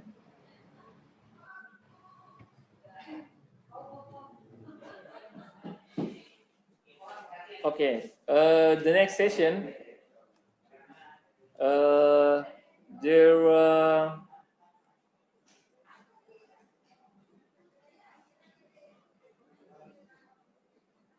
14. There are 14 speakers who already upload their presentation in their video presentation. So if you have a question, all the participants have a question, please type your question in Q&A part of in your screen. I will introduce the speakers. First is Jennifer Chopro with title Management of Amyloidopathy amlodipine-induced gingival enlargement in hypersensitive patient with gingivectomy, a case report. Second is Ayu Rahayu Feblina, stem cell-based regenerative treatment in endodontic periodontal lesion with medical compromised patients, a case report. Faisal Hamza, surgical removal of maxillary impacted canine, surgical removal of maxillary impacted canine, a labial and palatal approach. Next is Afdalia Anissa, chronic periodontitis management in medical compromised patient, case report. Gustaviani Dwipa, periodontal regenerative therapy for irritation fibroma, a case report. Priscilia Mutia Rajehan, surgical treatment of odontogenic infection at mandibular space in the last trimester pregnancy, a case report. The next is Husnul Bashar, surgical treatment of maxillary dentigerous cyst associated with ectopic canine and premolar equiption, a case report. The next is Iradatullah Suyuti, surgical management of benign fibroepithelial polyp tumor on female patient, age 48 years old, a case report. Muhammad Hidayat Sakti Rusdin, management of abscess submandible sinistra in child, a case report. Inna Husnul Ibnu, management of replantation with IDW arch bar fixation for dental alveolar fracture with avulsion of anterior maxillary teeth, a case report. Nur Hadijah Raja, management of orthoperio case with severe periodontal disease to preserve function of hopeless teeth, case report. Reski Amelia, treatment of plunging ranula by marsupialization with local anesthesia in young girl, a case report. Next is Shirley Endang, the combination of xenograph collagen membrane and platelet-rich fibrin infusion involvement, regenerative treatment. And the last for this session is Henry, temporomandibular dislocation patient with Parkinson disease. So if the participant has a question, please type your question in question and answer both. Okay, we already have a question. First is for Dr. Gigi Ayu Rahayu Feblina from Anonym. Question is, pada laporan kasus ini membahas mengenai stem cell berbasis perawatan regeneratif lesi endoperio pada kasus diabetes mellitus tipe 2 yang tidak terkontrol. Kadar gula darah puasa mencapai 185 gram per dl. Bagaimana dengan penata laksanaan kondisi sistemiknya? Apakah dilakukan sebelum memulai terapi endoperio, selama ataukah setelah menunggu terapi endoperio selesai? Baiklah, terima kasih Dok atas pertanyaannya. Saya akan mencoba menjawab. Jadi untuk keadaan glukosa dari pasien itu sendiri dilakukan pemeriksaan pada saat setelah melakukan perawatan endodontik. Jadi sebelum kita melakukan perawatan periodontal surgery-nya atau bedah periodontalnya, maka kami lakukan dulu konsultasi atau kami arahkan dulu konsultasi dengan dokter umumnya, Dok, untuk mengecek tingkat dari kadar HbA1c-nya. Seperti itu. Terima kasih. Okay, thank you for your answer. So we still have one question for Dr. Ayu Wahyuni Febrina from Saija Sri Fastafa on YouTube channel. So his question is missing teeth or regrowth or not? Oh iya, ya terima kasih. Jadi untuk pertanyaannya itu mungkin agak rancu atau aneh ya. Jadi sebenarnya bukan menumbuhkan kembali giginya, tetapi Yang kami lakukan di sini adalah memperbaiki kembali struktur tulang yang terjadi kerusakan pada daerah dari daerah tulang alveolarnya. Makanya kita lakukan dengan stem cell dan bone graft untuk mengembalikan kembali tulang yang rusak akibat dari terjadinya periodontitis. Jadi giginya tidak tumbuh kembali, namun tulangnya yang diperbaiki. Seperti itu, Dok. Oh, okay. For Saijasri Fastafa, Dr. Ayu answered that the stem cell is not for growth the teeth, but to reconstruct or rebuild the alveolar bone. So not for the teeth, but for the alveolar bone. Okay, thank you, Mr. or Mrs. Joseph, for the question. Okay, if other attendees or other participant has a question, you can type your question in the question answer board. So before we waiting for the next question, I will ask to Dr. Iradatullah, can you explain your brief case report for us? You can answer it in Bahasa or in English also, for sure.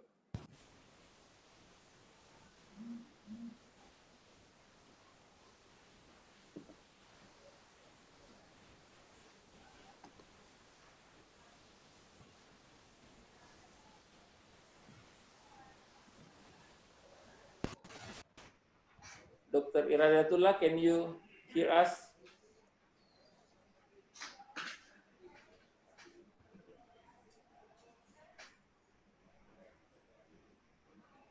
Okay, maybe Dr. Iradat has a technical problem. So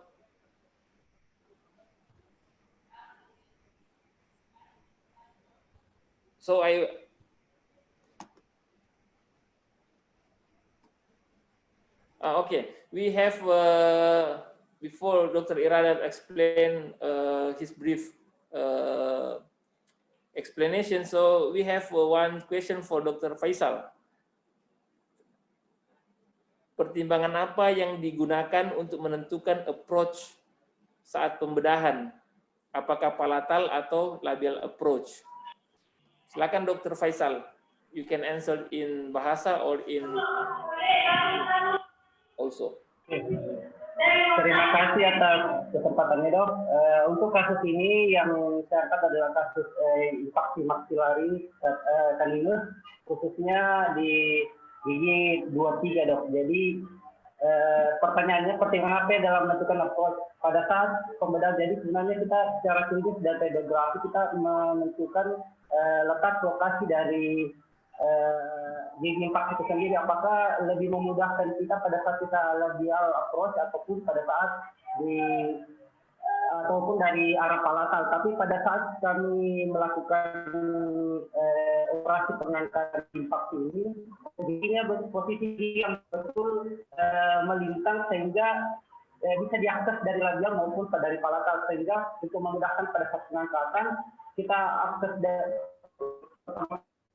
dari arah palatal, tetapi ketika terdapat kesulitan dalam mengungkit gigi dan untuk meminimalisir trauma, maka terpaksa kita juga melakukan dari supaya meminimalkan pengambilan tulang pada saat pengangkatan gigi, sehingga kita melakukan pendekatan labial dan palatal approach.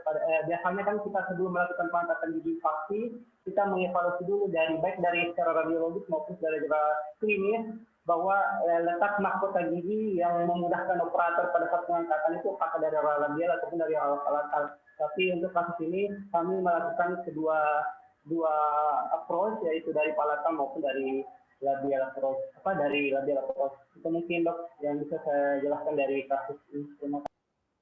Oke, terima kasih Dr. Faisal penjelasannya. Thank you very much for your explanation. So you did both palatal and labial approach. Okay, maybe the next question. We have one question to Dr. Rizky Amalia from Anonym. The question is there any differences about the prognosis pluging ranula when occurs in children and adults?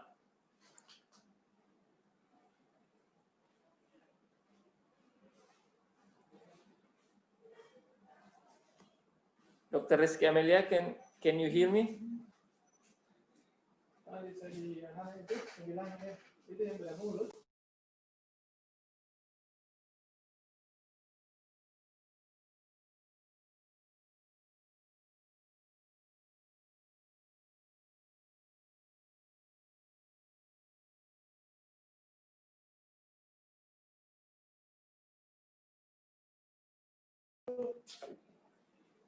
Dr. Rizky Amelia, can you hear me?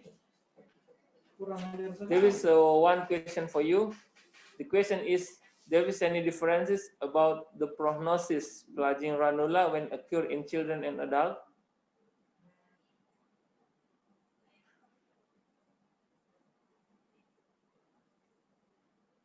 Okay, I think Dr. Rizky Amelia has a technical problem also. So maybe the last for this session, I will ask to Dr. Afdalia Anissa. Can you explain a brief of your case report? You can explain it, or you can give us explanation in Indonesia, in Bahasa, or in English.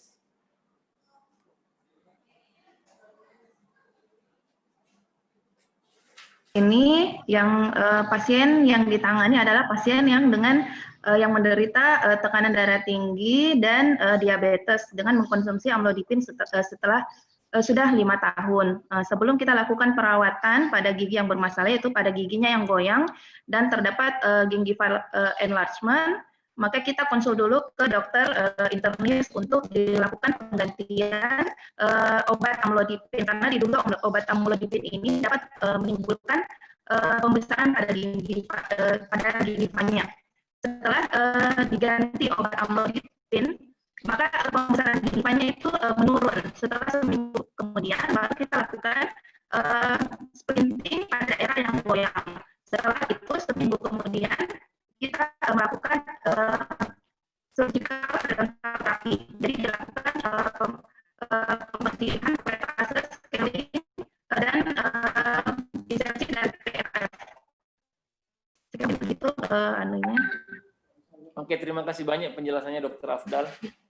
Ya, mungkin untuk sesi kedua ini, karena tadi Dr. Rizky ada kesulitan dengan have a technical problem, also for Dr. Iradatullah. So for this session, we will finish for this second session. So we will continue to the last or the third session for this short lecture session. Okay. For the third session, we have 14. Also, we have 14 speakers. So I will introduce the speakers. First is Dr. Rahmat Ritanga with the title Surgical Management of Maxillary Anterior Compound Odontoma with Infected Canine, a case report. Second is Maulana Muslim. The title is Management of Anterior Segmental Dentoalveolar Fracture in the Mandible at 31 to 42 using Erich Archbar, a case report. Next is Arwini Wulandari Hippie, Hani as wound dressing treatment for odontogenic cutaneous fistula resulted from left mandibular abscess, a case report. Next is Ronald Yansari, Management of Abscess in Patient with Odontogenic Infection.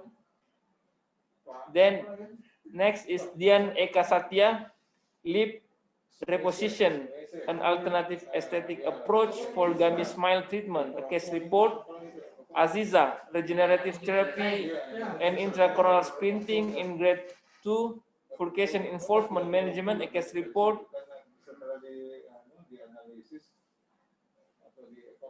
Next is Juanita Ramadhani, comparison of open flap surgery with or without bone regeneration material, a case report.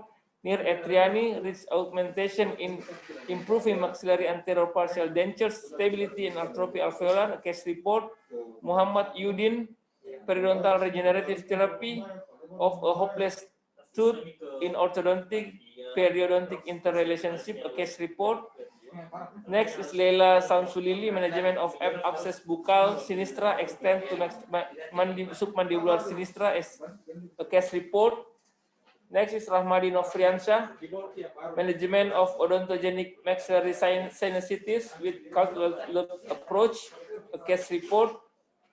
Next is Fadli Rum, transformation epulis granulomatous into fibrosarcoma in mandible, in maxilla. Can it happen? And the last of this session is Octaviano Scano with title Submandibular Abscess Management. So please, for the participant, if you have a question, please type your question in question and answer board.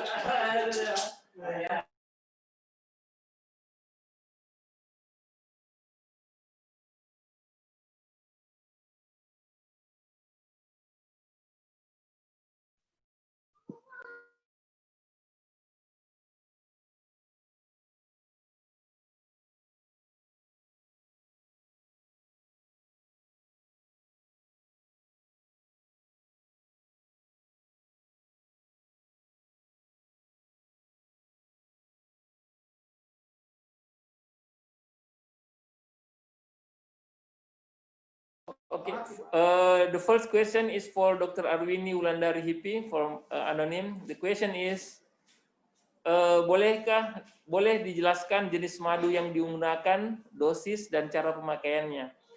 You can answer it in Indonesia or in English.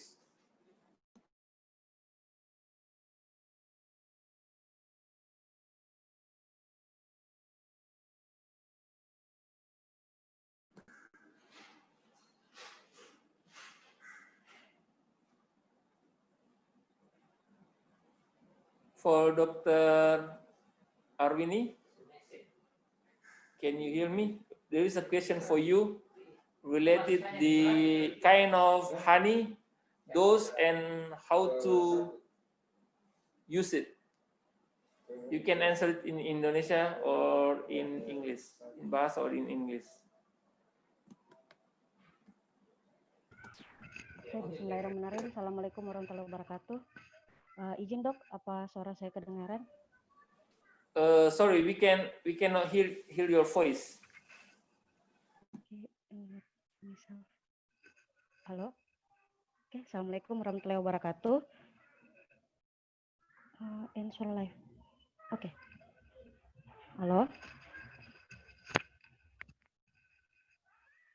Assalamualaikum warahmatullahi wabarakatuh. Thank you for the. Can I answer in bahasa? Okay.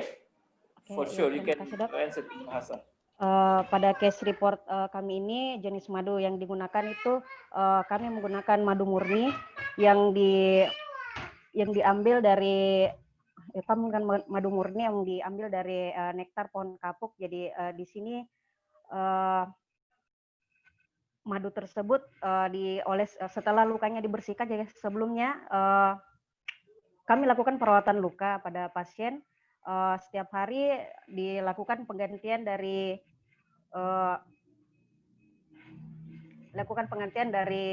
steril gauze-nya. Jadi di sini madunya digunakan setelah luka dibersihkan dengan NaCl. Nah, setelah itu kemudian madunya dioleskan pada luka dan kemudian madu digunakan dengan madu dibalurkan pada kasa dan ditempatkan ke dalam luka dari pasien, seperti itu dok. Setelah kasa dengan madunya ditempatkan dalam luka, kemudian luka ditutup dengan kasa steril dan ditutup lagi dengan hipafix, seperti itu dok.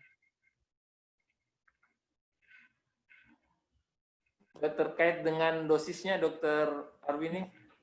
Terkait dengan dosis, di sini saya mungkin kurang jelas dok. Jadi di sini dosis yang digunakan kita tidak menggunakan dosis tertentu dok.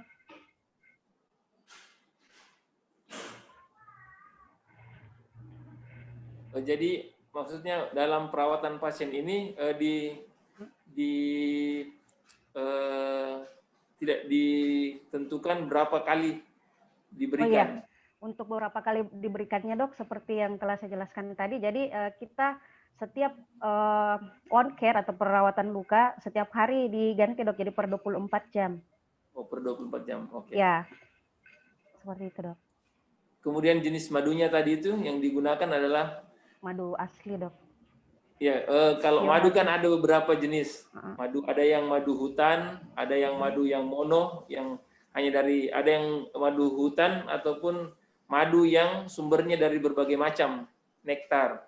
Kalau ada yang madu mono itu yang hanya satu nektar, misalnya dari bunga apel saja, dari bunga kapuk saja. Ini untuk digunakan jenis madu apa, Dokter Arwini?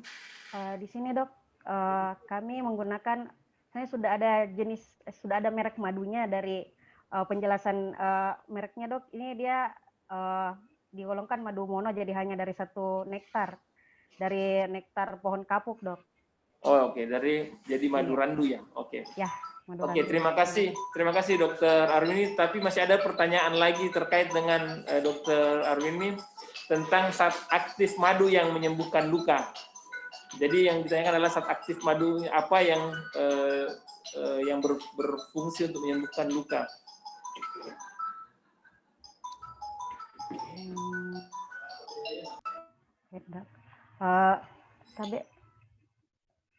Masih kedengaran? Ya, tapi dok, jadi dari hasil pencarian literatur dok, di sini zat aktif, di sini madu dia membantu penyembuhan luka itu dari 4 fase penyembuhan luka. Madu membantu di 3 fase. Jadi yang pertama itu ada di fase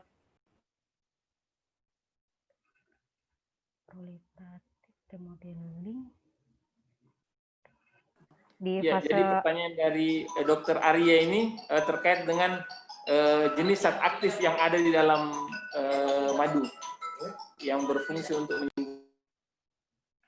Ya, baik dok, mohon maaf tadi keliru. Jadi di sini madu dia memiliki zat aktif yang berfungsi untuk antibakterial, kemudian antiinflamasi, dan kemudian ada juga antioksidannya dok, untuk antibakterial. Dan jadi tidak ada zat khusus untuk yang berfungsi hanya untuk satu hal. Jadi misalnya hanya untuk antibakterial tidak ada. Jadi kandungan dalam madu contohnya dok yang hidrogen peroksid, di sini dia membantu penyembuhan luka dalam bentuk antibakterial dan kemudian juga sebagai antiinflamasi dan debriding action.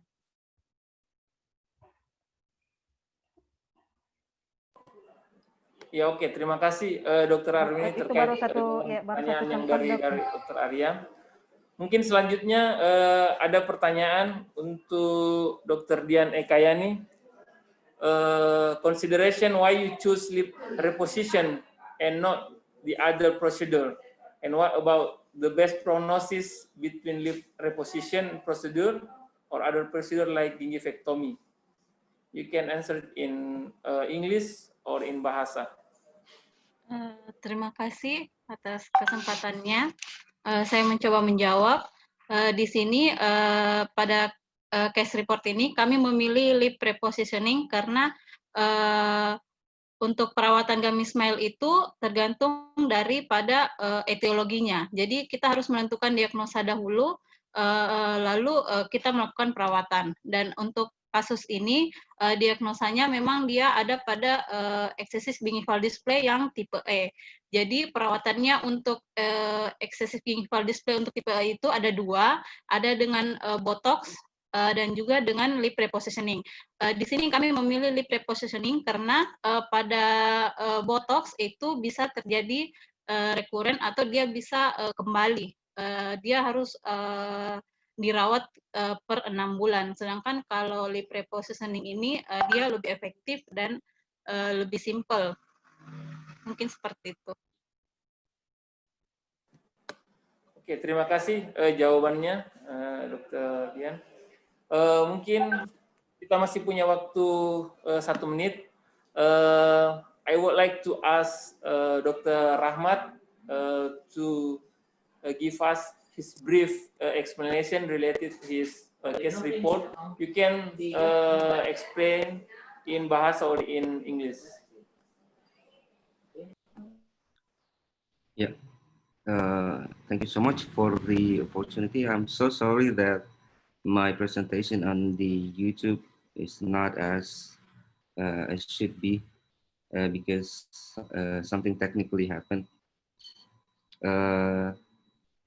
Let me explain in Bahasa, Dok.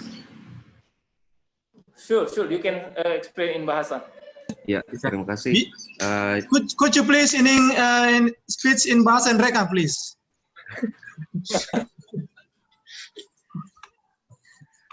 Mohon maaf sebelumnya, Dok.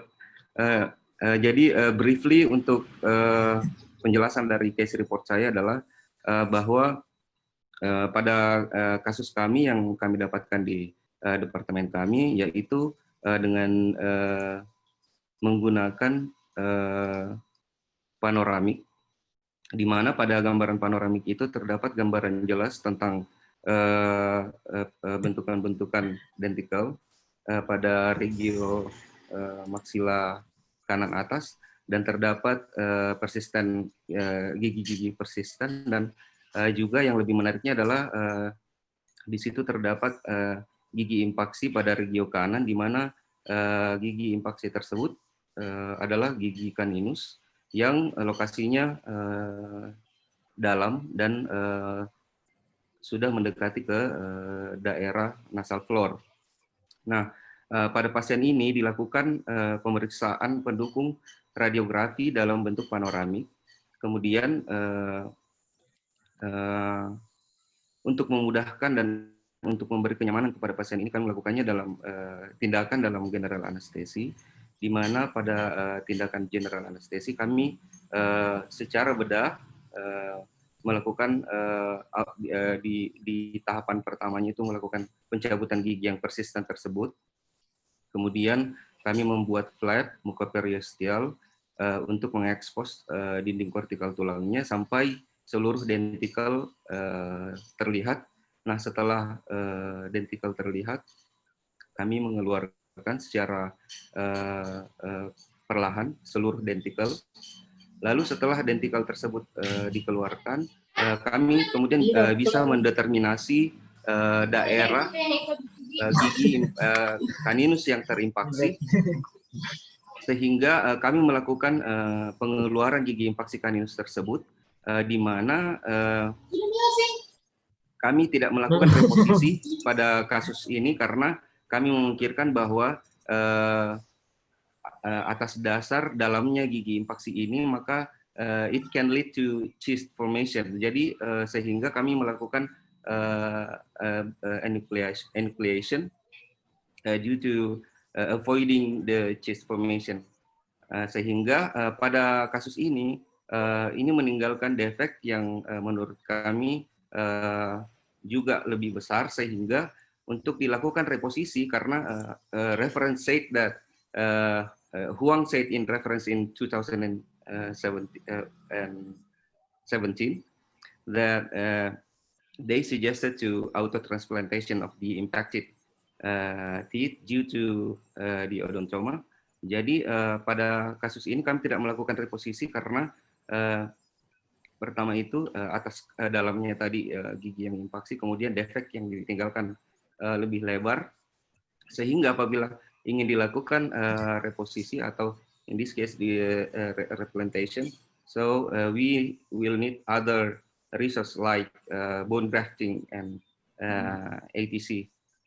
Sehingga pada pasien ini kami tidak melakukan dengan keterbatasan dari resource dari pasien. Sehingga pada kasus ini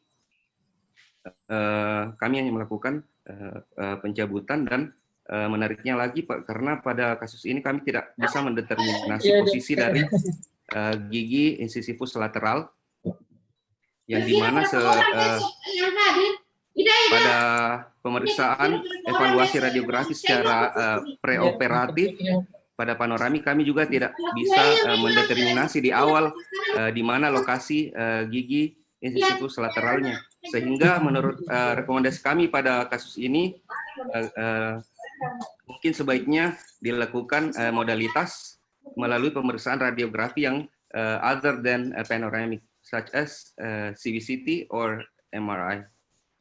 Begitu, Dok. Izin. Okay, thank you, Dr. Ahmad, for your explanation. Hopefully, all the participants will can understand about the Dr. Ahmad case report. So maybe this is the last question to Dr. Siti Rauda.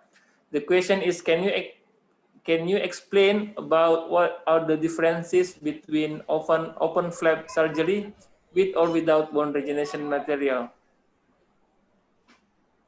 You can answer it in English or in Bahasa. Okay, thank you for the question. Kedengaran, Dok?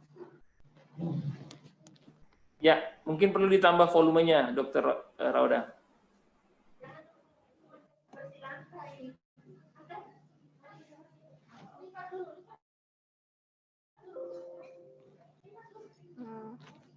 Ada, Dok, sudah kedengaran, Dok? Assalamualaikum warahmatullahi wabarakatuh. Saya akan mencoba menjawab pertanyaan. Jadi perbedaan mendasar dari OFD open flap debridement sendiri ini dengan kombinasi OFD dan bahan regeneratif, yang dimana dalam case report saya ini yang digunakan itu adalah bahan regeneratif, bone graft, dan membran sintetik. Yang kami gunakan itu dari bahan yang telah jadi, batan. Perbedaan mendasarnya cuma itu. Kalau misalnya OFD sendiri saja, kita cuma membuka flap pada daerah defect dan membersihkan defect yang membersihkan permukaan permukaan akar. Sedangkan yang dengan bahan regeneratif, setelah itu dilakukan penutupan flap kembali.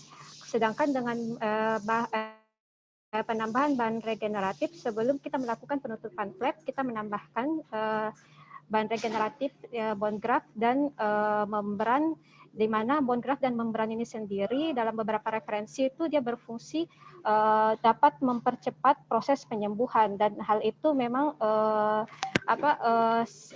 sama dengan hasil dengan case report kami, di mana dengan penambahan bahan regeneratif kami bisa melihat terjadi pengurangan kedalaman pocket yang lebih cepat pada prosedur penambahan bahan regeneratif tersebut. Mungkin itu saja jawaban dari saya, Dok.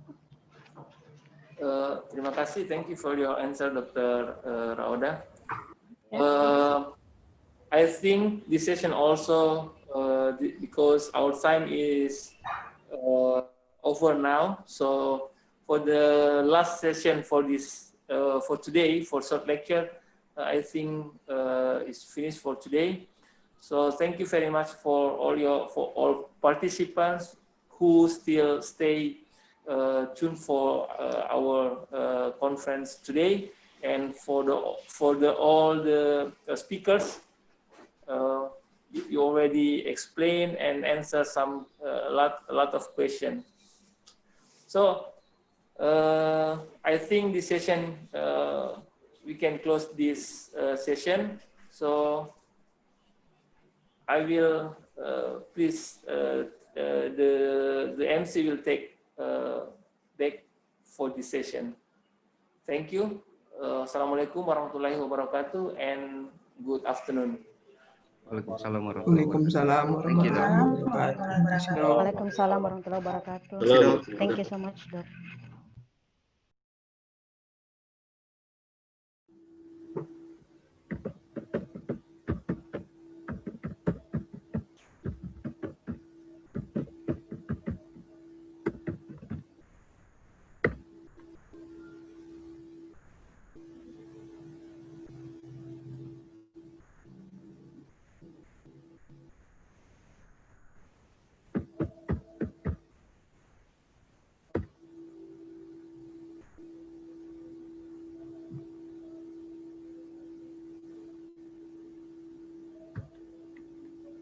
Ya, bicaranya saja. Oke, kepada teman-teman, jadi untuk untuk kegiatan hari ini sudah selesai. Insya Allah akan kita lanjutkan lagi besok hari. Terima kasih banyak atas perhatian dan kerjasamanya. Kita boleh leave sekarang. Terima kasih. Bila taufiq wal hidayah. Assalamualaikum warahmatullahi wabarakatuh dan selamat sore. Oke dok, aman. Ada yang sih,